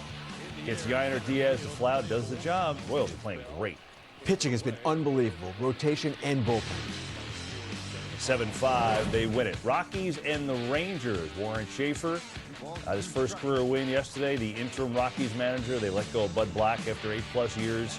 And so today they got a great pitching performance from the former top pick Chase Dollander.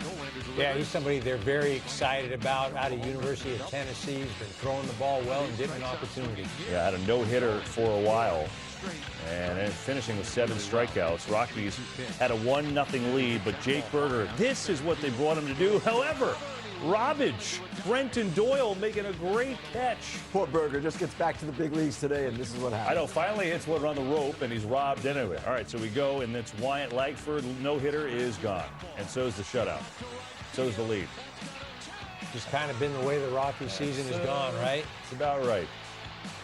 Langford goes deep. Dollander's day done after 6. And it's, oh my goodness, Chris Martin. How did he catch that? I think it caught him. Yeah. Right? That's unbelievable. All right, 9th inning. Jacob Webb trying to close it out. Bases loaded. Kyle Farmer. I mean, Rockies just can't buy one. No, they can't. There you go. So, Rangers, all of a sudden, they've won 3 in a row, playing a little bit better. So the Yankees, we've talked so much on the pregame show and every day about Aaron Judge and his greatness, Ken, but it is their supporting cast. You know, in the offseason, you go back and the loss of Juan Soto. Well, the addition of Ben Rice, not the addition, he was there, but he's really been great. Trent Grisham, Austin Wells, guys have stepped up in the departure of Paul Goldschmidt, of course. No doubt. More than him. And it's been really interesting to see how their offense has evolved, and Rice has been a huge part of it. That was a guy that the Yankees have been very high on, and I don't know that the rest of the industry necessarily appreciated him. But he is an offensive force right now. And yes, Austin Wells, He's going to be a big-time player, it looks like. And surprising performances from Grisham and guys like that. Jazz is out right now, and they're still doing good things. They don't have a third baseman, and they're still doing good things. Good signs for the Yankees. I think also that they're waiting, hoping that Cody Bellinger has some signs of life, because he has not been what they had hoped for. And yet, still a long way to go. As Kenny mentioned, third base is an issue. They can get better. They can get better. Yeah, they can. And let's not forget Giancarlo. That's a great point, Yeah. right? Supposed to come back soon, so good signs for the Yanks. Great supporting cast. Trent Grisham, 13 home runs, third most in the majors. Crazy. He's been great. All right, let's keep on going. Highlights. Cardinals, hottest team in the league, taking on the Phillies, one of the best teams in the league. Christopher Sanchez, all-star last year, and he may be better this year. Well, he's going to have to be a big piece for this pitching staff, right? He, Wheeler, Luzardo, those are the guys that are going to have to carry him to the postseason. Yeah, 8 strikeouts, 6 innings for him. And then Alec Bohm bounces one, gets great D, though. Brendan Donovan says, nah, throws it with one flip of the glove, gets the out. Nicely done. Still 1-0 game after that. Still the next hitter. It's Edmundo Sosa. To normally reliable Nolan Arenado. That time the bobble, and that is going to cost them, and the Phillies will tie it up because of it. To the 6th. Ivan Herrera taking Sanchez the other way. Deep, and that's out. Hard to hit home runs against Sanchez, but he's a bit more vulnerable this year. And the 7th inning, tied at 2. Mason Wynn against Matt Strom, and he knew it, and it's gone. And the Cardinals have won 9 straight. 1 game out of first place. We've talked about the Cubs endlessly this season, and yet the Cardinals are right there. Talk more about the Cardinals in a moment. 4th inning, Nationals down to the Braves 2-zip. Here's James Wood going deep the other way. He's got 11 home runs, man. He is really going to be a superstar. Big game James, right? Oh, yeah, exactly. And why not use it again? Later in the inning, Luis Garcia. Watch Michael Harris. I mean, seen it 10 times today, and I still can't get enough of it. I mean, that really is a crazy route. It's just how to even, I mean, the athleticism, there's Vic Wirtz right there. Yeah, right? Exactly. Saying, come on, Willie. 5th inning, Marcell Ozuna just rips one. That is gone, and it will be 3-1 Atlanta. Feels like Braves are in position, right? Well, maybe not. Top of the 9th. Tying runs in scoring position. Dylan Cruz, ground ball. Uh-oh, Nick Allen with a misplay. 2-run score, and we're tied. Allen's so reliable all season, been a big stalwart for them defensively. Not tonight. Bottom of the 9th, Alex Verdugo. That is a winner. Up and through Braeswood. Walk it on off, 4-3. They get the win. Back to the Cardinals. Ken, you mentioned it. They're a game behind the Cubs. They did nothing in the literally nothing in the offseason. No one thought they'd be in contention. Well, now they are. Are we taking them seriously? Are they for real? We have to take them seriously. They've had some really good things happen. Victor Scott II, of course, being one of them. Lars Nootbaar. Arenado has been resurgent. Jordan Walker and Nolan Gorman still have not come on. So there are some areas where they can improve. They have good starting pitching. 3rd most innings in baseball. But I just don't know if this is a sustainable thing for them. We'll see. They've played really well. This is John Mozeliak's last year as president of baseball operations. He's going to want to keep them competitive, and it's going to be really interesting at the deadline.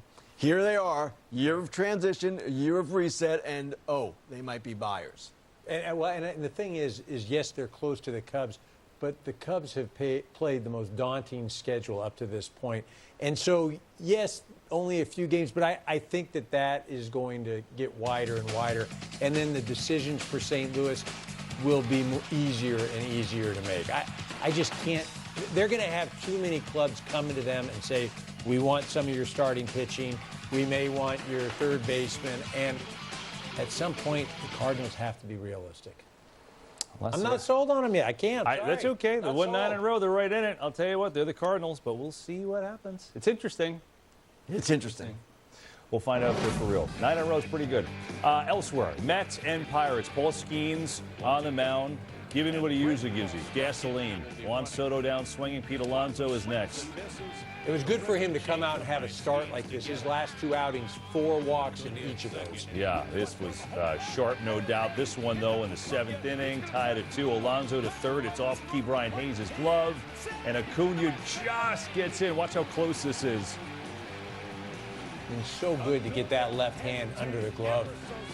So the Mets have a lead. 8th inning, Joey Bart at the plate.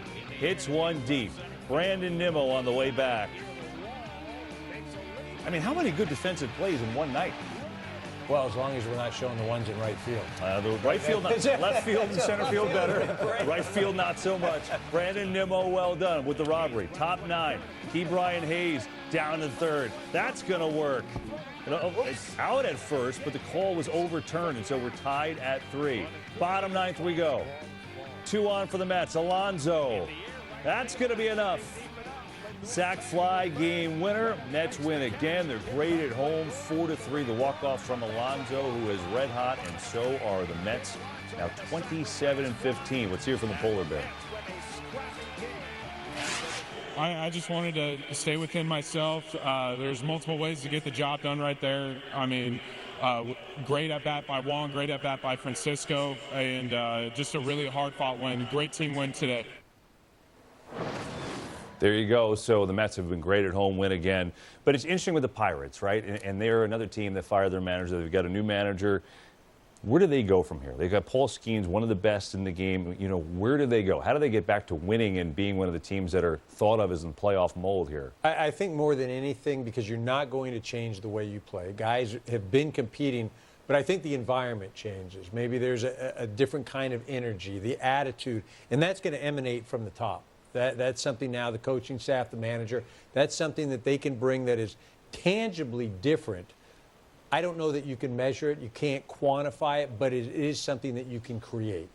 Really interesting quote tonight after the game from Isaiah Kiner-Falefa, talking about the managerial change and the effect it's had on the team. He said, if you look at how we've been playing our game, this is the Pirates I envisioned at the beginning of the year or when I got traded here. I think DK, Don Kelly, the new manager, is keeping everybody loose, and we are all just rallying around him.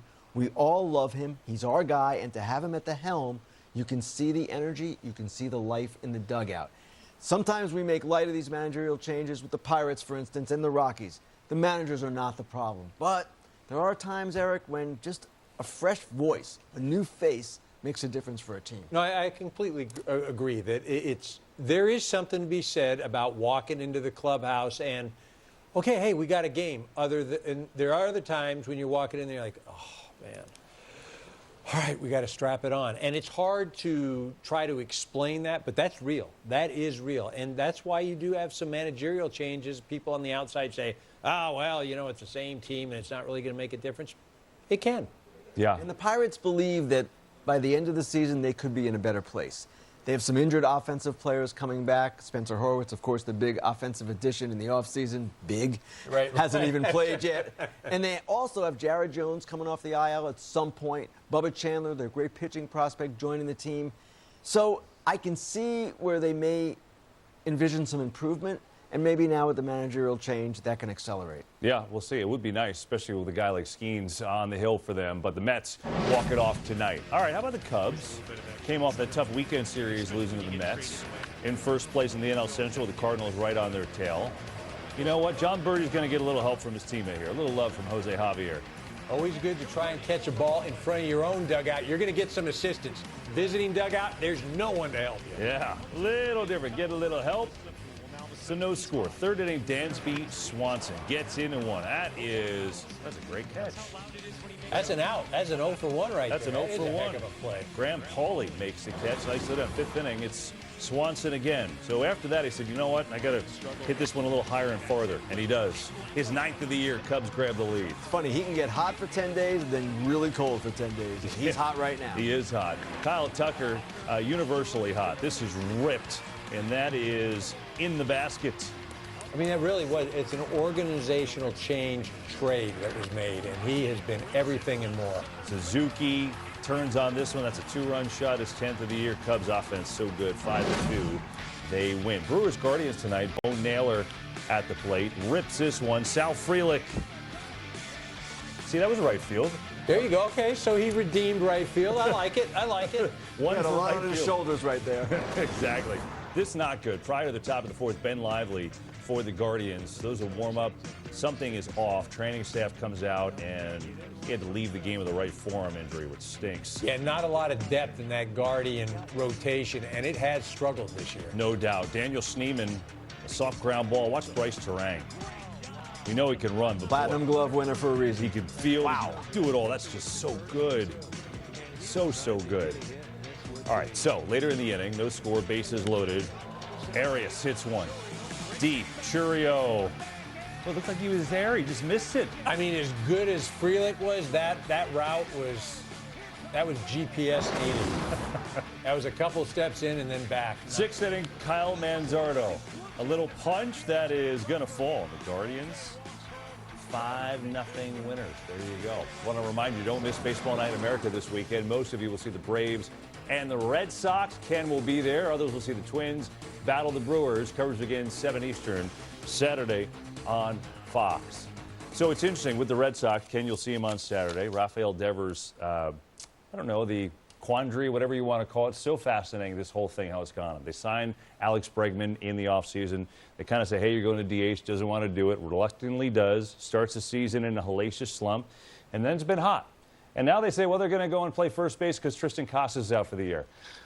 Okay, now what? Where are we? It's a weird situation. Well, I think the fact that it's played out publicly, that's not great. And the expectation to just go over and ask your star hitter to go learn a position in the middle of the season, in the beginning of the season, I really don't think that's fair to the player. And I don't think the organization handled this well. To just go over there and play first base for a handful of games, okay, I get it. But you're asking him to go over there and be the everyday guy. Not an easy position to play, to learn all the nuances, to learn the footwork, to stay out of harm's way. And you don't think that mentally he's not going to have, the pride's going to be there. I want to do well. Does that impact the hitting? I just don't think it's worth it. You have some young players that you could put over at first base, let them learn the position. You don't do it with your star player. When they asked him to be the DH after signing Alex Bregman, that was justified. Devers is not the third baseman defensively that Bregman is. Everyone could understand that, even if Devers didn't like it. This request is much less justified for all the reasons Eric just stated. It's not Rafael Devers' fault that they don't have a backup first baseman. It's not his fault that they want to create the opening at the DH spot for Yoshida once he is healthy. They're kind of asking him to be the guy who plugs holes for them when, as Eric said, he's their $300 million superstar. He's not some super utility guy. So I'm with Eric here. The organization, to me, I can understand them asking, and I can understand fans saying, how come this guy can't move? But it's a lot more complicated than people think. And you know what? I've heard, publicly, oh, well, Mookie Betts done it for the Dodgers. We're not even talking about the same type of athlete. So please don't even use that comparison. Oh, Mookie would play any. Yes. Okay. You're asking about Devers, who is not a great third baseman, to go learn a new position at the big league level. Yeah. No. Mookie had time to prepare, not a full spring, but he had time. Bryce Harper, time to prepare when he moved to first. This is much different. Yeah.